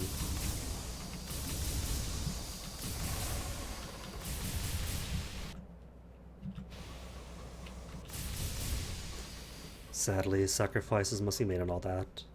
An unfortunate current! Next egg! What's it gonna be? What's it gonna be? A vision of heaven. The egg is fractured, but still in one piece. You crack away some fragments of shell to create a hole big enough to peer inside. Many eyes stare back at you. They are clustered like frog spawn, glassy and dead. The same image is captured in each pupil. Vast figures with leathery wings and rototine faces hunched together. The creatures' expressions are solemn and purposeful, the sort worn by politicians and diplomats. They seem absorbed by noble endeavors and matters of great importance.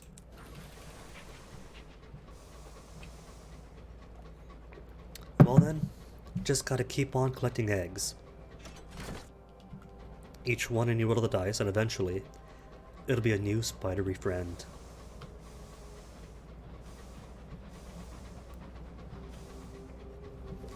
A spidery friend until the very end.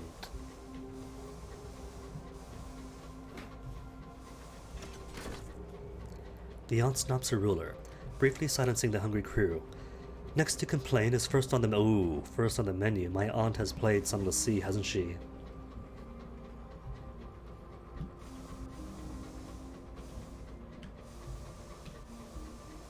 It's fine though, Lennon's right here, so we're not going to be hungry enough to eat anybody. See, fuel. If your fuel reaches 0 and then you spend that last barrel, then sure, you die, but food's a bit more flexible. I have this whole last barrel of 0 to consume from, and once that's down, then you get hungry. And a bit of starvation's not too bad. Sure, the crew get uppity, but hunger can persist for a while, and if it becomes too much, you simply eat the crew. So really, in matters of food, there's the amount of supplies you're carrying, one final supply, and however many non-officers, how many other crew you have. So really, unless you're great at killing your crew off, you don't really have any risk of starvation.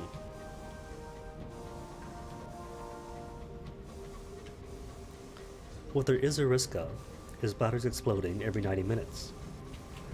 And since this is back in London, and this is 4 hours and 30 minutes, bathroom break, I'll be right back.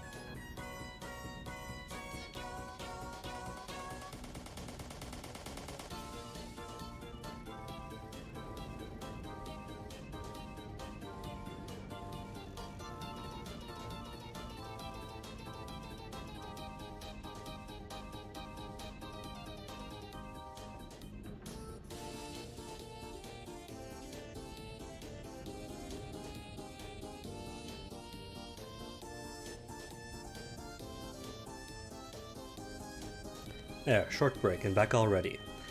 Even had time to sneak with a cheesecake. Cheesecake? Well, of course, you can't have Super Bowl without cheesecake. Anything got lined up for me? Nah, nothing here. Got the telegram for the incautious driver.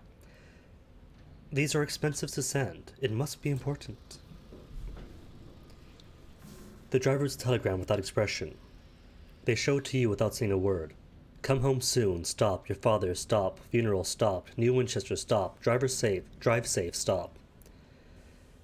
He was ill for a long time, the driver finally manages. I need to pay my respects. Of course we will. It'd be rude not to say the least.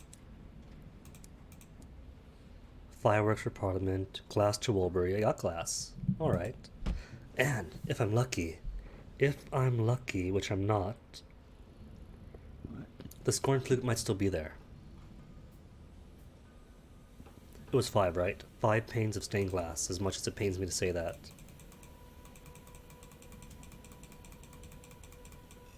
Dang. All the way back down to 2 hull, or 2 cargo in the hold. Alright, let's go then.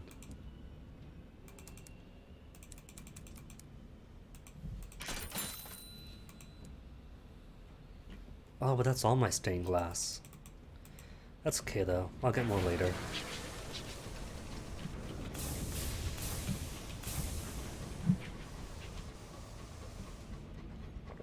Gotta make money is the important thing, but I can't make too much. Because when I retire, the next captain only gets half that money. So it still behooves me to buy as many commodities as I can, at a bargain. When you retire, it is also good business to buy up all the fuel and supplies you could afford, then toss all of it to the bank. Next captain comes around, and you get fuel and food for free, if you don't have any of your own. So that's a smart play, to squeeze out a little bit more for yourself. And which has better returns? To inherit half of your money, or to buy everything in the skies at a bargain, below market value. Inherit broke, and then sell what you have at or above market value.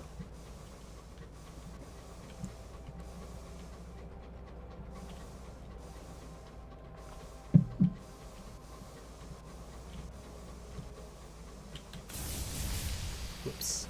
Forgot that's the dead end. See, it's so angular here. So angular and unnatural. Unlike the wide open space of Eleutheria, and the more organic and logical flows of the rocks and mountains of the Reach. Even the Blue Kingdom's not too bad. It's got a few dead ends, but few. Mostly around the Lyceum. Everywhere else the hallways are mostly flowing and simple in the west, and wide open in the north where the Death's Door is.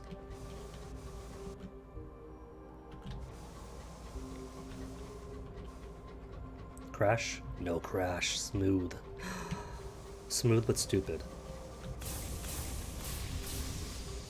Hold on. I have a shortcut. Return, title screen. Discard any progress you made since your last visit to the dock. Are you sure?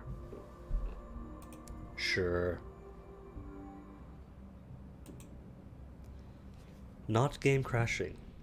Not activating a second mulligan. See, and I even made sure to tell myself, Guinea, this time make sure you heal up. And I still forgot.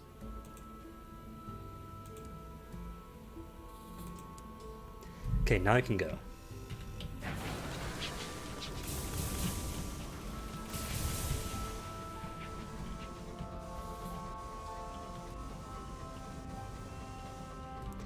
And, as a side benefit, music starts up again.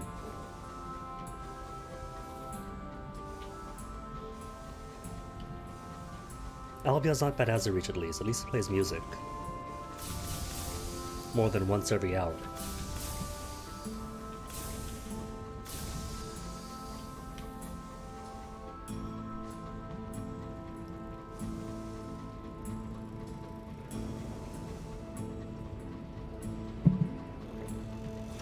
So what about speak to driver? Because surely, if he's found out his dad's dead... Nope, can't speak to him about it. Is it mentioned in journal? To stop by when the chance takes us.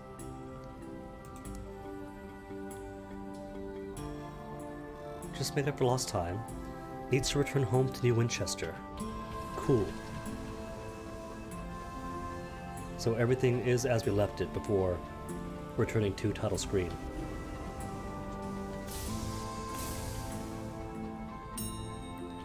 Bully's Acre, pay respects.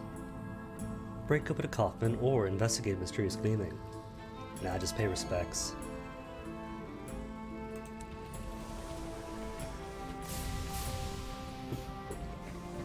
Grotesque, isn't it? Tiny coffins that he could actually bump into and push around.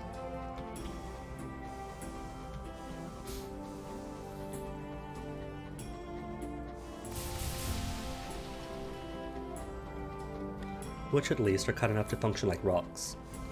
So, your shots cannot penetrate them, but neither can the enemies if, say, some scribe spinster pops up from you engaging with it. They're like rocks in that regard, or beehives, in which interacting with it has a risk of having some monster pop out of it.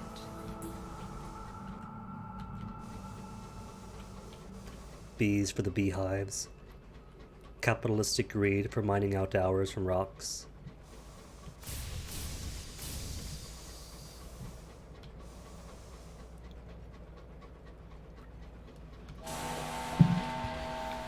And a new friend, cool. Avoid his front, because he has triple shots. Said avoid front. Void, void. Off the wall, man.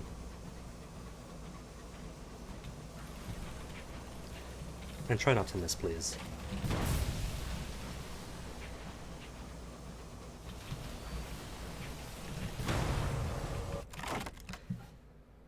Well, it's gotta be Hull, because if I do cargo, it's always going to be hours here, isn't it?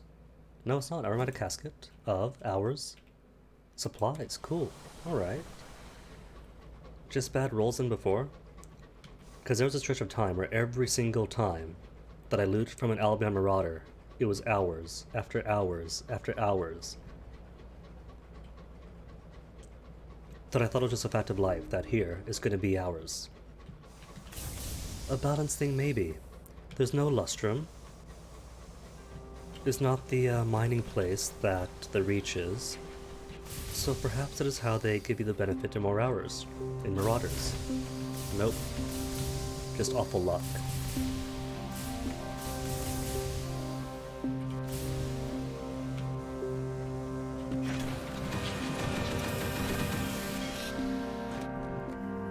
Okay, Wolbury, take my glass.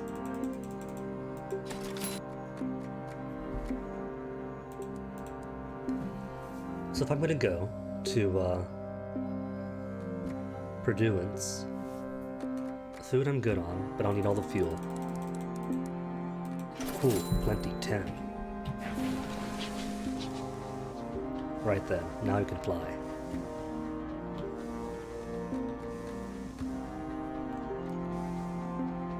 Was that combat or train noises?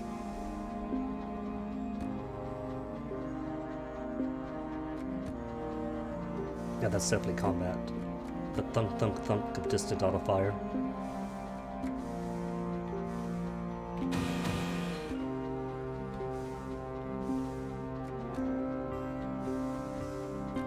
But they won't show themselves to me, will they? Or is it music? No, it's not the music.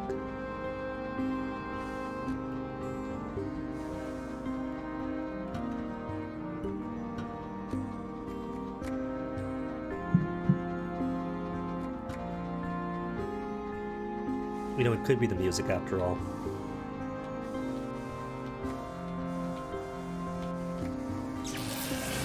Spin. See. That's the strat. Fire, spin, and it hits each time.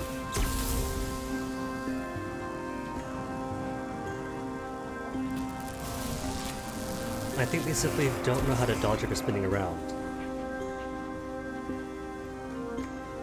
Because I feel they do try to dodge around based on what you're doing.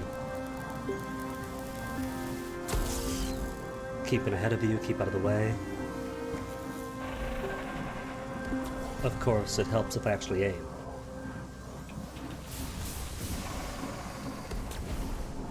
Like that.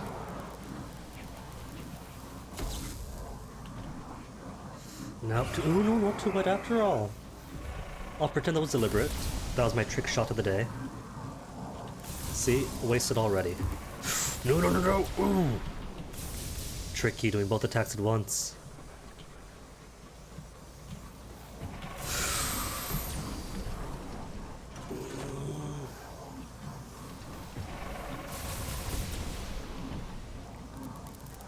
Not good, I'm in his line of fire. Like he's got a beat on me. And knows exactly what to do to hit me.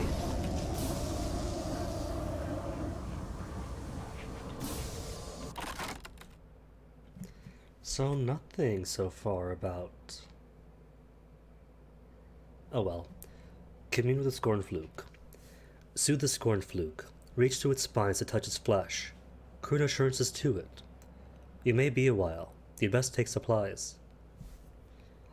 As your knowledge increases, the options available will change. I mean, that's what I'm missing.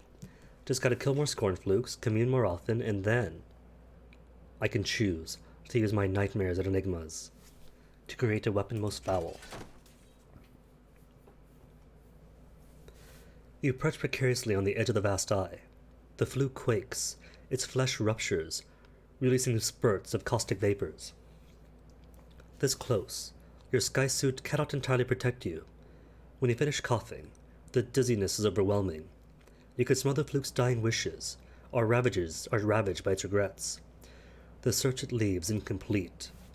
Its fear that the search is impossible and will never end. The jagged, excruciating recollections of being outcast, and the certainty that only the outcast had a chance of success. Eventually, an engineer works their way from your engine to help you back. Once you're through the external hatch, a stoker wordlessly passes you a cup of tea. 3 visions of heaven, cool. Commingling's nice, but you don't really need comminglings. Comminglings are mostly just, how much Scorn Fluke lore have you done this turn?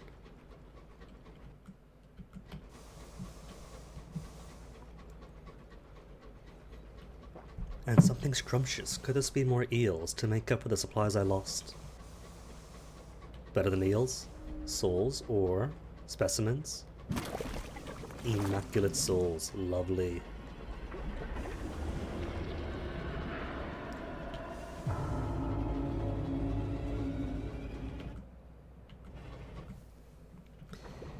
Okay, Purdue instead ahead. To the northwest is Skyhenge, and a butt ton of spinsters.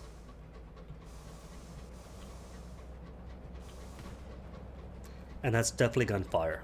There's somebody engaged with the spinsters. This far off, I can't quite tell what the report is.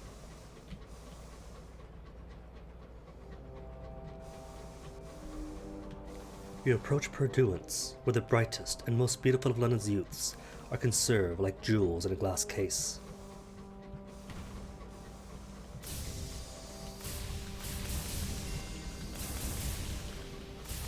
Evening ballroom, but I've been there already. How could they say I haven't discovered the evening ballroom if I've been through there like 4 times already? Enter parlor, sure. Bazaar's just got tea. Okay, in that case. Party below the stairs.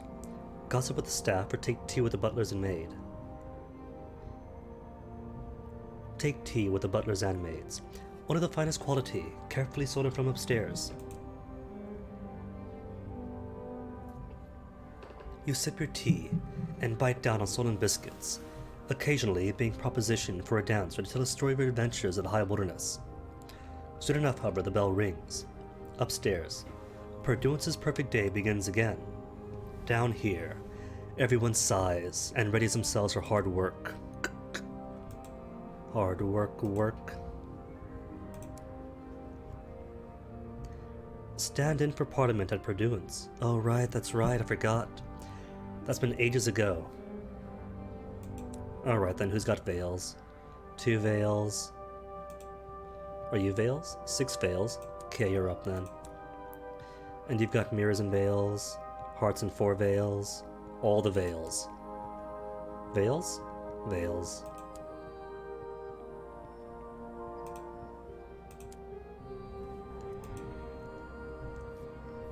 %58 chance, well. Yay, we get to represent Purduance. An election is called. At least a few of the people bothered going to the polls. The votes are in. An angry lady in silken gown, her rumps at her defeat. Her charismatic gentleman makes all the right sympathetic noises, until finding out that he too has been defeated.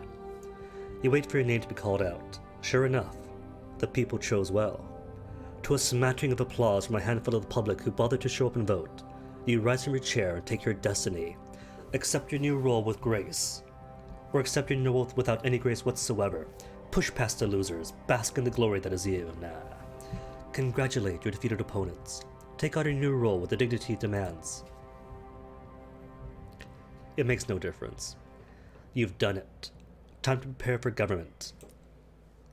But first, who was I on? I was on you, and you. Pretty sure you were on, Mr. Hearts and Irons. And Clay Conductor. Net? Yep, 64, 67, 57. Part of time, let's go in. Presumptuous heiress I'll wait on. Way below the princess. Yeah, start off on her. Wait a minute, rats. I don't see the rats option.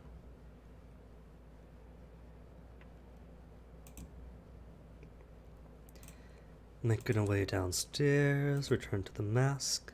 Is it still daytime? It is. Find the heiress. Search. 75%, not gonna risk it, just ask around. Find out where she is. She's got a sister.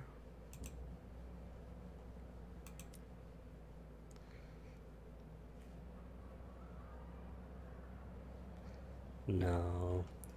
I forgot to speak to the rats, didn't I? Did I really? That's so basic, though.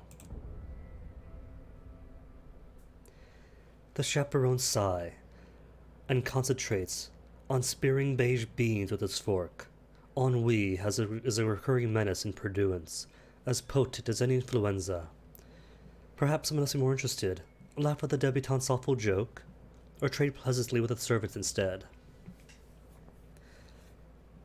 The servants linger for a moment longer than usual, in order to prolong the exchange.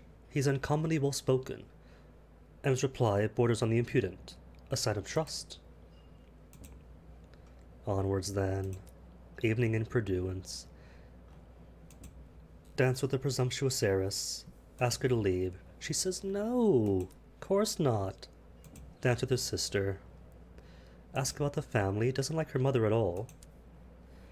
Explain the commission, well of course she would want that, how awful. Need some leverage on her. Okay then, song ends. Failure. Couldn't charm anybody. Your opinion on assignations between the debutantes is deemed entirely too modern for the chaperone's staid tastes. They watch you rarely, as if, at any moment, you might decide to use a punch bowl as a bath. So couldn't impress anybody either.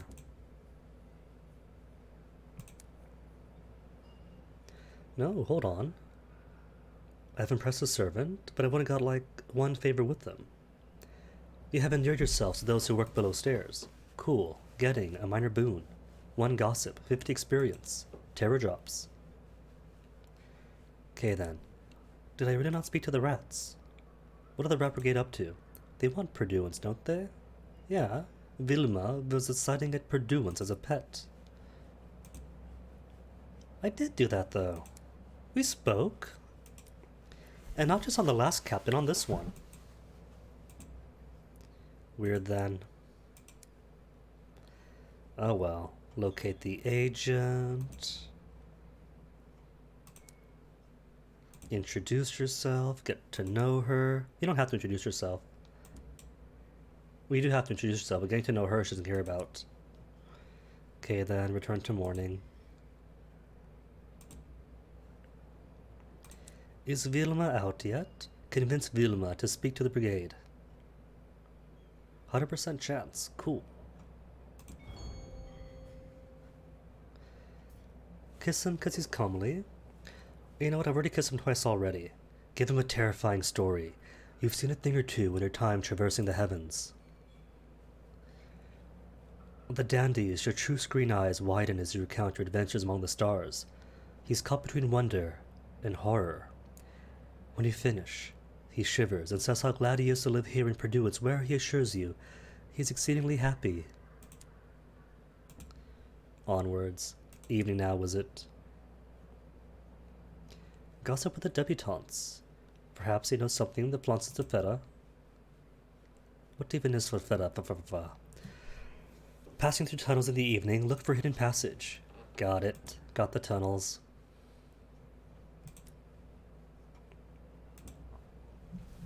Well, let's see. That was 2 rounds in. So, should be able to do it the last 2? Maybe. No, I can't, because I gotta speak to the 4 woman. Oh well. 1 debutante favor, 1 servant's favor.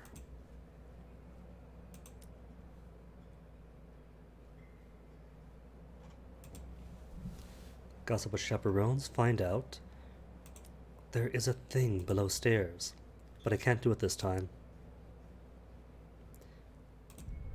Failure. Oh, really? Granted, I did balance the chaperone and servant favors 1-1,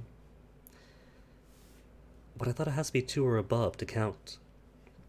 One of the chaperones approaches you as the evening ends. She has 1 blue eye and 1 green. I need your help, she says. You are trusted by both servants and debutantes, if just barely, and that is rare indeed. It inclines me to hope you may be admirable, and thus I ask you for a favor. You're a traveler. I trust something to your care.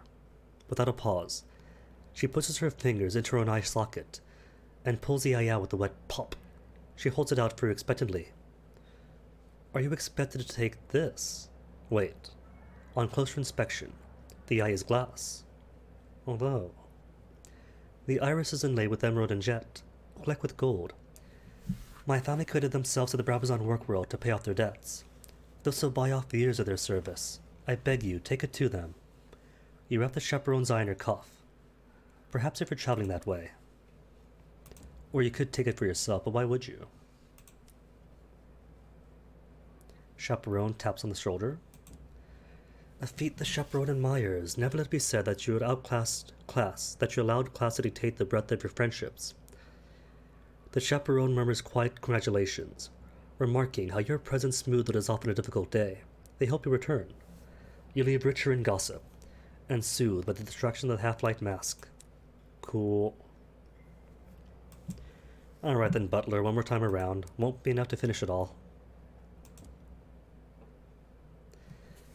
Since I gotta speak to the 4 woman, do her thing, speak to the luckless sister, reassure her, then back to the 4 woman to make sure that she doesn't end up as a loose end.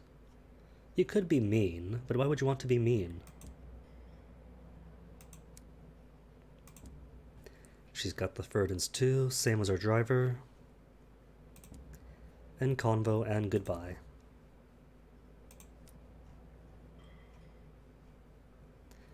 So first time, charm servants. Last time, charm both. What about debutantes only this time? Failure. Do not want me to charm the debutantes. Fine then.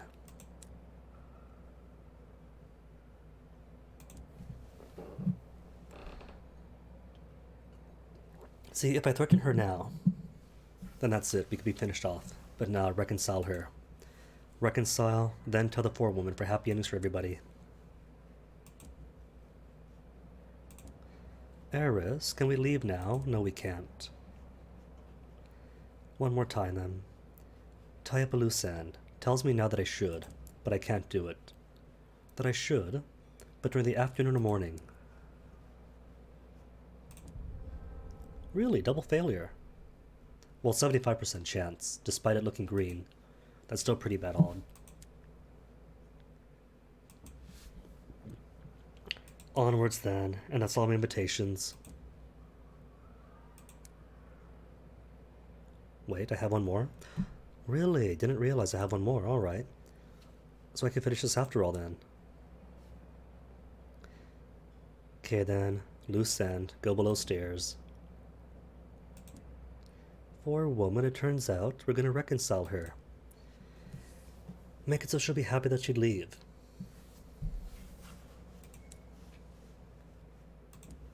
Then, tell what's her name, or contact on the inside. Tell her, all is ready for your escape. The sisters are willing to part. An avenue of escape has been identified. Is she prepared to do her part? Yes, yes. Give me a sign in the evening, and I'll meet you at the passage between evening and the parlor. Simple enough.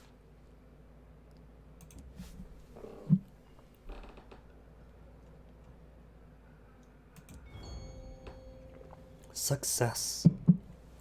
Off 85%. Alright then, to nighttime. All is ready. You give the clairvoyant doctress a faint nod, and she clicks her bag shut with a determined snap. The evening takes an interminable time to end. You endure waltz after dragging waltz. Debutantes wheel endlessly across the dance floor. Then, it is over. The music and the dancing cease. The chaperones and debutantes form the procession, ready to pass on to the parlor at dawn or perhaps dusk, and begin the day again. You catch the eye of the presumptuous heiress, who gives you a nervous nod. The door opens. The dark passage beckons. The procession files in. No sooner have you passed through the door than you hear the clatter behind you. The doctress made a show of dropping her bag in the dark and searching for it. The chaperones are distracted. Take the presumptuous heiress in Terrace's hand. You pull her to the hidden door. You fumble at the words and the catch. There is a trick to it seems. Hurry, your charge hisses. The catch turns. The door opens. You step through. You wait, with the presumptive heiress in the passage behind the door of night. Her breathing is shallow and tense. You hear the procession move on. Then, there is a tap at the hidden door. The doctress, who sees uncannily well in the dark, is there. You admit her. Right, she says, professionally, scrutinizing her companion's feature. Time to do my bit. What exactly is your bit? The presumptive heiress asks. Her once luckless sister may even now be making her own escape with a fuliginous forewoman. But perhaps it is not something the doctress needs to know. The doctress removes an unguent from her bag and begins rubbing it into the heiress's temples, along her hairline, behind her ears, and under the jaw. If you disappear, they will look for you, the doctress explains, indicating that the other woman is to lie on the floor. Therefore, I will be a replacement. Ideally, I'd give that stuff another minute to work, but I need to rejoin the procession before you're missed. Be still, and be quiet. Sitting astride the heiress, she pushes her sharp fingernails into the skin of the girl's temple, and slides it like a scalpel around her face with a sound like tearing paper. I can't feel it. Why can't I feel it? The heiress gasps. The doctress shushes her. When the incision is complete, the doctress reaches up and, with a tug, slides off her own face. Behind it is a solid knot of muscle, palpitating and inhuman. Like a magician ripping a tablecloth from beneath a set of crockery, she swaps her face on the heiress's. A few pinches and tucks. The application of ointment from the jar, and the process is complete. Done, says the doctress, as a presumptive heiress feels the unfamiliar shapes of her new face. It'll be funny. This is one of those quests that repeat each and every captain. You could rescue the daughter, with the exact same motion, so what if? This is the nature of the heiress. And there's more than 2 daughters, and they just keep cycling through pursuance, I mean. Doctor, what are you? You are certain she is not, and has never been human. Or what will she do next? Has she an escape plan of her own, or comfort the heiress? Her hands are shaking. This is not, you suspect, what she had anticipated. I had not realized how much I would have to give up, she says, her voice trembling. There will be more yet, says the doctor's notes, experimenting with the new face's expressions. Her renewed majesty would be incandescent if she learned one of her prize hostages had escaped its silver cage. Then, it is time to part. The doctor returns to the procession, and you lead the heiress on. The governess's hidden tunnels wind behind the grand chamber and beneath the hour looms. You pass cells and shelves of records. Sometimes you hear voices, and hide until they pass. Eventually, you find your way to an exterior gantry from where you can see your engine in the siding of the parlor. Using a solar lamp, you flash a signal until your crew come to collect you. Cool. So all done with here then. So new itinerary is going to be, first off, talk to my princess. Ask her highness about rumors. The crew whisper of all the engineers and Purduans just disappearing, leaving naught behind but the sporadic ghostly screams and machinery. Is this true? 24 starlings buzz around the princess's quarters. It takes some time to make yourself heard. It is not true, says the princess, gesturing at a short woman with tall hair and spectacles. My friend was an engineer. She hasn't disappeared. She's right here. The analytical suitor sits, staring adoringly at the princess. However, I am glad you're here.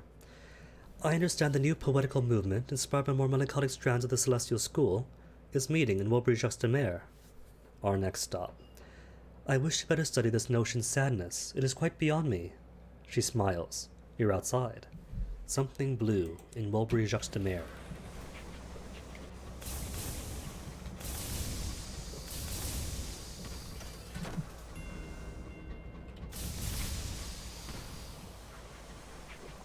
Which chamber is this? No discovery yet? No name on you building. I find that hard to believe. Fine then. Let's pretend that building has no name on it. It's probably some far-off corner to register it as discovered.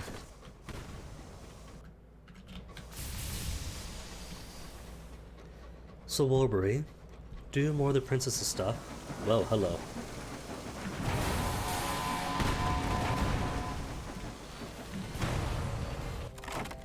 Then London, back to the mausoleum, then back to the Reach for everything else.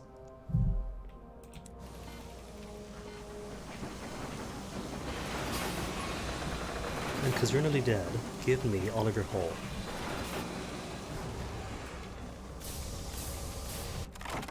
No hull? Rude.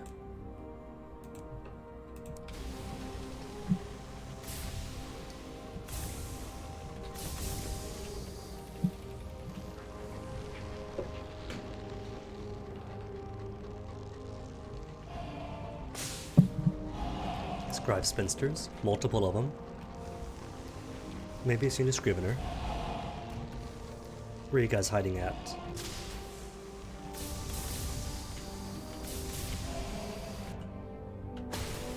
Way up there, around the Skyhenge. I'm not gonna bother then. Just straight to Wilbury. If we're lucky, we might find a friend Scorned Fluke en route between here and Wilbury. Probably won't, but might. Oh, what I could do. If we do see a Scorned Fluke, could spend some time going around it. Just drifting and circling, taking impact from its correspondence attacks. To push terror up to 50, get Nightmares 2, then slaughter it. And take from it the Wrath of Heavens.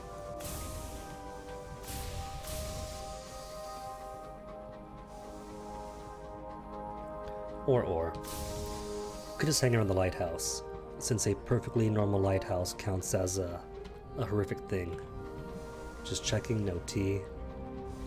So no point stopping by prematurely.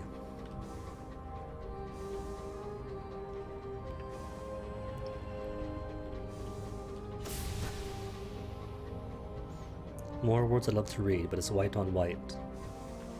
Whoops, wrong way.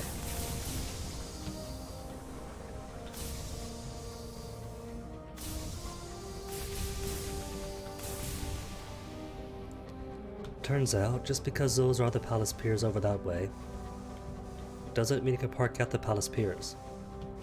Palace piers requires going away from the palace piers to this pier.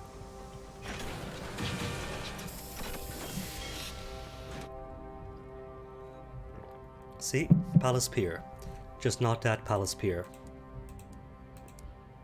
Okay, I'm good. Back in, and I have no crockery. Inquire about the lottery. Bribery through the door to the off-season. No, but I can't do that. I mean, it'll get me into the off-season, but the only reason I was able to go from the off-season to Woolbury was because I had that job to do recruiting cultists. Paying is $2.50. 2 out of 8 uncanny specimens? Sure then. Supply the port authorities. As soon as you've handed over your goods, the official clicks his fingers. Workers, the Bureau of Entertainment, quickly come to the couturier. More hats then. Locate, model, and poets for the Incognito Princess. A series of somberly clad people with scarves and aggressive rhyme schemes gather around a public house. This must be the meeting place of the Celestial-inspired poets the Incognito Princess wishes to see. You squeeze in the back. There are rows of serious young folk before you. Poets take the stage to chart their woes of the working class's plight. Or at least, that's what you presume for their gestures. They're inaudible to the chattering of the chattering classes. The Incognito Princess is pressed against the back wall. She ignores the rats who assemble to paw worshipfully at her feet. I would rather be closer, she states. Shoved out of the way, the pen is mightier. 100% chance, then do it then. The pen is mightier than the sword, but your elbows are surely mightier than the poet's feeble body.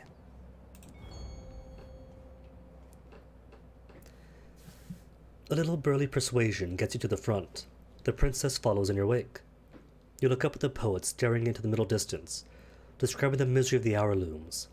Slowly, he becomes aware that the Incognito Princess, stutters, and changes tack, hailing Her Highness in celestial verses.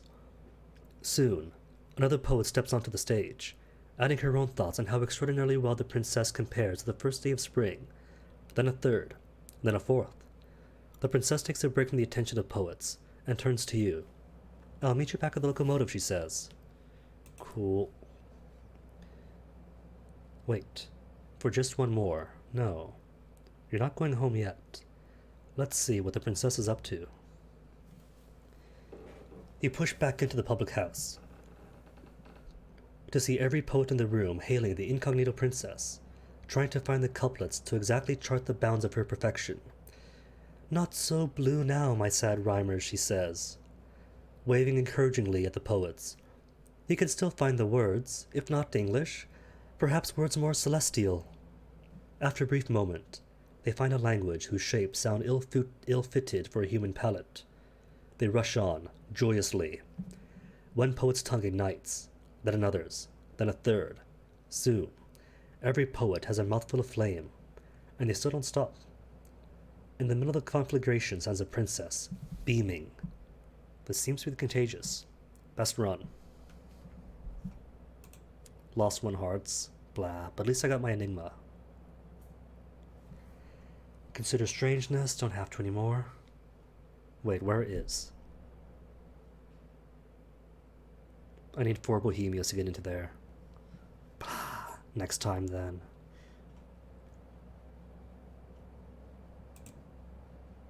In that case, terror drops, I zess. This is a beach. Of course, it is a beach. What else could it be? It is a stretch of pale particulate and roiling mists. The air smells of salt and things that mummified in the sun, of cinnamon and licorice. It is pebbles and grains of blue grass, tendrils of something curious and organic, worm-like growths tufting through the sediment. This is exactly what beaches are. Oh, I can't do anything here? Fine then. Nothing for me here then. But the tiny deck belaying with shops.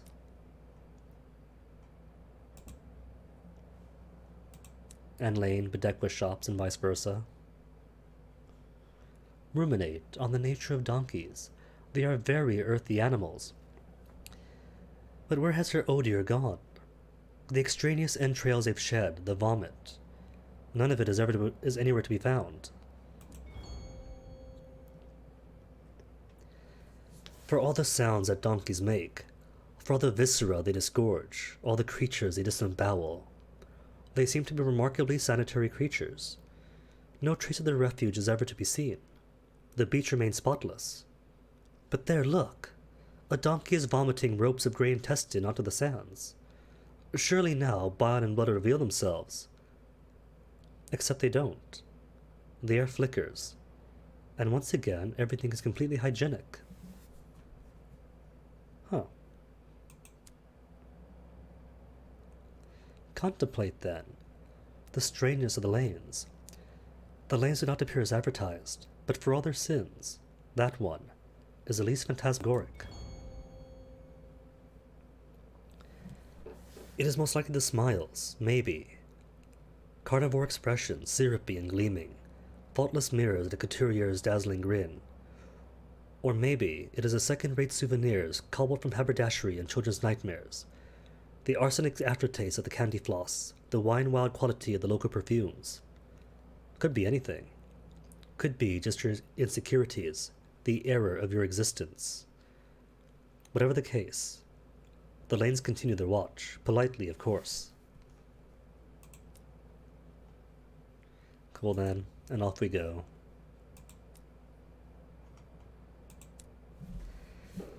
So, to London then. 7 fuel, 2 food, plenty with the trip back. Then Most Serene Mausoleum, drop off the letter. Letter and whatever else. Princess, what's the next step? Back to the Reach? What happened at the poetry reading? A stoker whispered that the inn burned down, killing all the poets. Is this true, your highness? No, it's not true, captain, says the incognito princess, lounging on a mound of dead starlings, roughly the shape of a chase lounge. She gestures at the floor. Crouching beside the analytical suitor is a gaunt man with wild eyes. My poetical suitor survived, she says. You really should not listen to gossip. It is no time for gossip. My journey now takes a more serious bent. She then expresses her next destinations. Firstly, she has to find a crossroads in Eleutheria. She is of the opinion they're often found south of the transit relay where one arrives. You require an unlicensed chart there. Secondly, a trip to see the devils in Carillon on the matter of rings. She might need a handful of bee-souls for that. Bee-souls? Need 3 chorister bee-souls.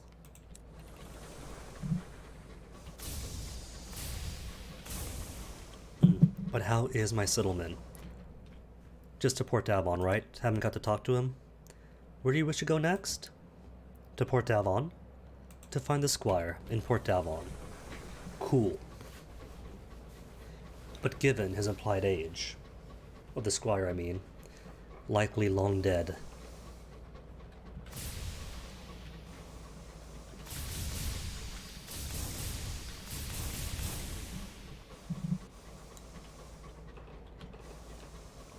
Then finally, driver's just about done. Signalman is nearly done too. Pretty sure after Port Avon I just gotta take him round to the signal boxes to clean up. Then he disappears, we go back to one of them. Then end. Who else near completion? The rats maybe? Speak to the rat brigade, and now that they have Vilma. They have Vilma's part of the account number. Who's next? Sinders knocks back a shot of something unspeakable. We have to decide, our medic, Vian, or our demolitions rat, Angel. They refuse to work together. Lord knows why Lieutenant keeps them in the same unit. Though he did have sponge for brains and managed to bungle betraying us all. So I should venture stupidity, Cinder scowls. Anyway, Sarge knew we couldn't keep them both. Told me while he was scammering on the gin. Gave both of them the same numbers. Vilma scampers forward. Vian's an old friend. She's at Magdalene's. She won't leave till she knows they can manage without her. We'll need to give them a condemned experiment. Angel's completely barking, but if you want him, he'll want a party thrown in his honor, munitions, Some inspiration on our part, up to you. We shouldn't choose between comrades. Magdalene's for Angel. Bionic Magdalene's, Angel to Palmer and Plenty's. Cadet experiments or munitions and a moment's inspiration. More expense for the exact same outcome. Devil's Done, Hoarder, you want Faith's Fall. You want the Imperia now, right? Yeah, he does.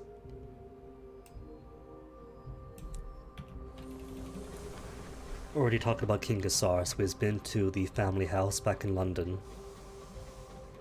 And now wants to go to the family grave.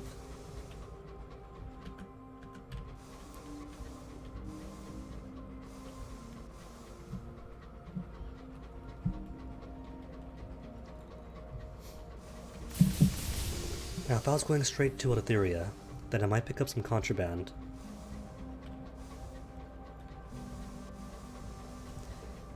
And a few hidden cargo spots to carry them in. But nah, it's not just the cargo spots, it's also the taken up hold. Because I gotta circle around the Reach a few times after this, before we're going back to Pan.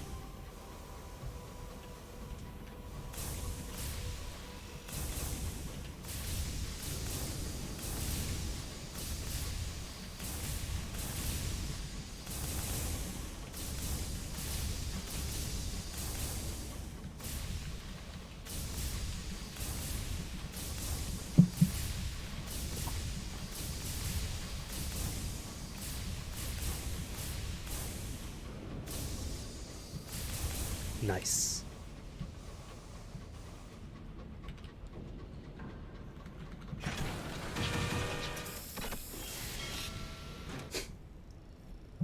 Okay, so what's all here? 1. Bazaar. Tea for the sun? No. Hours, Royal Society, too far away. Nothing else then. All cleared. Cool. Alright, in that case. And nothing else is here. Wait a minute, could I speak to the surveyor yet? Her proposal.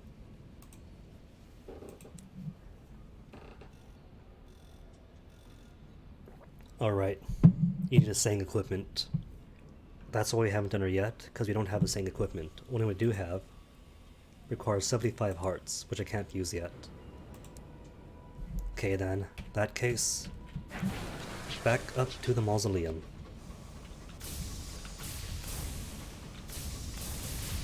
Mausoleum with a small stop at the Ministry of Public Decency to turn in my port reports and get some more permits. Since permits are still a bit short. And you can never have too many.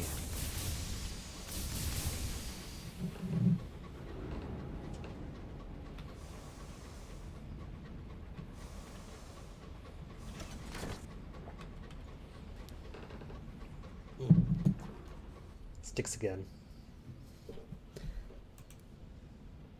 Take tea? No, port reports. Just had tea. 9 gratitude? Cool. And how much is it per? 2 gratitude for 1 permit. Excellent rate.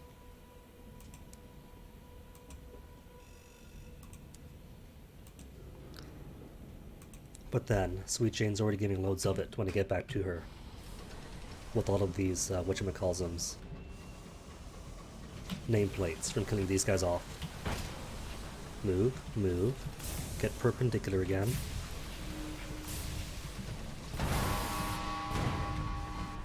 Cool.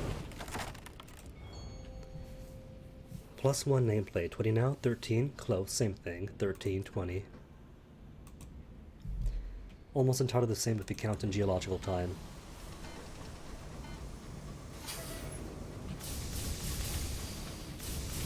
And other such lame excuses.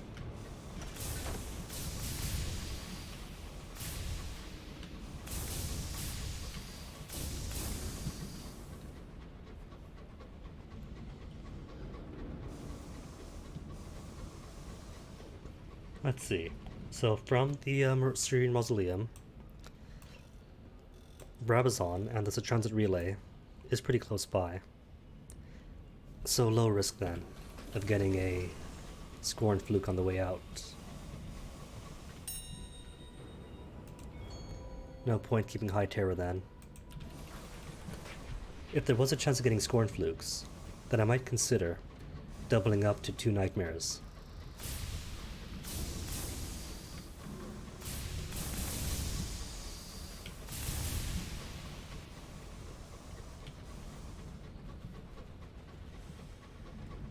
Gunfire? Or just ambience? I think it's just ambience.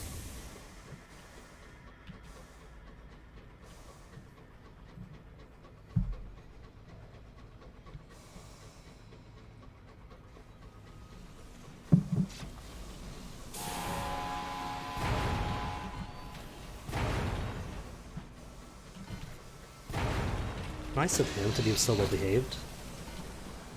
Is he stuck? Is his pathfinding broken? Nah, not anymore at least.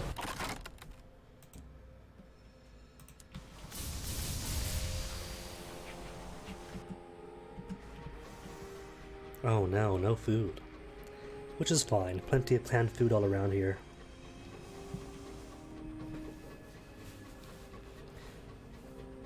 Horrible thought, what if that is why the Most Serene Mausoleum has so much food for sale?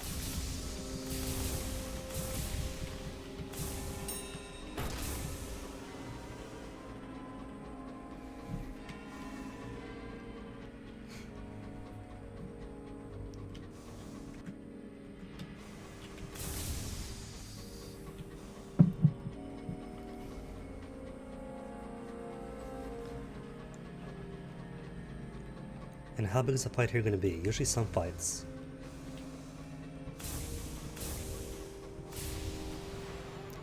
Off by the northwest exit, I hear some. That's definitely Marauder reports. But Marauders against who? Dreadnoughts? Normal Dreadnoughts? Oh well. XP is XP and loot is loot. Interrant? No. Revisit the retired devil.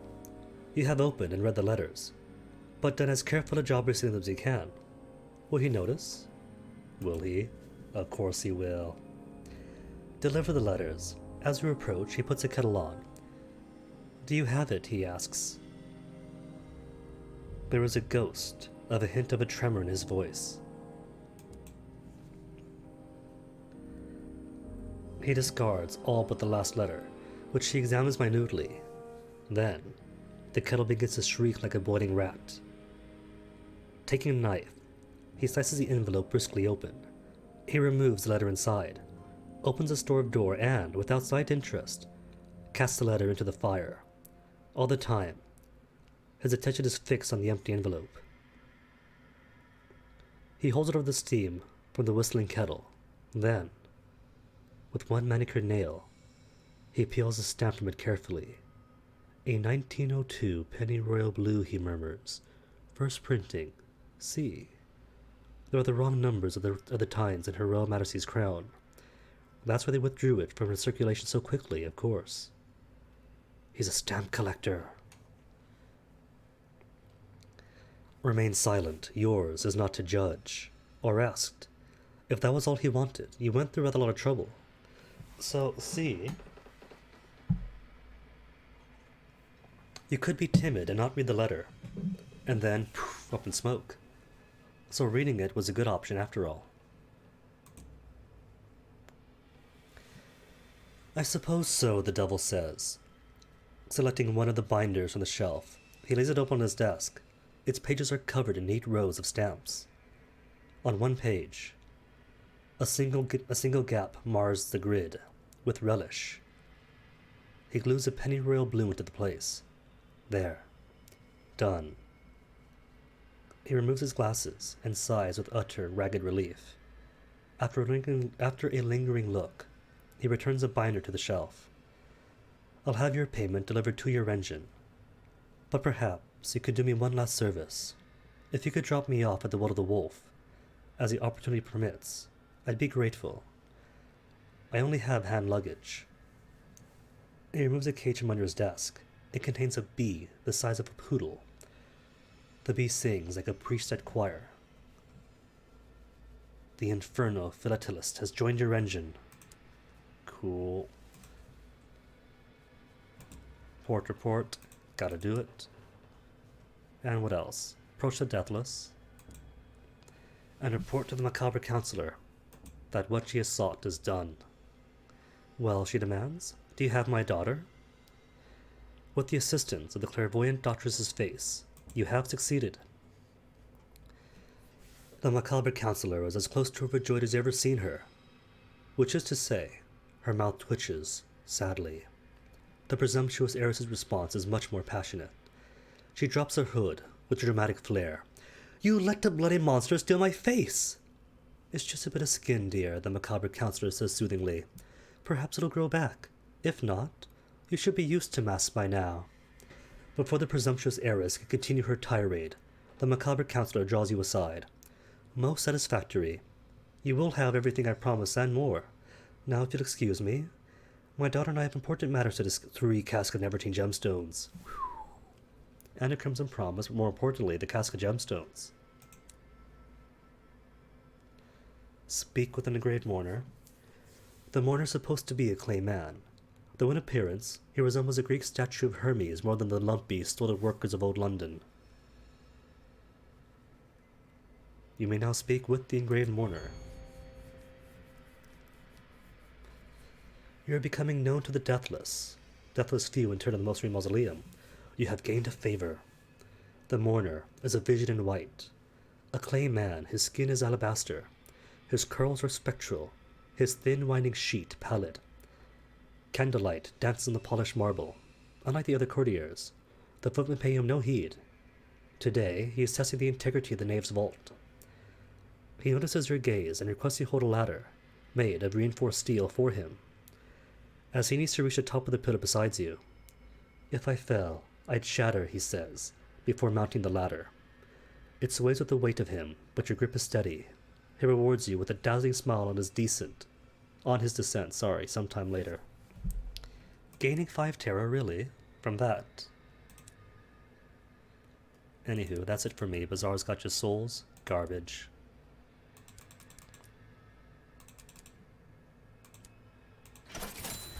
Okay, let's go then. 5 immaculate souls and 3 Nevertine gemstones. Good haul. Totally worth coming back up this way. Ooh, hello, that was a red.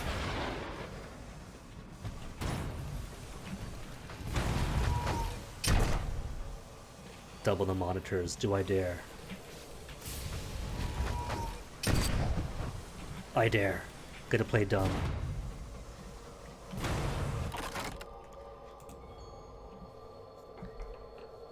And give it a small bit of heat drop, the other one should be easy.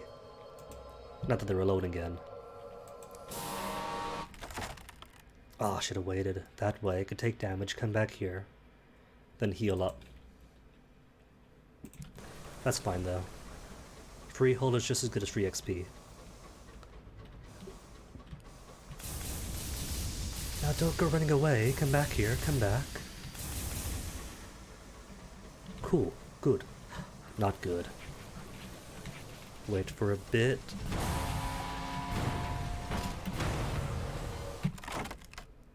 Failure? No success. What are the odds again? 85? 85 exactly.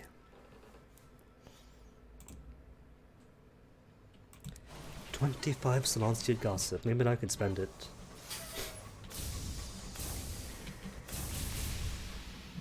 Considering going back to the Reach anyway. Where the Salon Street Gossip are plenty. And more fights, hello.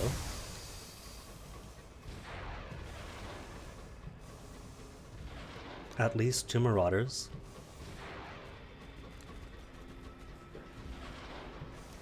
Fighting who though?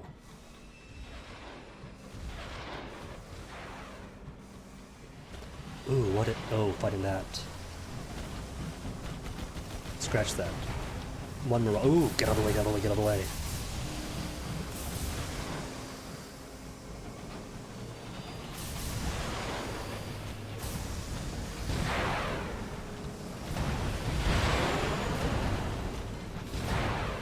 Opportunistic fire. No, not on me too. Only I could be opportunistic, not them. But then again, it's only natural that the AI might recognize who the apex predator is.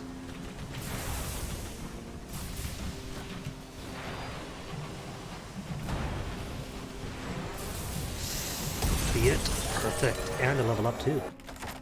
More bonus. Crew cabins to gain terror, in addition to discoveries, or panes of glass. 89% chance versus 75. Well, I won't lose crew, will I? Since I'm succeeding anyway. More stained glass, more nameplates. And cool, there's like 1 or 2 shots in then.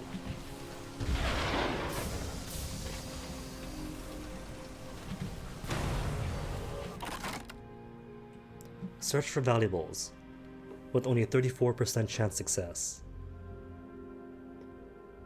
Nah, not this time, just flee.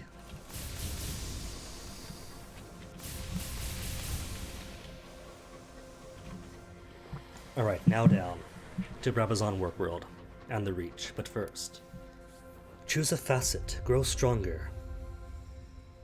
What I want is more than anything else, more hearts, and secondarily, more mirrors.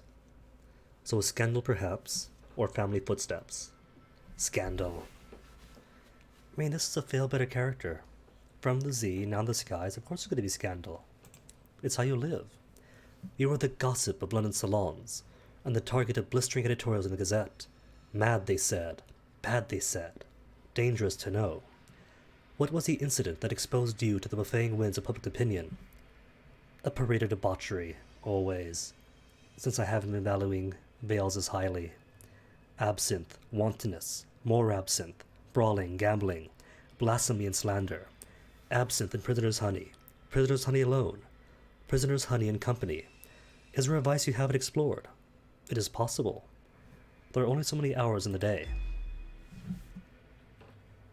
And a mere 3 more facets left to squeeze in, which is fine though.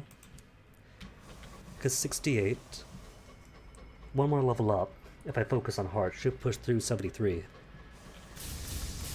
And given a proper well-right,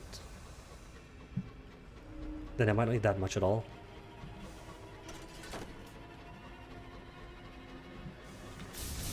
Or could do Piranesi to switch out 1 facet for another.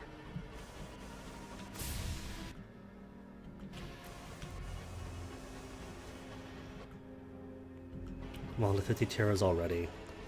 Might as well stop by the Will of the Wolf. After all, after the Reach, gonna go to Eleutheria. And they do have Scornflukes there too.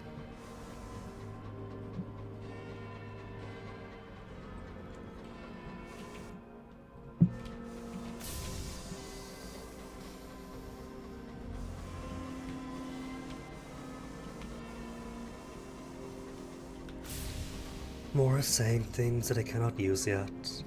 But once I get 275 hearts, then boom, Watchers and Azure are back on the menu.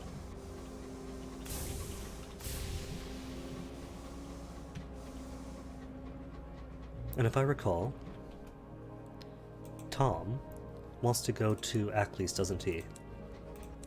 Not Officer's Journal. Where's he at? Not Sweet Jane Pheasants. Find the final Enchanted Skylark sign in Aklis, yep. Some more reason to Eleutheria. But afterwards.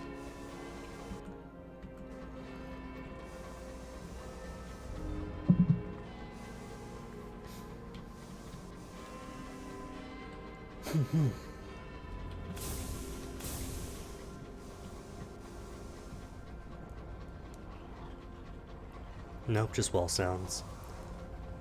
Thought I heard the report of more missiles, but wasn't.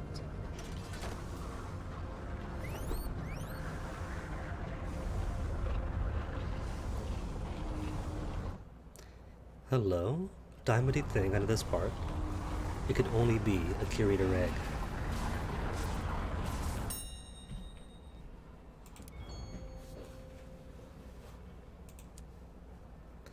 Deposit. The Infernal Philatelist.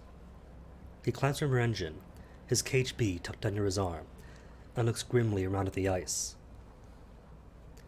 Now I'm retired, he says to himself. His tone is not unhappy, but it is satisfied. The well-zoned devils emerge from their ice caves, their yellow eyes on the Infernal Philatelist. He takes the bee from the cage, and you watch as his jaw does something complicated, opening wider and wider and wider. The curious bee crawls inside, pushing unidentifiable organs aside to make room. Then, the devil's mouth returns to less distressing dimensions, and the philatelist sings with the bee's sweet, wordless voice. Without a backwards glance, he joins his new compatriots. He is part of the choir now. 1000 XP. You have 1 voices in the chorus. Cool. And more inspiration. Bandstand, can do you yet? Watch your well song. Oh, we could decipher some of the dance alphabet of the devils. It will cost my soul enigma, though. Fortunately, you had the presence of mind to take sketches of the steps the devils performed during the last service. Returning to your engines, you spread out your sketches across your bunk and instruct your crew that you're not to be disturbed. You have learned a great deal in your travels. You are sure the patterns of the devil's dance are accrued from a correspondence. The hymn itself, you think, is only inflection. By morning, you have assembled enough of the foundation to decipher the devil's next service. Listen to the first hymn, listen to the second hymn. What's the difference? Add another voice. Ooh. Alright, first things first. First hymn, then second hymn, naturally, as it should be. The devils gather the bandstand. You watch closely as they begin to shuffle. Your fragmentary knowledge of the dance alphabet may be able to discern some meaning. It is hard to see where a sigil begins and ends. Worse, the true meaning is hidden in the relationships between them. You are certain the rite is a lament, but struggle to identify who, for who, until you realize the congregation is using many names for one individual. You decipher them as best as you can. The singular choir? No. The choir in one, the many-mouth. The masters of... No. The king of celebrants? No. The king of carols. These are the names of the thing in the well. And I can't do more, can I? Nope. Gotta come back later if I want more hymns. So, Stone Idol, what does your rite give me? Increase your hearts at the cost of irons and mirrors, which are both high. You know what? I'll do it. Around the second depression, someone has cut the words hang and give voice into the ice. You can guess what you must do. Oh my. 71 terrors. Alright then, I am getting my nightmares. Plus 15 terrors. The strap's knotted around your wrists. You put your back to the idol, stretch your arms above your head, and leap. The strap catches on the hook, and you hang there, feeling the wench in your shoulders. The wind howls to the idol's holes, pushing into your back. The discomfort turns to aches, the aches into pain. You begin to shudder violently. The hours inch by. You're not sure when you start screaming. It began with a moan, you think, and burgeoned with a sob. A day or more has passed, and now you scream and scream and scream. Your voice grows hoarse, then ragged. When it is gone, and your screams are marked only by the blood they spray from a rabbit's throat, the devils emerge from their caves. They lift you off the idol, swallow you in rags, and lay you on the ice. Then, they depart. The rite is complete. You have sacrificed, and are no longer only yourself. Cool. Forsake current rite? Nah. Let's go then. Because now, out of the well, thank you. 78 hearts. Now, hold on. First, let's not get killed.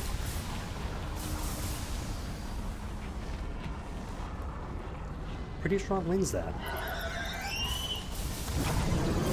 Didn't get caught by the wall at all.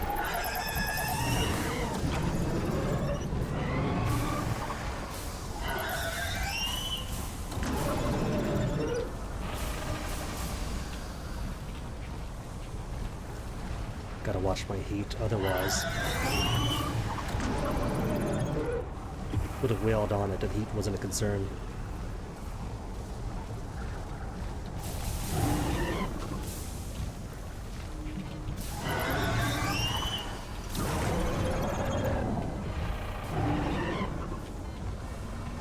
Out of the way, out of the way.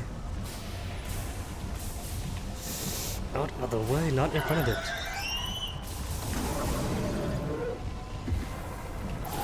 Ouch. Oh well, that's alright though. That's more of an AoE thing. Which I'd be much glad if you got out of.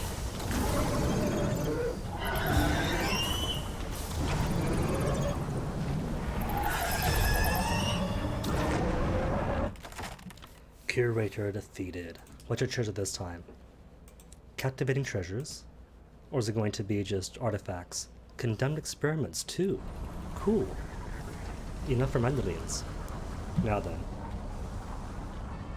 77 terrors is a bit too much. Just need any nightmare event to pop up. Reduce it by 50, and give me more sensible numbers. Anytime now. Curator's egg, the Inquisitor chuckles. Pardon me, dear, I just got to that. Just got that.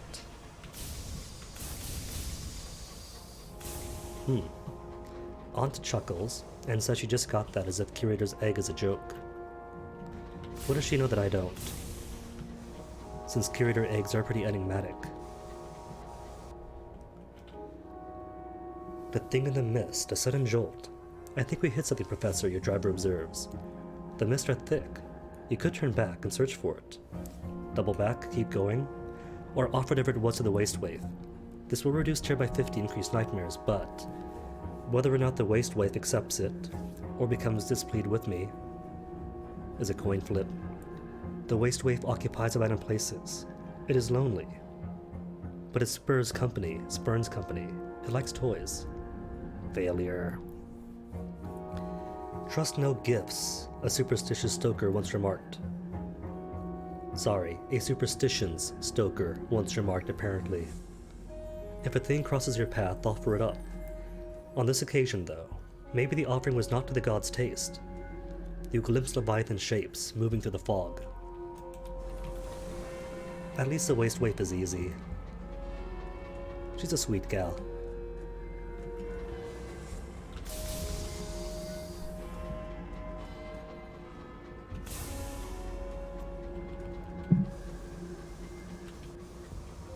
And see, this one makes the Parzival so amazing. Most things in this game are static environmentally. That piece of debris spins, background pistons pump. So if it moves, it is one of two things: an enemy, or just background nothingness, it doesn't matter. But the Parzival, despite being a bit of atmosphere, an actual location, spins, and has contact damage. Well, not contact damage, but it has dimension. So you hit it at speed and it crashes, naturally, but it spins, hits you, it pushes you. Which is really basic and simple, but it's such a rarity here that it's amazing. Like the wreck of the boatman. It is parts it moves, but has background.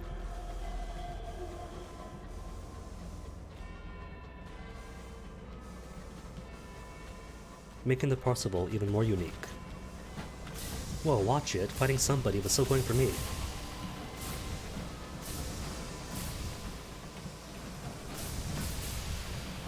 Whoa, don't get caught between. Cause that is a skinny monitor, isn't it?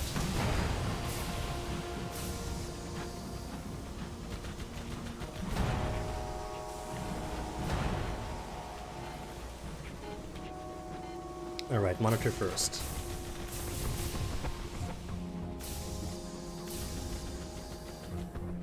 Unless it's fleeing. Is it fleeing again? The cowards. Whoa, no. What? Let off, let off. We're not even hostile to it. It's just trying to go for them. Whoa, hold on. What are you doing? We weren't fighting.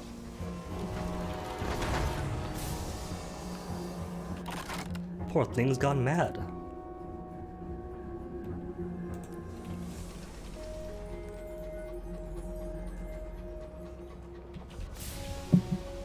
It's cool though. Plenty of hull. Get back to New Winchester and be fine.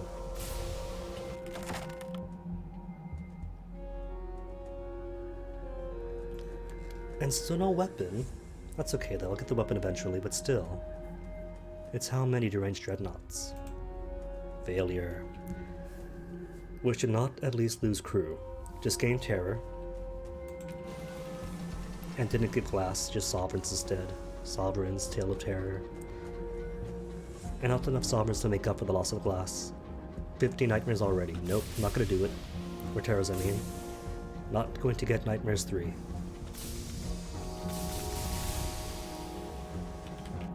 Gonna sail to the work world with the transit relay. Lose some terror in flying first class. And then some more in Magdalene's. And we'll all be nice and happy.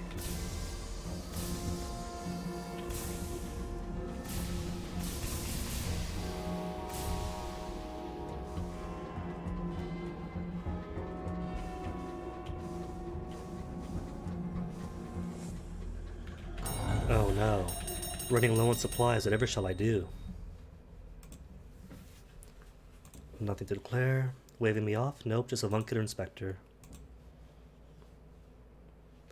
To the Reach. First class. See? Terror job. By 20 looks like. And, as of yet, Burr below does not hate me again. Haven't taken on all debts, hadn't sold an eyes from its statue. So the only real way to get the Burr to hate you, if you're not incautious, is normal travel. From transit relay to transit relay. Poor luck. And so far have not regained that.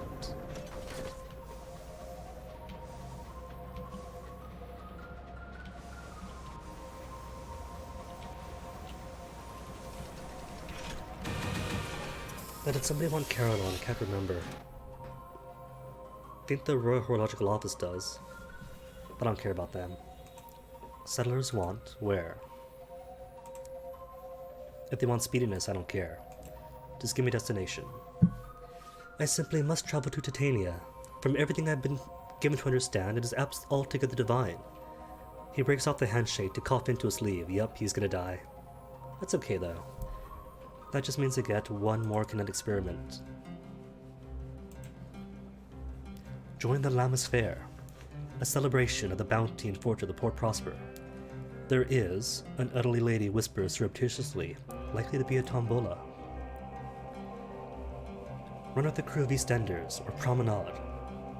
Promenade. The Lammas Fair is a time to be seen. To see and be seen.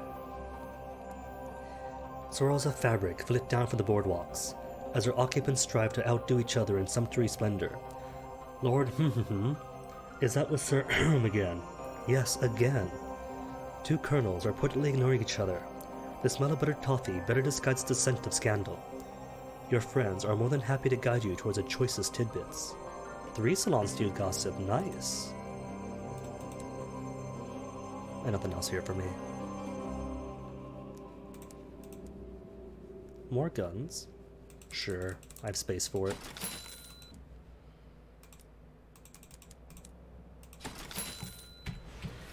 Two Magdalenes then. Magdalenes, then Port Avon. And from Avon, onwards to New Winchester to heal up.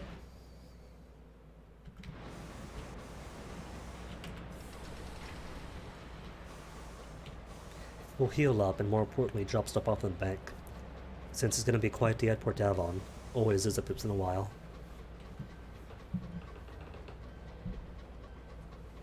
Which means full repairs on the cheap.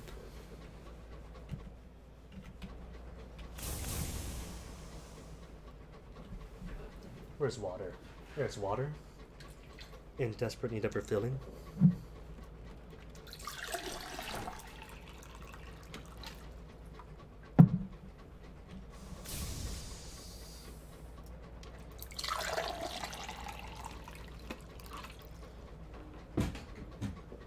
And a homestead. Cannibals. The homestead is almost hidden beneath a growth of wild, sprouting foliage, as if we're a victim to a fairy tale curse. The flora of the reach is difficult to tame, and the settlers that dwell here are struggling. Give him munitions. For Bronzewood, good trade. The ragged steam trail of the marauders have scarred their skies of late.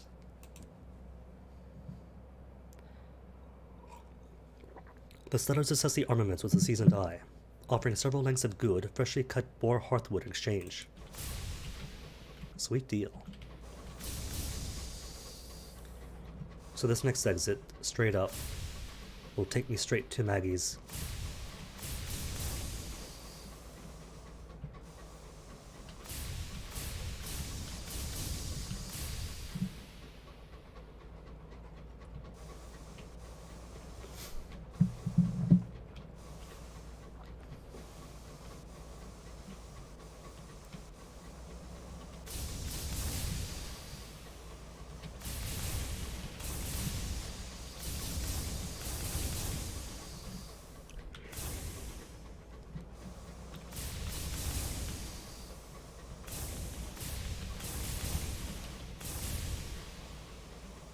I will grant the reach this. It might be quiet.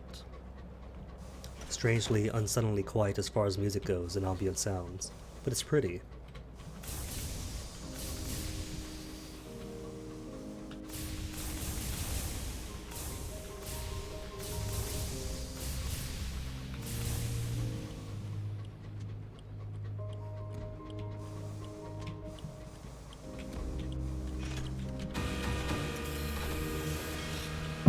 Jinxed it, did ya?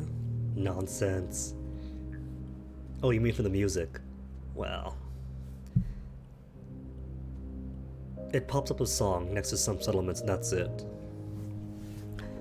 Which doesn't count. It doesn't do the thing that did Etheria and I'll Be On Do, where it has actual ambient music every now and again. They're greedy about it for whatever reason.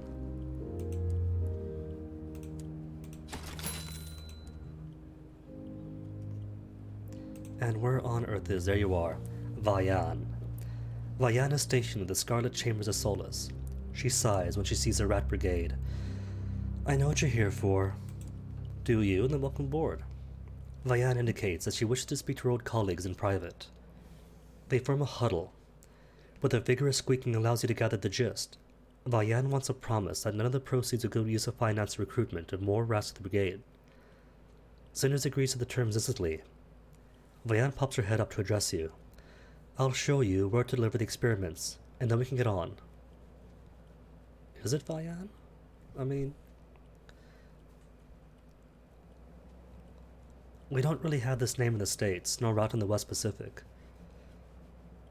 So I can only assume it's like Diane. Yeah, Vian. Unless you mean Vian, like Vivian, without the Viv. Alright. Vian it is. Vian, Vian, Vian.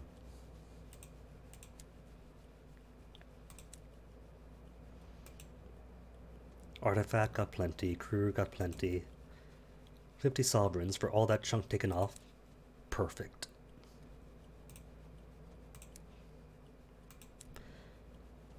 So then, Vian, what's the next step? Is that other parts of the account's number they need? No. Petronella explains the situation while she empties the chambers of Cinder's Derringer for polishing. So that LT would shivved us in the back at the critical juncture in return for the cushy position with the River Company, right? Yeah.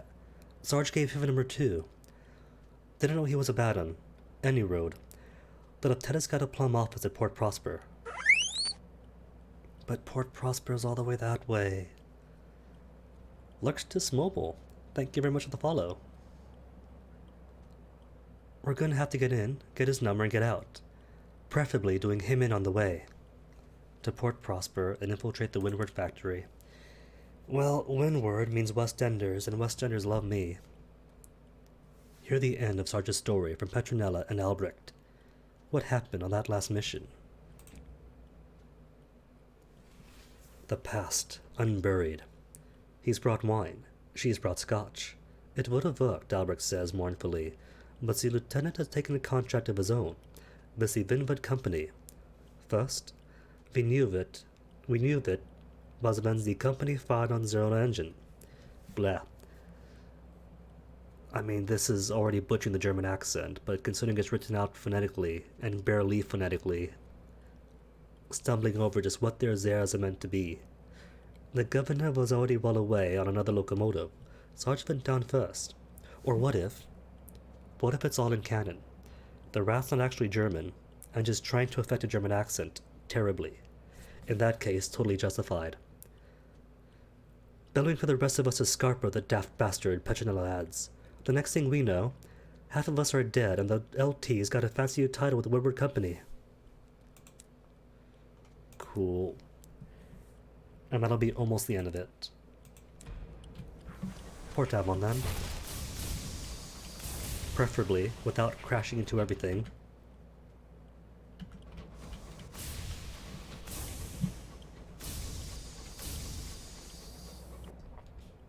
Cold that kills. Got plenty of fuel. But then again, it's cast out all my supplies. To be free of the waste wave. Do it. The crew watched dolefully as your quartermaster empties the contents of your pantry to the sky. Tin meats, beans, packets of Murgatroyd's fungal crackers all tumble into the mist. Which is okay, because we still have Magdalene's. If they wanted me to suffer, they should have waited till I was back in the sky. Oh no, lost all my food. What am I going to do? Shops. Thank you.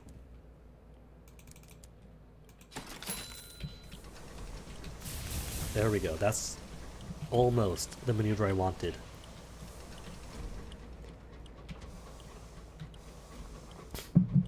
A small corner-to-corner flip.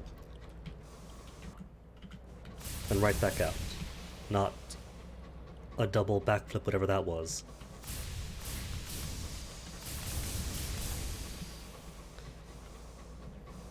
And Cantankerous up ahead. Where is he? There he is.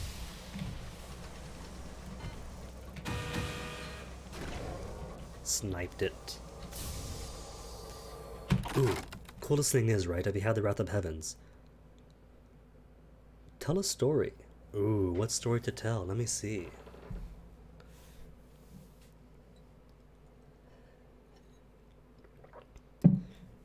Considering the events of 2018, most of my stories that come immediately to mind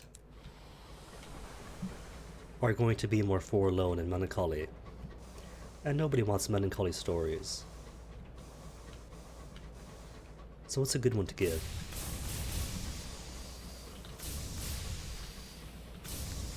What about? Real life smuggling stories?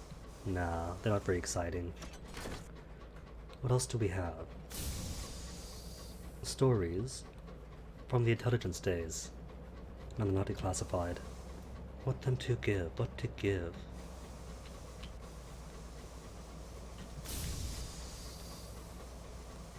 Already told the one about almost dying at sea.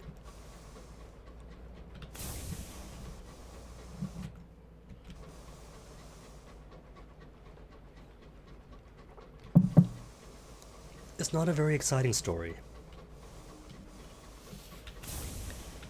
Actually, I might have 3 such stories.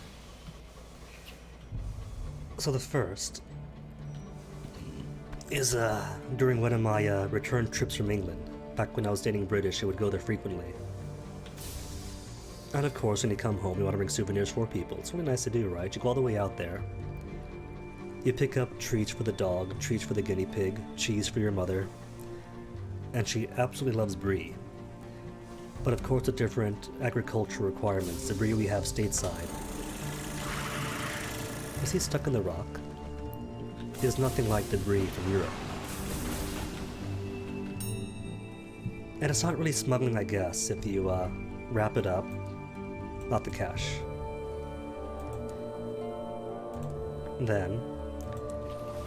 When at customs declare, actually, I do have cheese.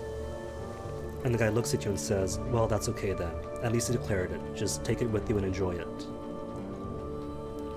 Which is a boring story, but one time.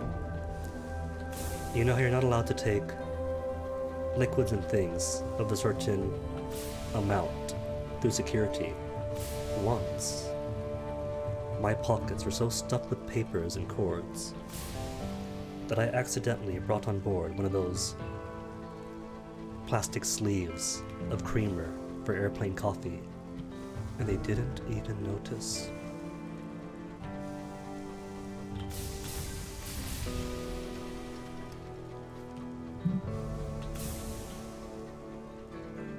The third time, I think, was on the first trip back.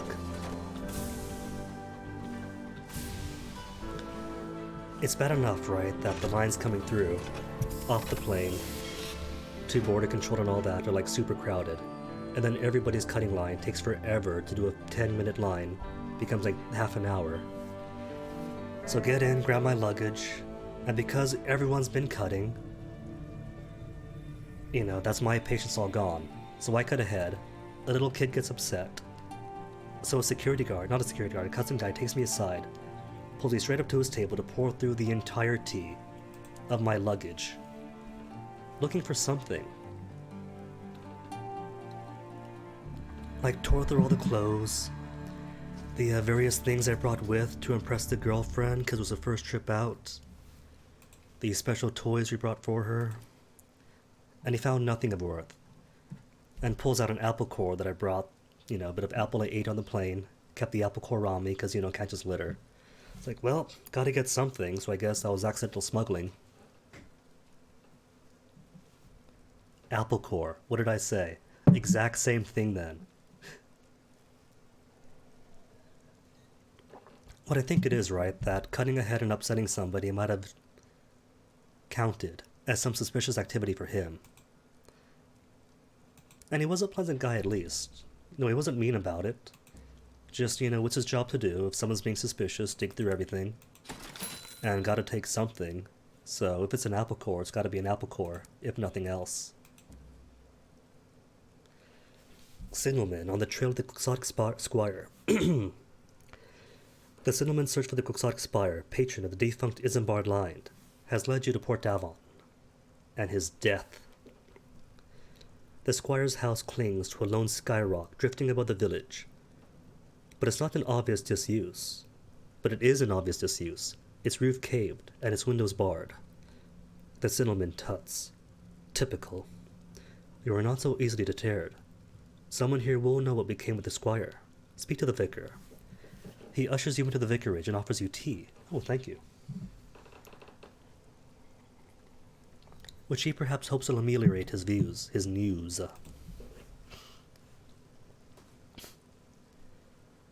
I'm sorry, the vicar says. The squire passed away several years ago. The Signalman frowns. You were younger than me, he says in foreshadow. Sad circumstances. His wife has contracted an unusual illness. Here. He taps the glass lens of his spectacles. There was no recovery. The squire had an hour loom constructed in his cellar, and spent the remainder of his own wealth on hours, which he used to draw out the last of their time together. While months passed for us and for her, years passed for him in her sickbed. When she passed, he had used up what was left of his own time, too.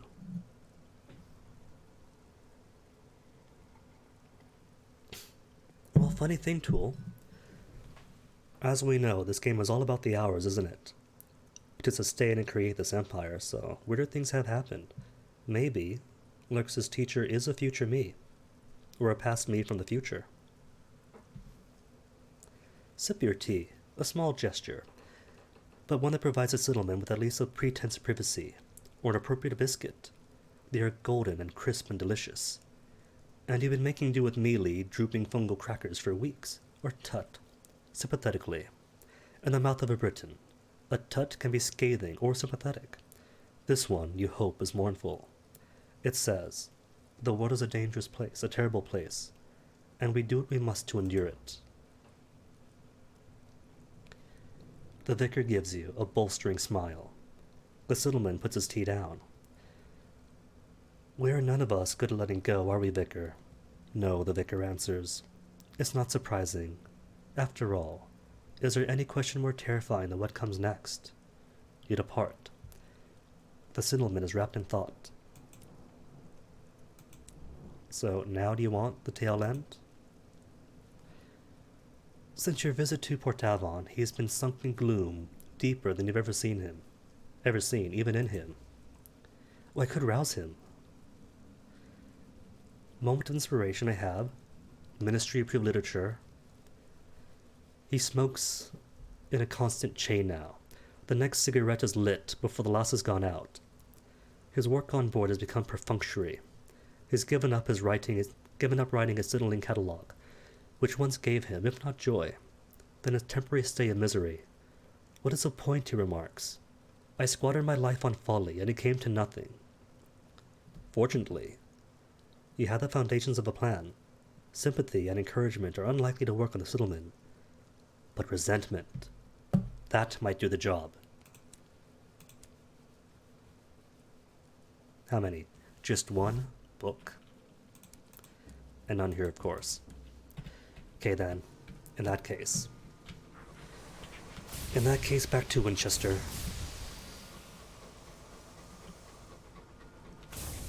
Bit more supply. Bank services. Repairs. No, repairs are good. Fully done? Fully. And, more importantly, I'm not using the helm upgrade that gives actual plumbing. So when I get to New Winchester, I'll have to access that.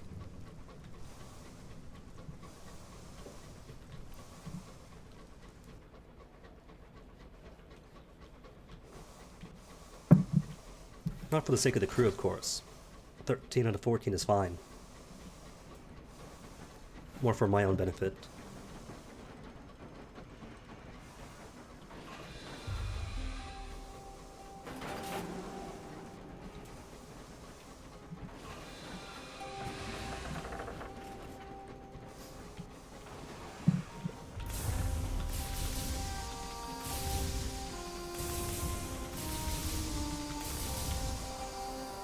Wait, which way? There we go. No, it's too far left.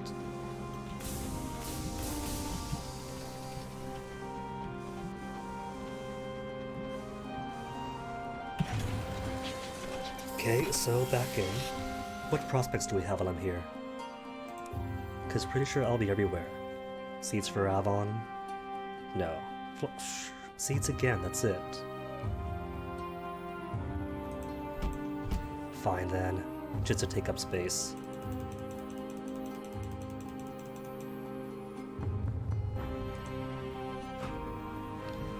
There's book, where's my resupply? Fuel? Some fuel. And anything else I need? Yes, the watch is in Azure. Now that I have my 75 hearts. And takes up a shield slot too.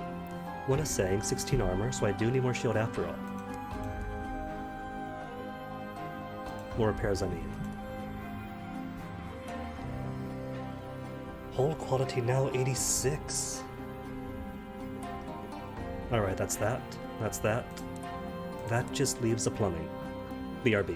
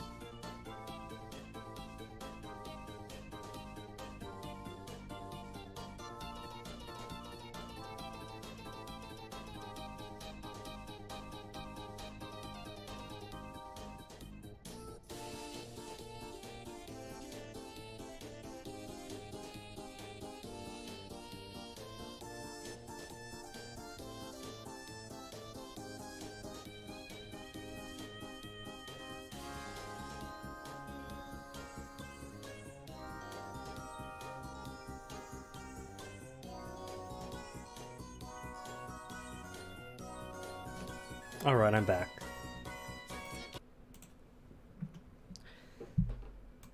So what that done? Orange, what's this here for? Got equipment, but it's not bad equipment. Go away, light. Stiddleman now, since Port Davon, he's been surly. He's either abandoned his work on the Stiddling book. Perhaps he can find a way to rekindle his spirit. Leave a slim set of approved Stiddling manuals, stamped by the Ministry of Public Decency at the galley table. Discovering them, the Stiddleman flicks sulkily through. First he tuts, then he snorts, then he scoffs. Look at this. They've classified all scornfluke spasms as displays of bravado. And here, they have not distinguished between the red chevron flags of Port Prosper and those at Lustrum. That'll get someone killed. Oh no. If only there was a better resource to educate young signalers. He fumes. I have to do bloody everything, don't I? Fine, where's my pen? He storms to his cabin. A moment later, he storms out again. I've been away too long. I'd better check the signal boxes. No one would have done that either. Cool then. Battered signal box, in the Mother of Mountains, overgrown signal box, near Leadbetter and Stain Rods, scorched by Port Prosper. Oh, I gotta go back to Port Prosper anyway then. Have I seen that one?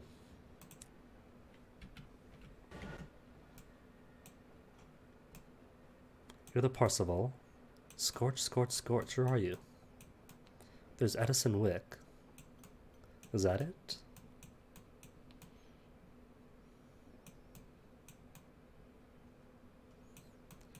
Cuddlescombe is 1. Eleanor Green is 2. 3 is Wheelping West. So yeah, that must be it then. Cool then. Route's going to be then Cuddlescombe, Addison Wick, or Addison, Prosper, Cuddlescombe, then Eleanor, then Leadbetters.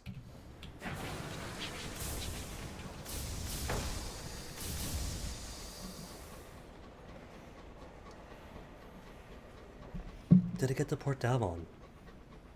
Port report. I must have. If not, no matter.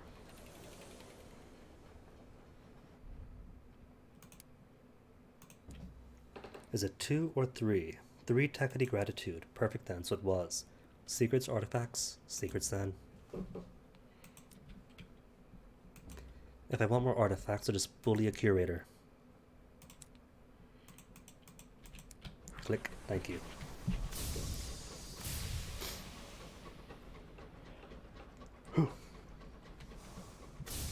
Oh, right. Try to remind myself what the prospects were. In case I forgot, I want to carry some loot out. Then remembered. It's seeds and seeds. For Titania and Port Avon, 2 places swarming with seeds. The settler from Port Prosper staggers onto the bridge, clutching his throat. He appears to be in some distress. Indeed, hair sprouts like an invasive weed from every follicle in his body, forcing its way out. Well, if I keep the body for study, I do get a kinetic experiment. If I return his remains to Port Prosper, I get what, 50 or 100 sovereigns or so? I'll keep him. The settler's exceedingly singular misfortune may yet prove a great boon to the fledgling science of interstellar pathology. You ignore the look your crew give you, as you order the corpse taken back to cold storage. As you order the crew taken back to cold storage? No. Those with hearty stomachs can assist with a thorough examination later. For now, the mop and broom.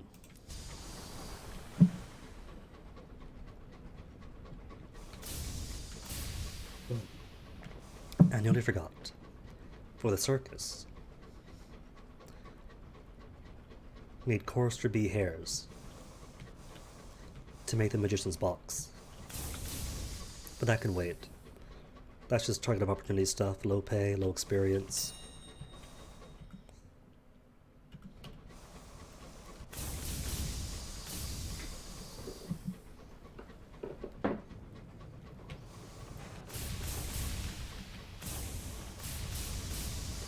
Early game, cool stuff. But here, sitting on like thousands upon thousands of gold and experience, don't really need more that desperately. Not for like hundreds at a time. It's more of a if I pass by thing, then sure, but if not, not gonna stress it.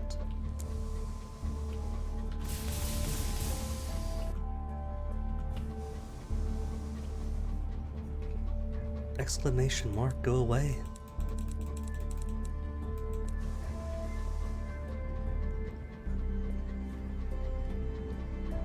Normally, that marks just for if you switch your stats around and can no longer afford the amount required to carry some equipment. Then warning.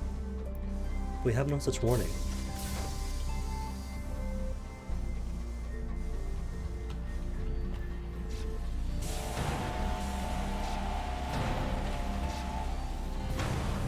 More gossip? No, just cargo. Jewelry box of gossip.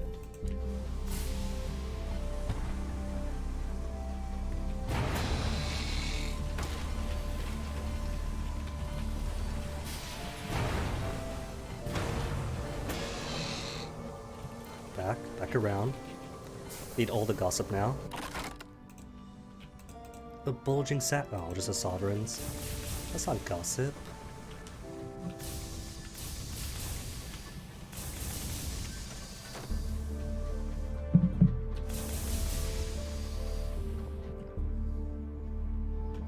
Straight ahead.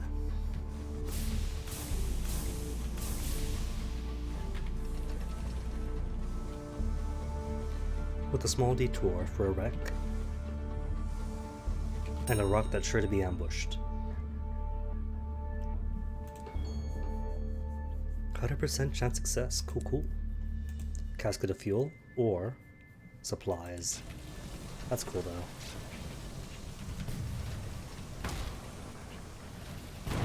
Lovely. Perfect shot, but did some debris instead. Is he stuck here? He's not very aggressive.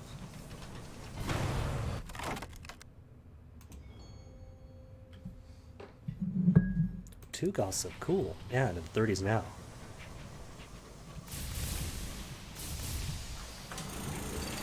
No ambush. Disappointing.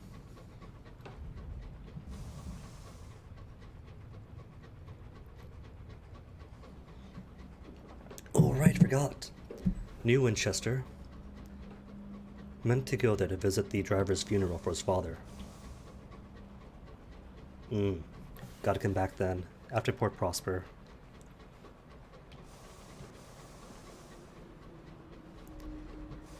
We'll go Port Prosper, Cuttlescombe, or whatever it is. Then Winchester, then Leadbetters.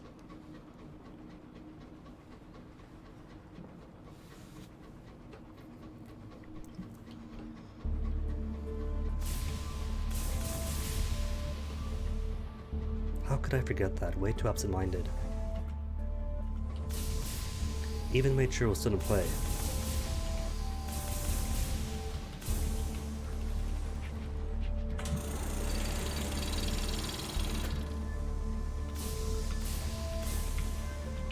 Kentucky, hello, free food. Or sovereigns, or uncanny specimens. I'll take a specimen. Would not have been surprised if that took the 1% chance of failure. Took a 4% chance of failure earlier.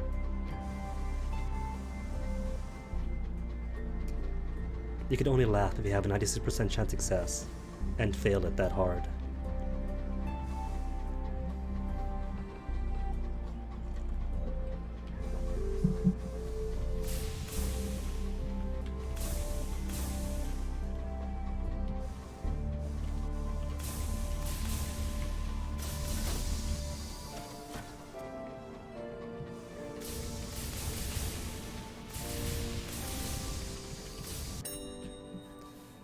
Deposit the signalman at the scorched signal box.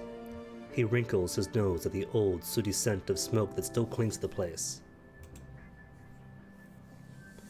Some idiot left the candle burning here a year or so ago. Fire made a right mess before the peacock wind smothered it. Then marauders started using the old girl for target practice. He pats the wall sympathetically. Took me a month to fix her up again, and I never got rid of the smell. He gives the signal box a good airing, opening windows, letting the biting wind blow through. Shivering, he flicks to the ledger attached to the Skyfarer's cache, and gets a satisfied nod. Before he leaves, he shuts the window and blows out the lamp. Can't be too careful. Cool then. And the rats want Prosper, right? For Sarge. And more settlers since Smythe died prematurely.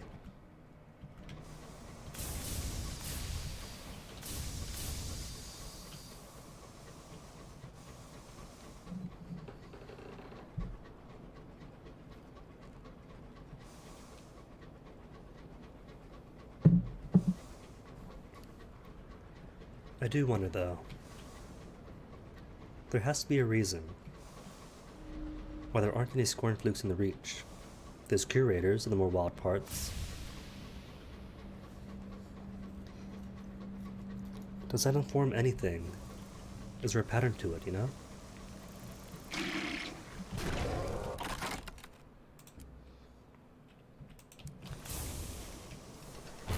I don't think it's Rubbery Man thing.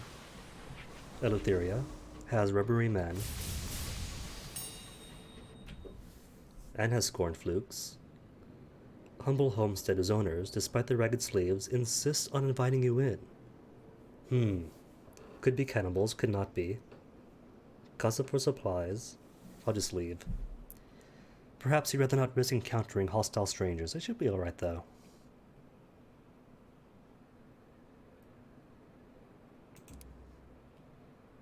See? Not cannibals. Your host says grace over a simple meal before you begin. The bread is mealy, but spice will taste like cloves. The broth is filling. The fire is warm. You indulge yourself before you remove your boots. Whereas Albion, no rubber men as far as I can tell, but does have scorn flukes. Up by the Abbot Horizon, up by Wilbury. Here, though, you have rubbery men, or at least one, over in Carolong, but no scorn flukes. So if that's not the pattern, then what is?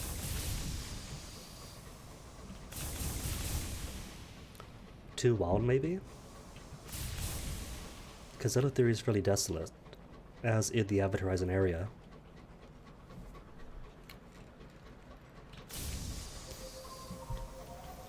And not really much, if any, desolation out here.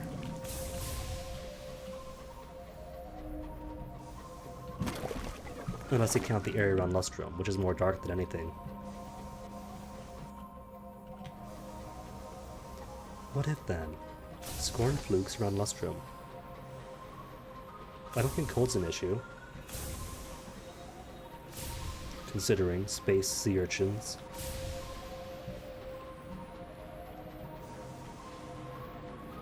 And being perfectly fine in the icy waters of the Z.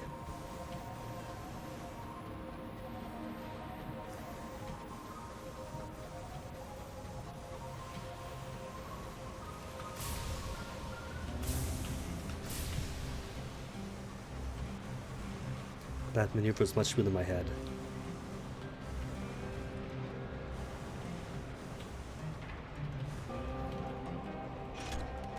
Or maybe a simple game balance. Starter area. So one zone with curators is enough. But curators plus scorn flukes might be too much. Settlers, who wants what now? That's not settlers, it's support report.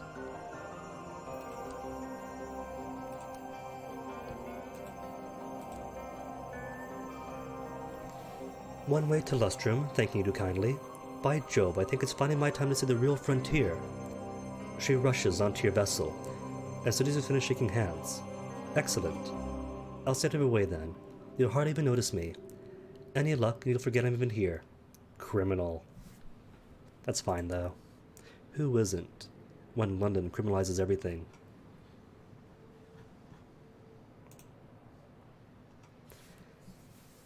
Sneak into the Windward Company with the Rat Brigade. Or connections. How many connections do I need? Must be more pleased with you. Do him some favors. Have I got any nameplates from Tacitus? Charred nameplates from stovepipes, but nothing about Tacides are there. Modifications, permits. Nah, I got nothing to give him then. But Port reports that mausoleum he doesn't want. Prosper I got.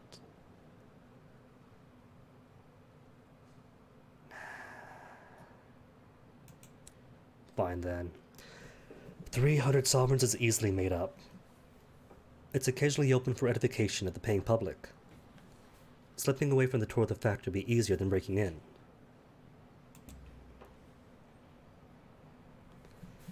The hour the factory visit arrives. Your sleeves quiver with excited rats. But in the jostle of goppers, busybodies, stakeholders, and hangers-on, no one notices. The wrought iron gates with a cheery motif of butterflies swing open. A sharp-smiled company forewoman is on hand to lead the tour. Inside is an orderly purgatory of wheels, spindles, and great creaking looms. Steam, smoke, and crystalline gleam of cracked hours makes visibility poor. Your sleeves squeak impatiently. There are guards watching the workers.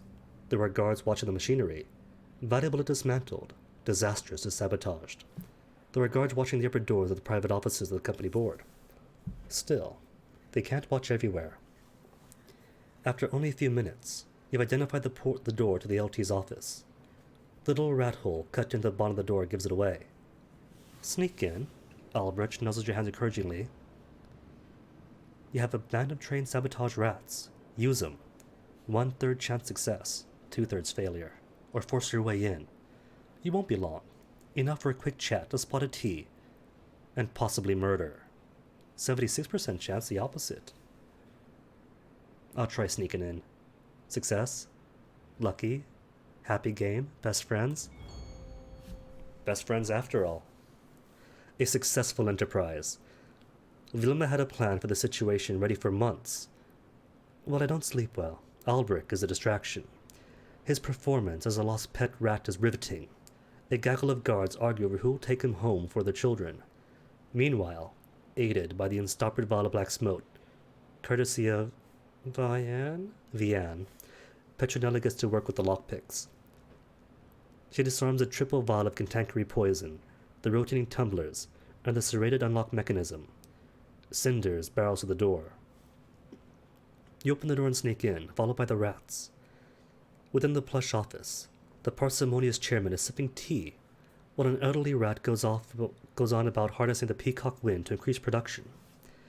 Cinders coughs politely, scurries to your legs, and jumps up onto the table, pistol in paw. You found the LT. The elderly rat blinks several times. Cinders? I was wondering when this day would come. His voice quavers, like an unfortunate flute solo in a school concert. My dear chairman, I advise that you not move or even blink for the duration of this interview, or I suspect someone might do something unpleasant. The LT turns his attention back to you. Before you do anything, I have one thing to say. Listen to the BLT. Cinders Derringer's aim squarely at the elderly rat's face. The parsimonious chairman moves to add a lump of sugar to his tea, but thinks better of it. The LT cowers before her. It wasn't me, he squeaks. Cinders blinks. You what? The words pour from him. I knew Sarge is up to something. Covert meetings, solitary reconnaissance. He made the deal with the company. But there was a miscommunication. They fired too soon. Afterwards, they'd assumed I'd been in on it. They offered me everything that offered him. Yes, I took it. And I took your blame, too. Never told, did I? Let you keep your memory of your dear old Sarge. You have heard the LT's confession. Cinder shakes her head and cocks her gun. No, not having it. What blankable proof do you even have? Ooh, must have been awful if you don't even get the first or last letter. The LT spreads his paw on the table. I suspect the only proof left is in the vault. I'll give you my number regardless. I would ask that you spare me till you've entered at least. In her pause, Cinder's gun wobbles. Spare the LT. Maybe he shouldn't be shot dead. Or let her have her revenge. He has lived in the lap of luxury all these years. Nah. She can wait till afterwards. See what's in the vault. And if it exonerates him, sure. If it doesn't, then she may. Cinder's claw curls around the trigger. Her whiskers tremble. The LT pours himself a last cup of tea. 5 sugars. Bang.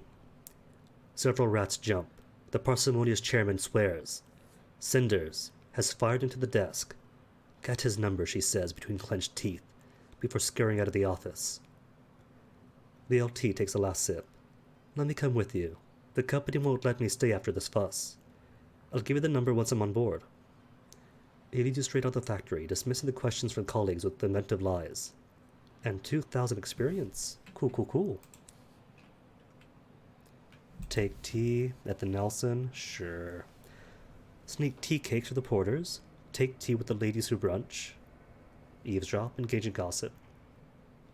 Sneak tea cakes for the porters. A few EastEnders are kept on the retainer for the less rarefied requirements the Nelson's running.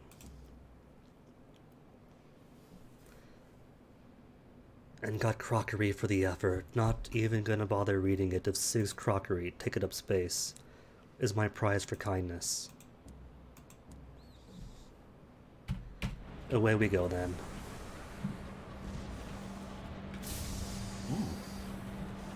But gunshots, something to liven my spirits after that horrible betrayal. Going to assume a couple of Tacadies versus a Dreadnought or so. Big booms.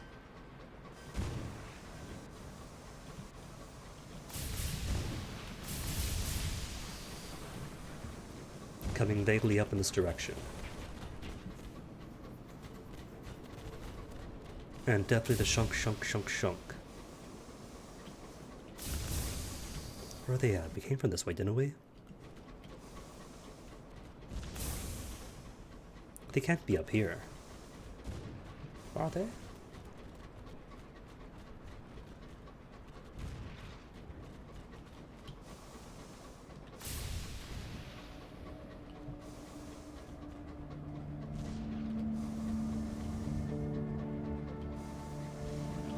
It's weird, I keep flying. But it sounds mostly the same. Fine then. Going to assume they're not here.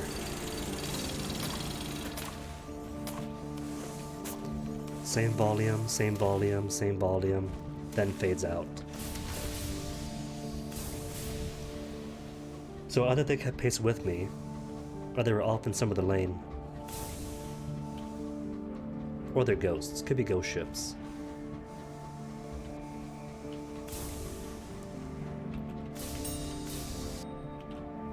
An abandoned homestead, its roof sagged, windows empty of glass.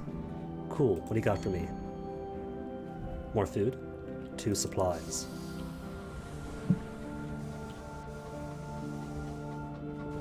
See, now it sounds vaguely hereish. A crewman's observation. Your navigator sidles up to you. Air. You've been keeping up with the dailies, Captain. He unfurls a yellowing newspaper. Your passenger from Port Prosper has her face splashed across the front page, beneath an impressive and improbable list of charges. The Ministry of Public Decency is offering hefty reward. You'll ponder this. Criminal, eh? No need for rash action. Your passenger is a wanted fugitive. She does not know that you know. A quick change of course back to Port Prosper is entirely possible. A swift extradition of her, a well-deserved reward for you. Or you could continue to the destination. Who knows? She may have reformed. You may be sympathetic. If she's on the run, she may be willing to pay handsomely for her transportation.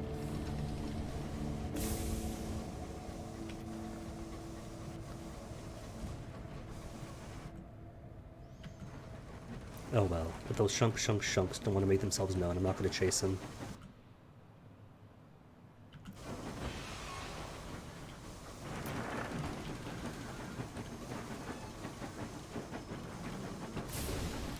Kami, don't forget this time.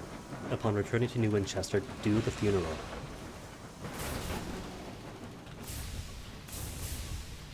Not going to risk the driver going off into the jungles and not coming right back out.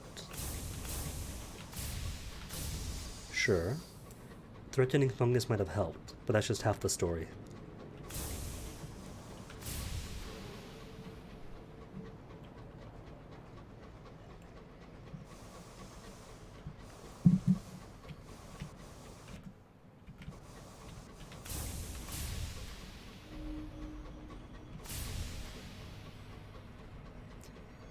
Alright, didn't talk to the rats yet, have I? Did I? Don't think I did. Speak to the Rat Brigade. You have the number and the location to Sarge's account. It is time to head to London. After Eltheria. Maybe tomorrow. The whole brigade are gathered around Cinder's nest of spent bottles and old journals. All eyes are on her. She pads over to the lieutenant. His mustaches droop. But he meets her gaze. Here's the thing. I don't like you. I don't trust you. Cinder stands nose to nose with him. But you were given a number and you've shared it with us. We'll see this to the end. All of us. Just don't try anything. The LT nods.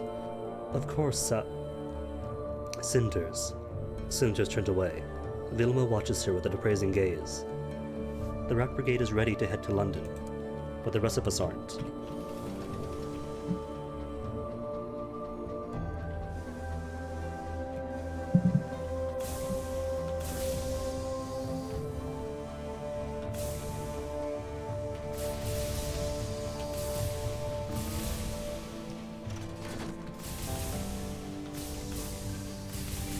More hours.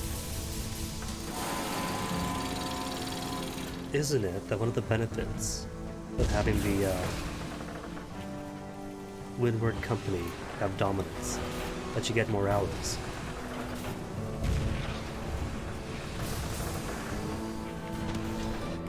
And yet there's been plenty. Scuttle, don't need. Sees a cargo. Not seeds, but even more hours. And that is why I don't stress the hours trade. Even if you don't buy hours, the game throws all the hours of the world at you. Cuddles Cone.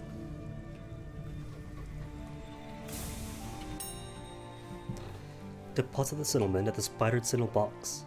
He steps and wrenches his footplate onto the Signalbot's porch. I'm not that admires spiders, if I'm frank. Anyway, I shan't be long. Cup of tea? Ooh, thank you.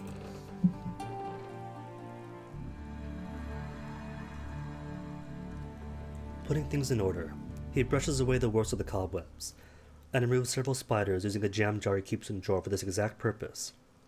This place will be the death of me, he murmurs. Foreshadowing, he brews you a cup of tea in a battered old kettle, on a battered old stove. He then tips it away and brews another one that doesn't have boiled spiders in it. Oh, you know what? Free story, but last year, did exactly that. Took like a week off, I think, for GDQ to watch it and enjoy it. Went back on stream, the week afterwards, brewed up my tea. I wouldn't say it was a weird tasting tea, but I felt weird after drinking it. Then the next day, take my kettle out so I could fill it up with water, and see something weird floating on the bottom. That wasn't quite floating wisps of calcium. Turned out to be a very well roasted spider. That was drinking for like, who knows how long. Examining this guy.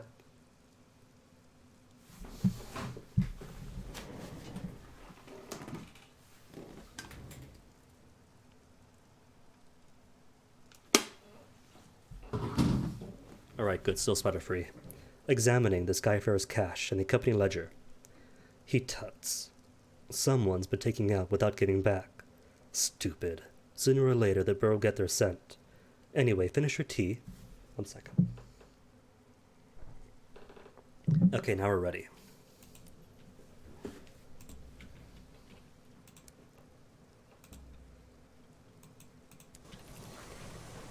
Back to Winchester then. Could stop by Port Davon, but until I get those bee hairs, there's not really anything for me there yet, and it hasn't been long enough, not nearly long enough, to reset Port Davon and get a quiet day again. Nor could I expect them to flip off their bargains, to switch from hours to seeds, which would at least be convenient. Buy seeds at Avon, sell seeds at Avon.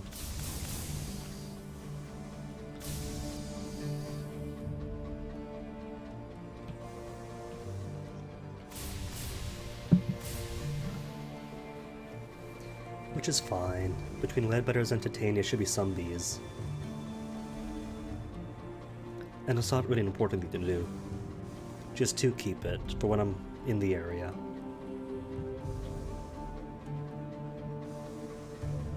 More homesteads. Cannibals here, or more exciting things.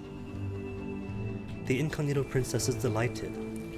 I had a doll's house this size, much prettier of course. Settle down beside a humble homestead whose owners, despite the ragged sleeves, insist on inviting you in. Okay, just gossip for supplies. Or reduce terror. No cannibals, no cannibals. Just hard-working, humble folk of simple means.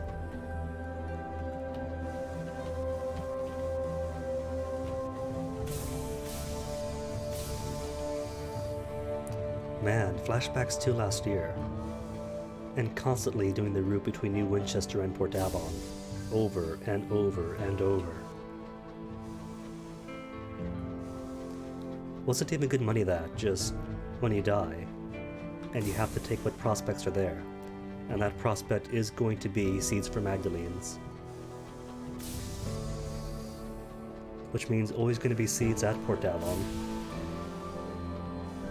That was brutal. That was like 7 deaths in one day. Like way back when on the first week of this.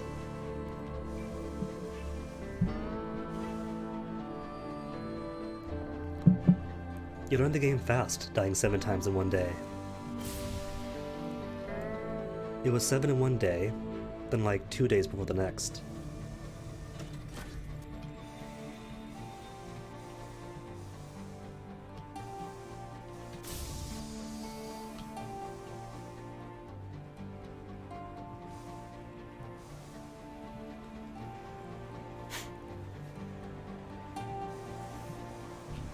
And dig it.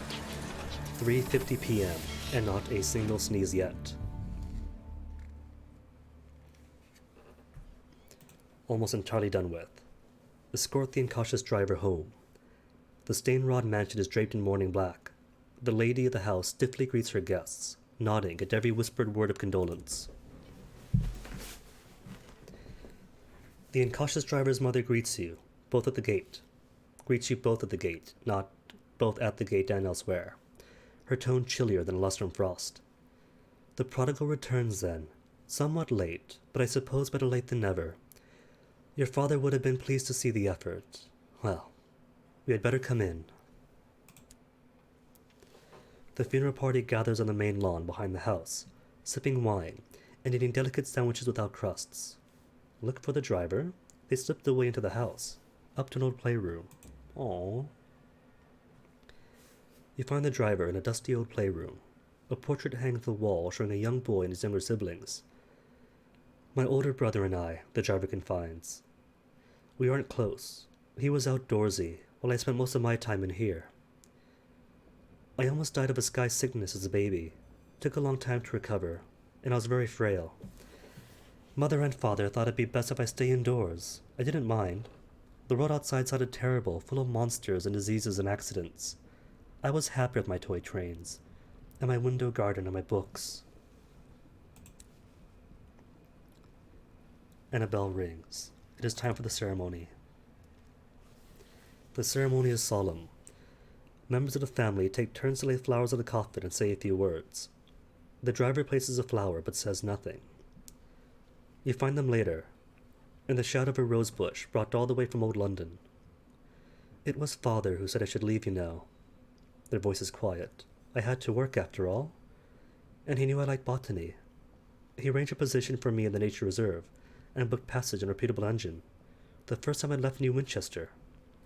Pick a rose. There's a tear in the driver's eye. The moment is awkward, and it may spare their feelings if her attention was elsewhere. No, that's rude. They need attention, not to be ignored. Lay your hand on the driver's shoulder. The awkwardness of the moment should not keep you from offering comfort. Yeah, duh. We crashed inside of our destination. When I stumbled into port, I wasn't afraid of anything anymore. I thought I'd found my courage in the wilds. But it was a verdant, wasn't it? It colonized me, and took away my fear. The driver looks at the house, to the dark window of the playroom. When it's done with me, Which version of myself will remain? They frown. Can we go now? Okay, let's then. And no new prospects, just seeds from everywhere to everywhere.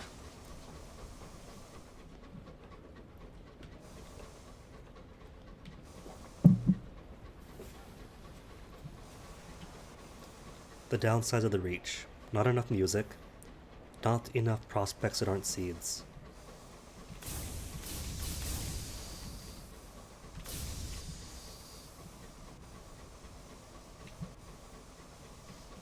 But it's got Maggie's, and that makes up for it.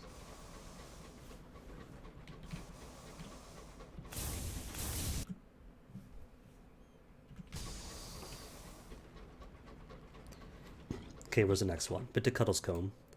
Next is en route. No. Next is Eleanor Green.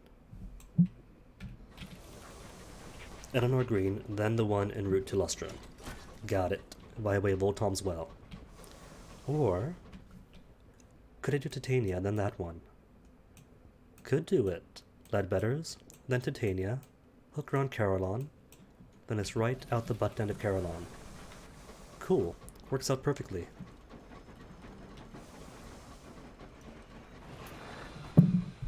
And I've already got the well right from the Well of the Wolf. 78 hearts without impacting my mirrors and irons too much.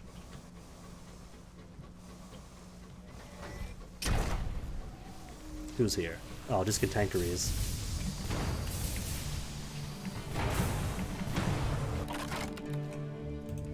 Good spot, buddy. So what then, benefactors? 4 of you and I got 31. 2 of you got 34. Just get the gossip then.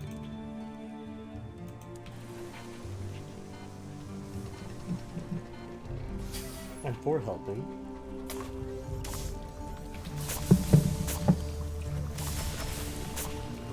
I'll be nice and permit, fine, both Cantankeries to live.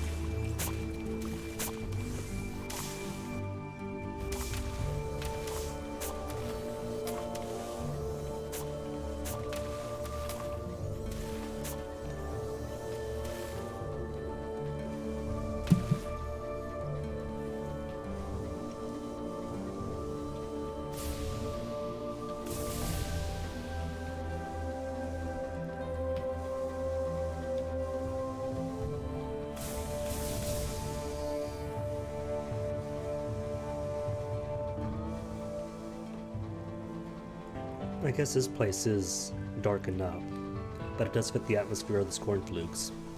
But not wet enough, is it?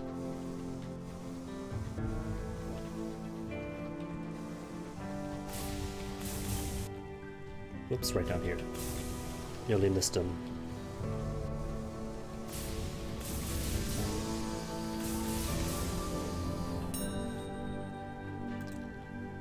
Or was that it?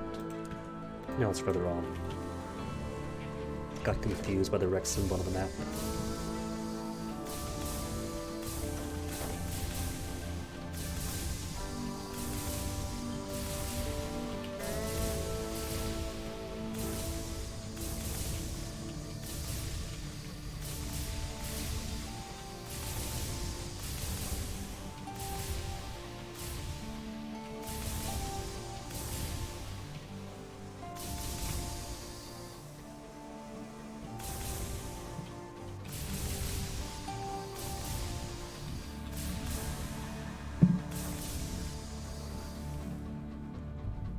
Then this one, then the one after, then he's vanished.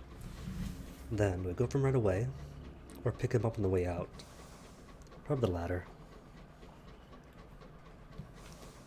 Not too much to do here anyway. Especially now that lesson's dried out for this character.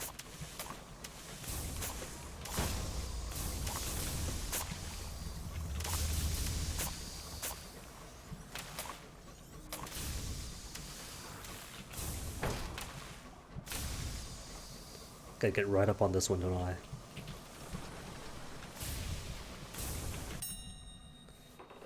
Deposit the cinnamon at the overgrown cinnamon box. Look at the state of this place, he grumbles. Cut it away and it grows back. Fruitless, bloody job. Despite his complaint, he prunes away the vines as neatly as a widow as a window box. Some recent visitors left cigarette butts and unwashed cutlery scattered about. The cinnamon tidies them away. Then, taking a key from his pocket, he unlocks a drawer and removes a stuffed envelope from it. It contains old newspaper clippings about the construction of the Isambard line. Their tone is breathless, exalting the vision of the Quixotic squire. It's easy to forget people actually thought we'd manage it, the gentleman muses.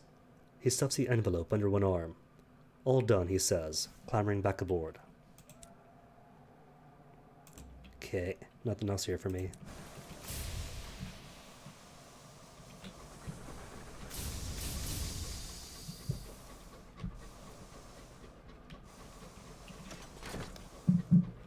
And Eleanor Green's a special place for me.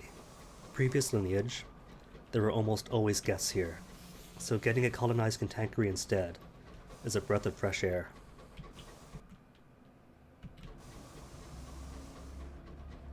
Was that a homestead? Guess it would have been. Eleanor's almost always got a homestead on her.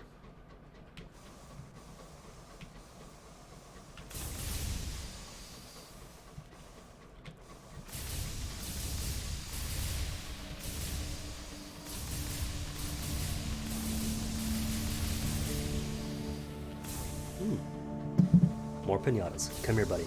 Come here. Turn around. Turn around. Good. Perfect.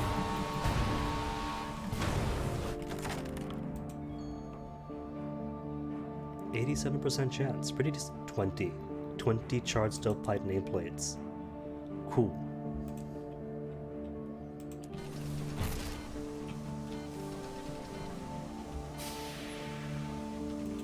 Wait, how now, driver? Anything else to talk about or now? Check on them, couple with urgency, and make a decision. The funeral has left them conflicted about their future. What do I want, Captain? The driver smiles awkwardly. How can I even tell anymore? Everything in my head says I should go to the nature reserve.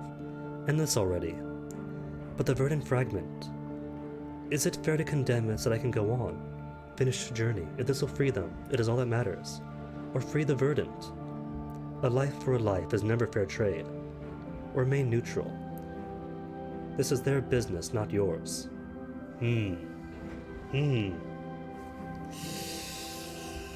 Oh no, I've got to wiki this. Because if I end up losing the driver for the entirety of this lineage this early in, 2 weeks in,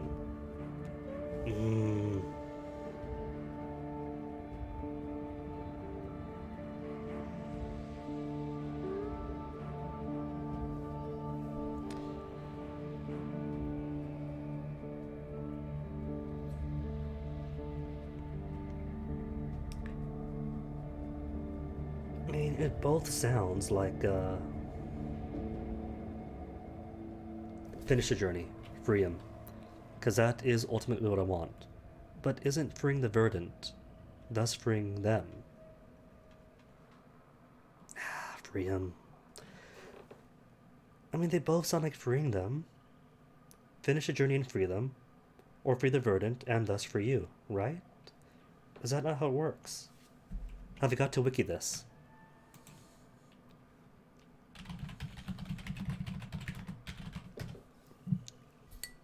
I'm allowed to, because I played before. Just forgot which exactly does what.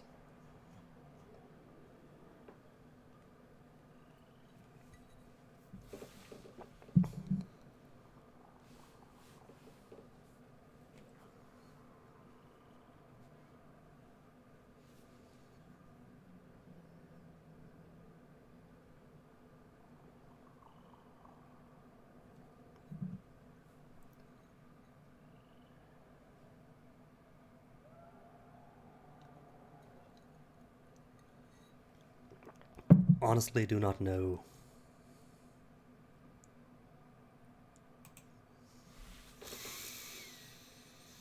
Finish the journey then. You are right, of course. I spent too many years worrying about the consequences. We must finish this. To the nature reserve then.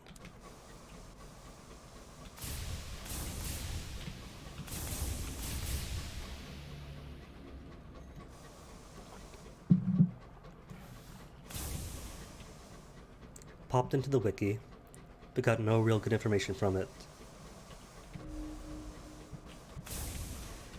To go to, or to release the verdant then and there.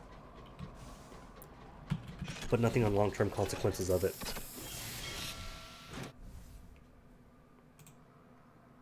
Well, 50 already. 26, cool.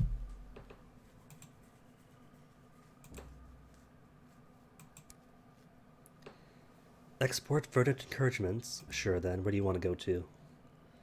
To New Winchester, easy enough. Sapling Knots, Winchester 2, or Port Prosper? Port Prosper, of course.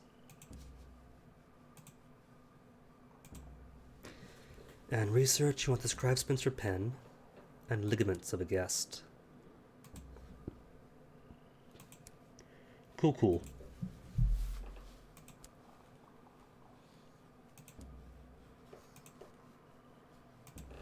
Quick trip in, cool enough.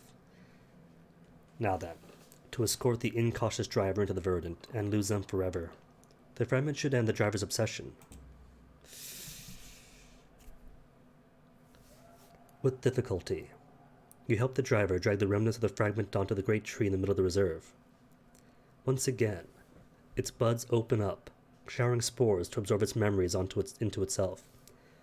You are close enough to taste some of them yourself this time, an acrid, sour taste in the back of your throat.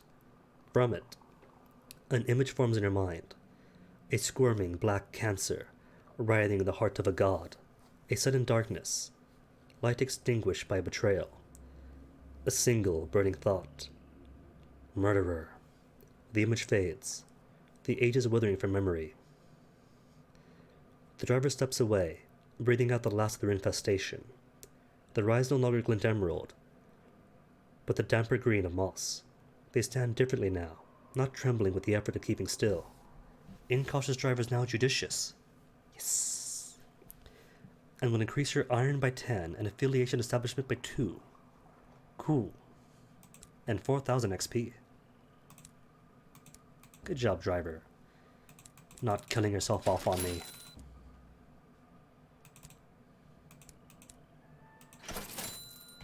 What's in my hold now? Oh, right. The 6 crockery that I picked up. Anyway, driver. 10 irons. Establishment with 6 fails and 2 irons and villainy. 76, 68, 58. Cool. Dude, 4 establishment. Could I bump it up by 1? Because there was that one thing at Caroline wanted to do, but never could. Academy, establishment, Bohemia. So I could get villainy, not villainy. Same thing, really. Establishment 5. Cool. Think I shall then. When I get to Caroline. Not now.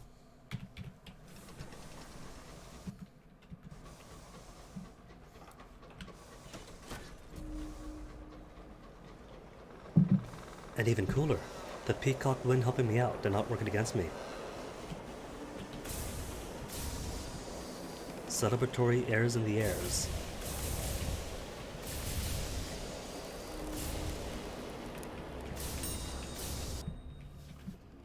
Supplies for Bronzewood, good deal. And speaking of which, can I talk to my driver now?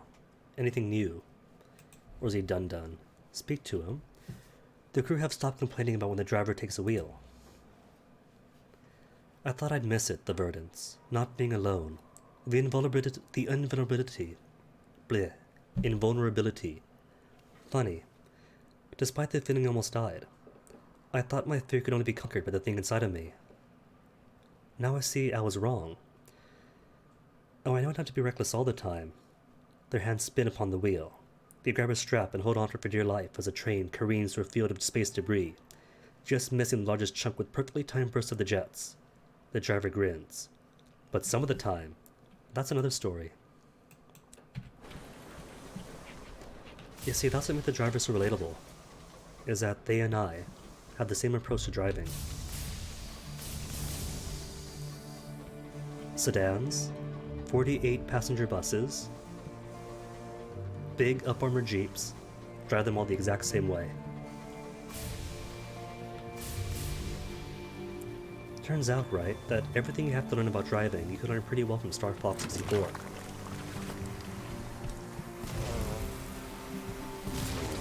Almost the exact same mechanics.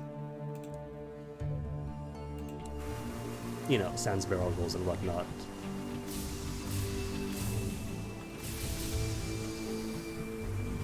And U-turns in a car are a bit different from U-turns in an R-Wing.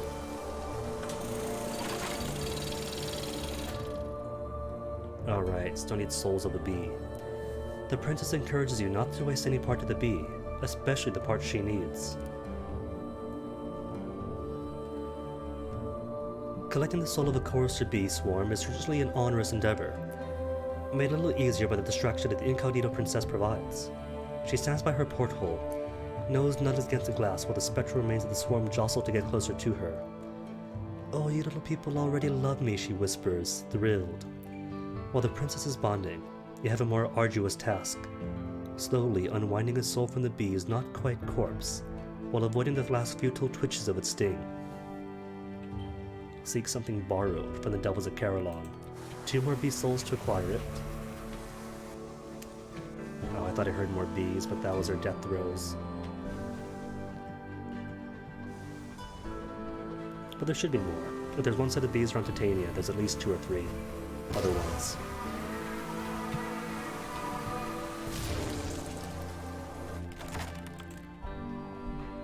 More souls and the exact same text. So if I was a 3rd set of bees, where would I be? There they are. Get back your buds.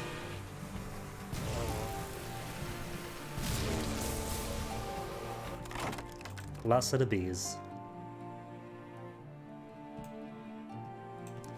She wishes you to head to Carillon now. Cool. Lucky for her, that's the next stop.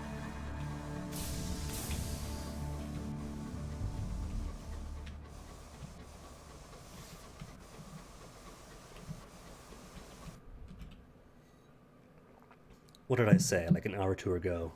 They only do this close to port because they know that if they pull the stunt, I'm going to give them more brandy, and it always works every single time.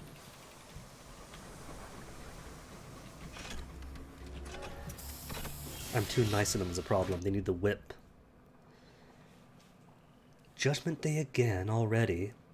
The sirens sound their warning, and the Titanians steal themselves another apocalypse of bees. Confessions are made in the streets, along with kisses that may be the participants' last. Success, and oh no, 3 crew lost. The chorister hive fills the air with the stingers and song. Titanians resist as best they can. Once the hive has collected its nectar, and Titanian's home is ravaged, it leaves again for the further parts of the Reach. But it's not too damaged. Port repairs, 10% damage, so it only costs 10 sovereigns. How cheap. I mean, it is poets and whatnot, so I guess they're being overly dramatic about how damaged they are.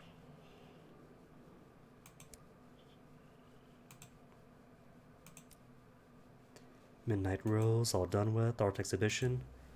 40% out of 50. 50% current funding. Okay, then I could afford. It's 500, isn't it? For the next stage. I'll stop being cheap then. The rhapsodic mayor shakes your hand. Such generosity. We'll get to work at once. Our next upgrade is going to be Poetry Academy, Theater. Oh right, they've already got the Cavi, is the House of Cavi. Next is Academy or Theater. Arguments? All 3 agree that Titania represents a phenomenal new opportunity for art. Where they differ is on whose definition to use. Poetry Academy. Of course we must make this a home for the greatest and most noble of the art forms. Music? Statues? A plague on both your houses. Theater? Not just any theater. The greatest theater in the Reach.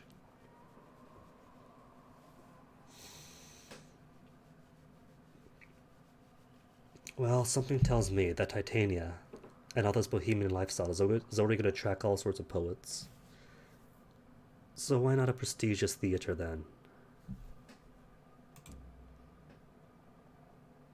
With your support, the suggestion passes. Construction begins.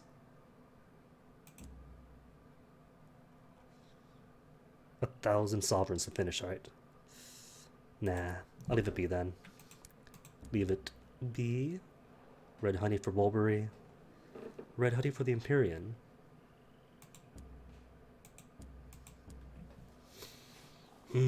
Concealed cavities for +2. Cabinet of Curiosities another +2. 6 quarters and more hidden compartments. With Veil 75. Well, they aren't too expensive, are they? And it's how many honeys that they want. For the Empyrean. 7 firkins. Okay. Nah. Not gonna bother.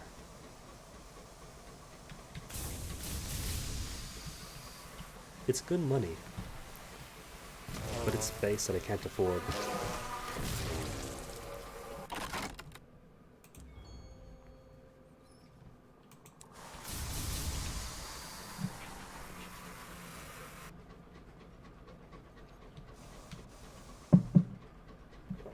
To Carillon next yet. And finally, I'll be able to start off this one thing that requires 5 establishment. That sounds easy enough to do, but on the previous lineage couldn't ever get it up that high. Since almost every single one of my officers went full-on revolutionary.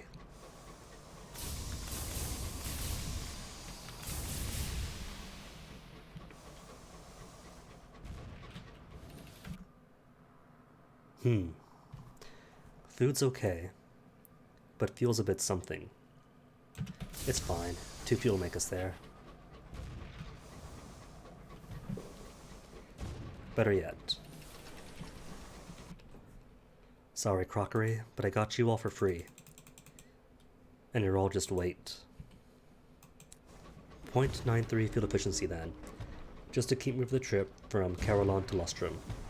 And if I'm lucky, this won't be even more crockery.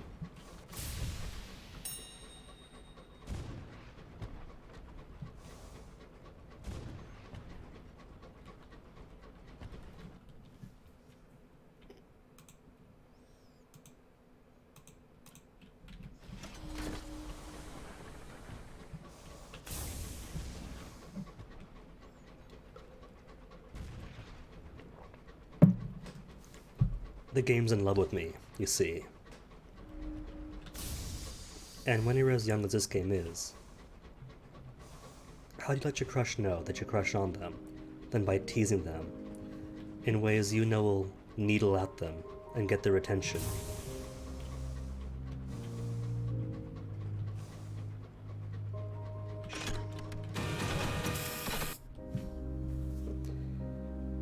Due to undermanning, one of your crew cabin sits empty. I'll sit in it. 9% chance of failure. Cool. Literally.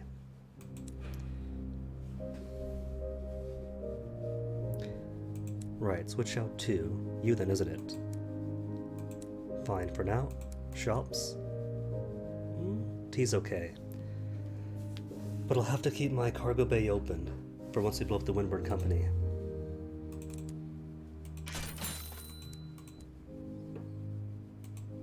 Drop Terra down some.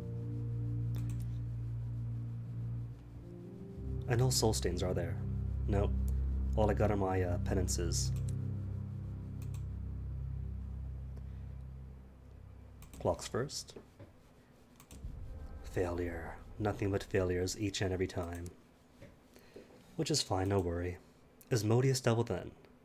Abstemious. No sooner have you stepped off your engine that an invitation is pressed into your hand. Dear Professor, I understand you to be a person of admirable association. I require a sympathetic and intrepid captain. I hope that is you. It smells faintly of brimstone. Well, first, port report. Then his invite.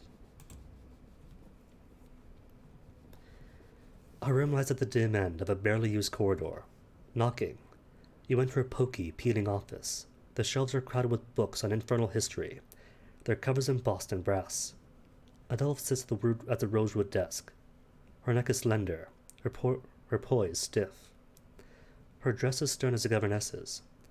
She's lunching on a salad of unidentifiably bland vegetables. Thank you for coming. She seems reluctant to look at you.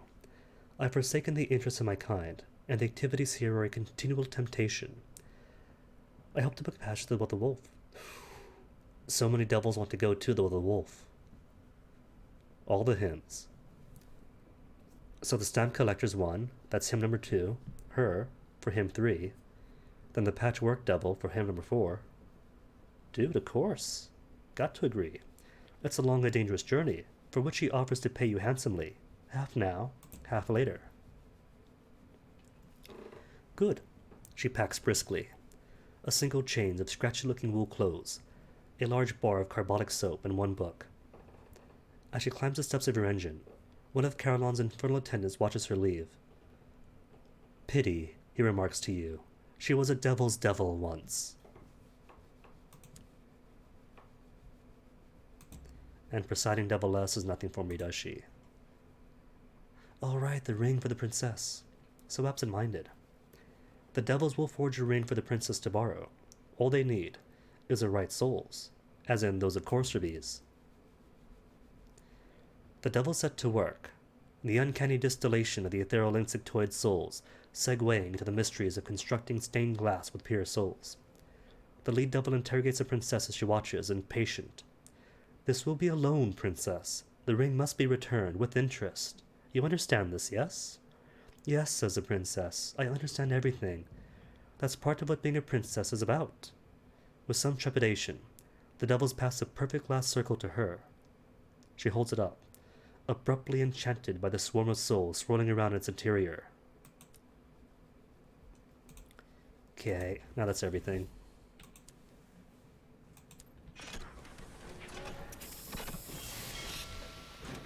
With hopefully just enough fuel to make the way to Caroline. Oh wait. That's alright. Made a small dump, forgot to switch officers out. So I'm only on half heat for now, but that's alright. There's nothing dangerous between here and Lustrum to worry about. At worst, I'll get maybe a scribe spinster. And I could raid the cache. Raid the cache, get more fuel. Then toss in money or something to placate the debt.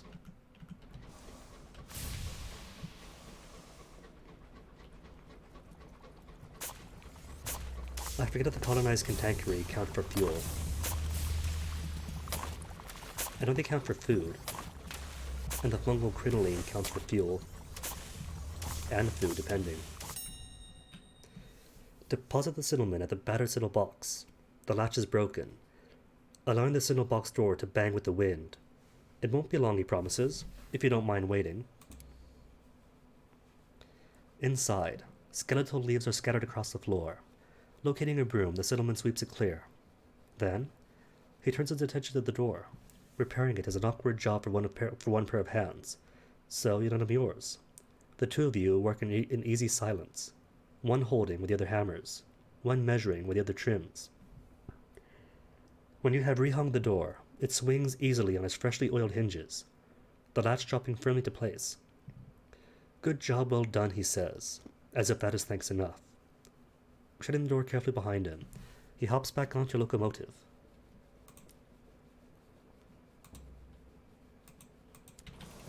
No debts for me, not with giant sky beasts. So now, Siddleman, are you satisfied with the state of the Siddle boxes? You have visited each of the 4 Isambard line Siddle boxes, as he requested. He's in his cabin, surrounded by notes and pages of his unfinished Siddling catalogue. A dim light illuminates the scribbling path of his pen on a fresh page. His pace has increased recently. Aye, a good job well done. But if you'll excuse me, I have a chapter to finish. As you leave, he calls back to you. Professor. His brown eyes are firm. Thank you. I don't know why you bothered, but you did. The Siddleman is nothing from at the moment. Be patient. How's work progressed? He's only just leaves his cabin for the performance of his duties. He's polite, but distracted. He is clearly relieved when you signal for his pending departure from his cabin. Okay. So just gotta be waiting and he'll be done with. Probably finish him off by tomorrow.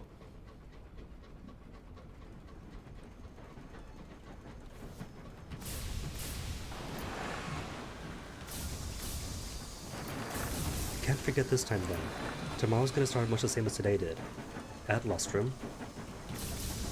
With the temptation of spider eggs.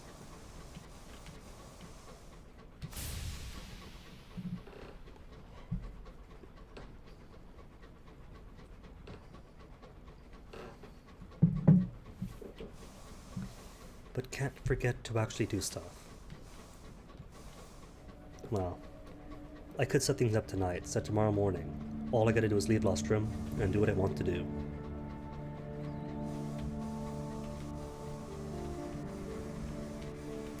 Which won't be too much, since the claim is already exhausted, so there's nothing else here but Sweet Jane, Windward Company, buying stuff, and that's it. And port reports, of course. But that hardly counts.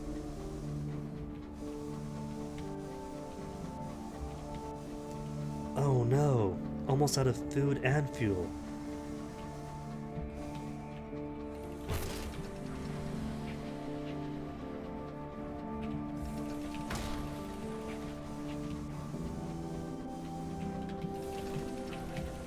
A little bit more. Cool. We're low on fuel, reports the navigator. When the crewman looks over in alarm, he adds, "Only low, not out, we're fine." Where's my parking? There's my parking.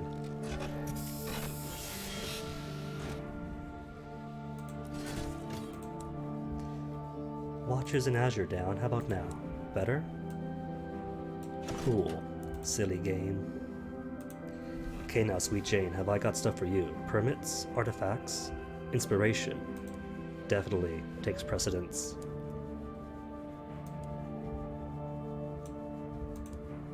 Then permits. If she'll permit me. Huh? Permit? Permit?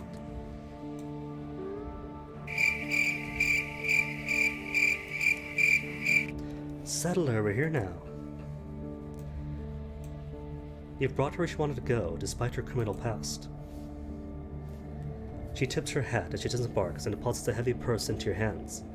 She whistles a jaunty tune as she makes her way to the station. 200? Pretty good. Better than the regular bonuses. Alright then, Hangman's Pub. Retrieve crew in a second. Plot against the Windward Company. The Windward Company's factory poisons the air. Worse, their miners take all the best claims. At the back of the Hanged Men, schemes are in motion. The prospector sees a newcomer, but you've proven your mining chops. The numbers are too few to reject you. They let you into the war room at the back of the Hanged Men. Something, they say, must be done. When asked what, they frown. Something big, they declare. It appears. It appears. That is as far as their resentment has got them. Aggressive action. It is a time of action, and a very large explosion. You could even build the device they'll need. Everybody's capable of building bombs, apparently. The back of the pub is silent while you work. It's not long before you summon the bomb. All that remains is to slip it into one of the barrels heading for the Windward Factory's mighty furnace. When it comes, the explosion is glorious. A slow-motion flowering of flames that lasts much of the day. No one is hurt. Even the closest have plenty of time to evacuate. The damage to the inside of the factory is nigh incalculable. This factory will not be processing any more hours for the foreseeable future. 3 hours, not too bad, but still, hours are hours. And crew can't keep hanging around the mountain forever.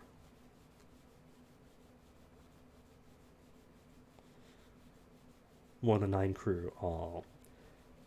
So I could have had them all. Who all's left even? Is there a count for how many crew left behind?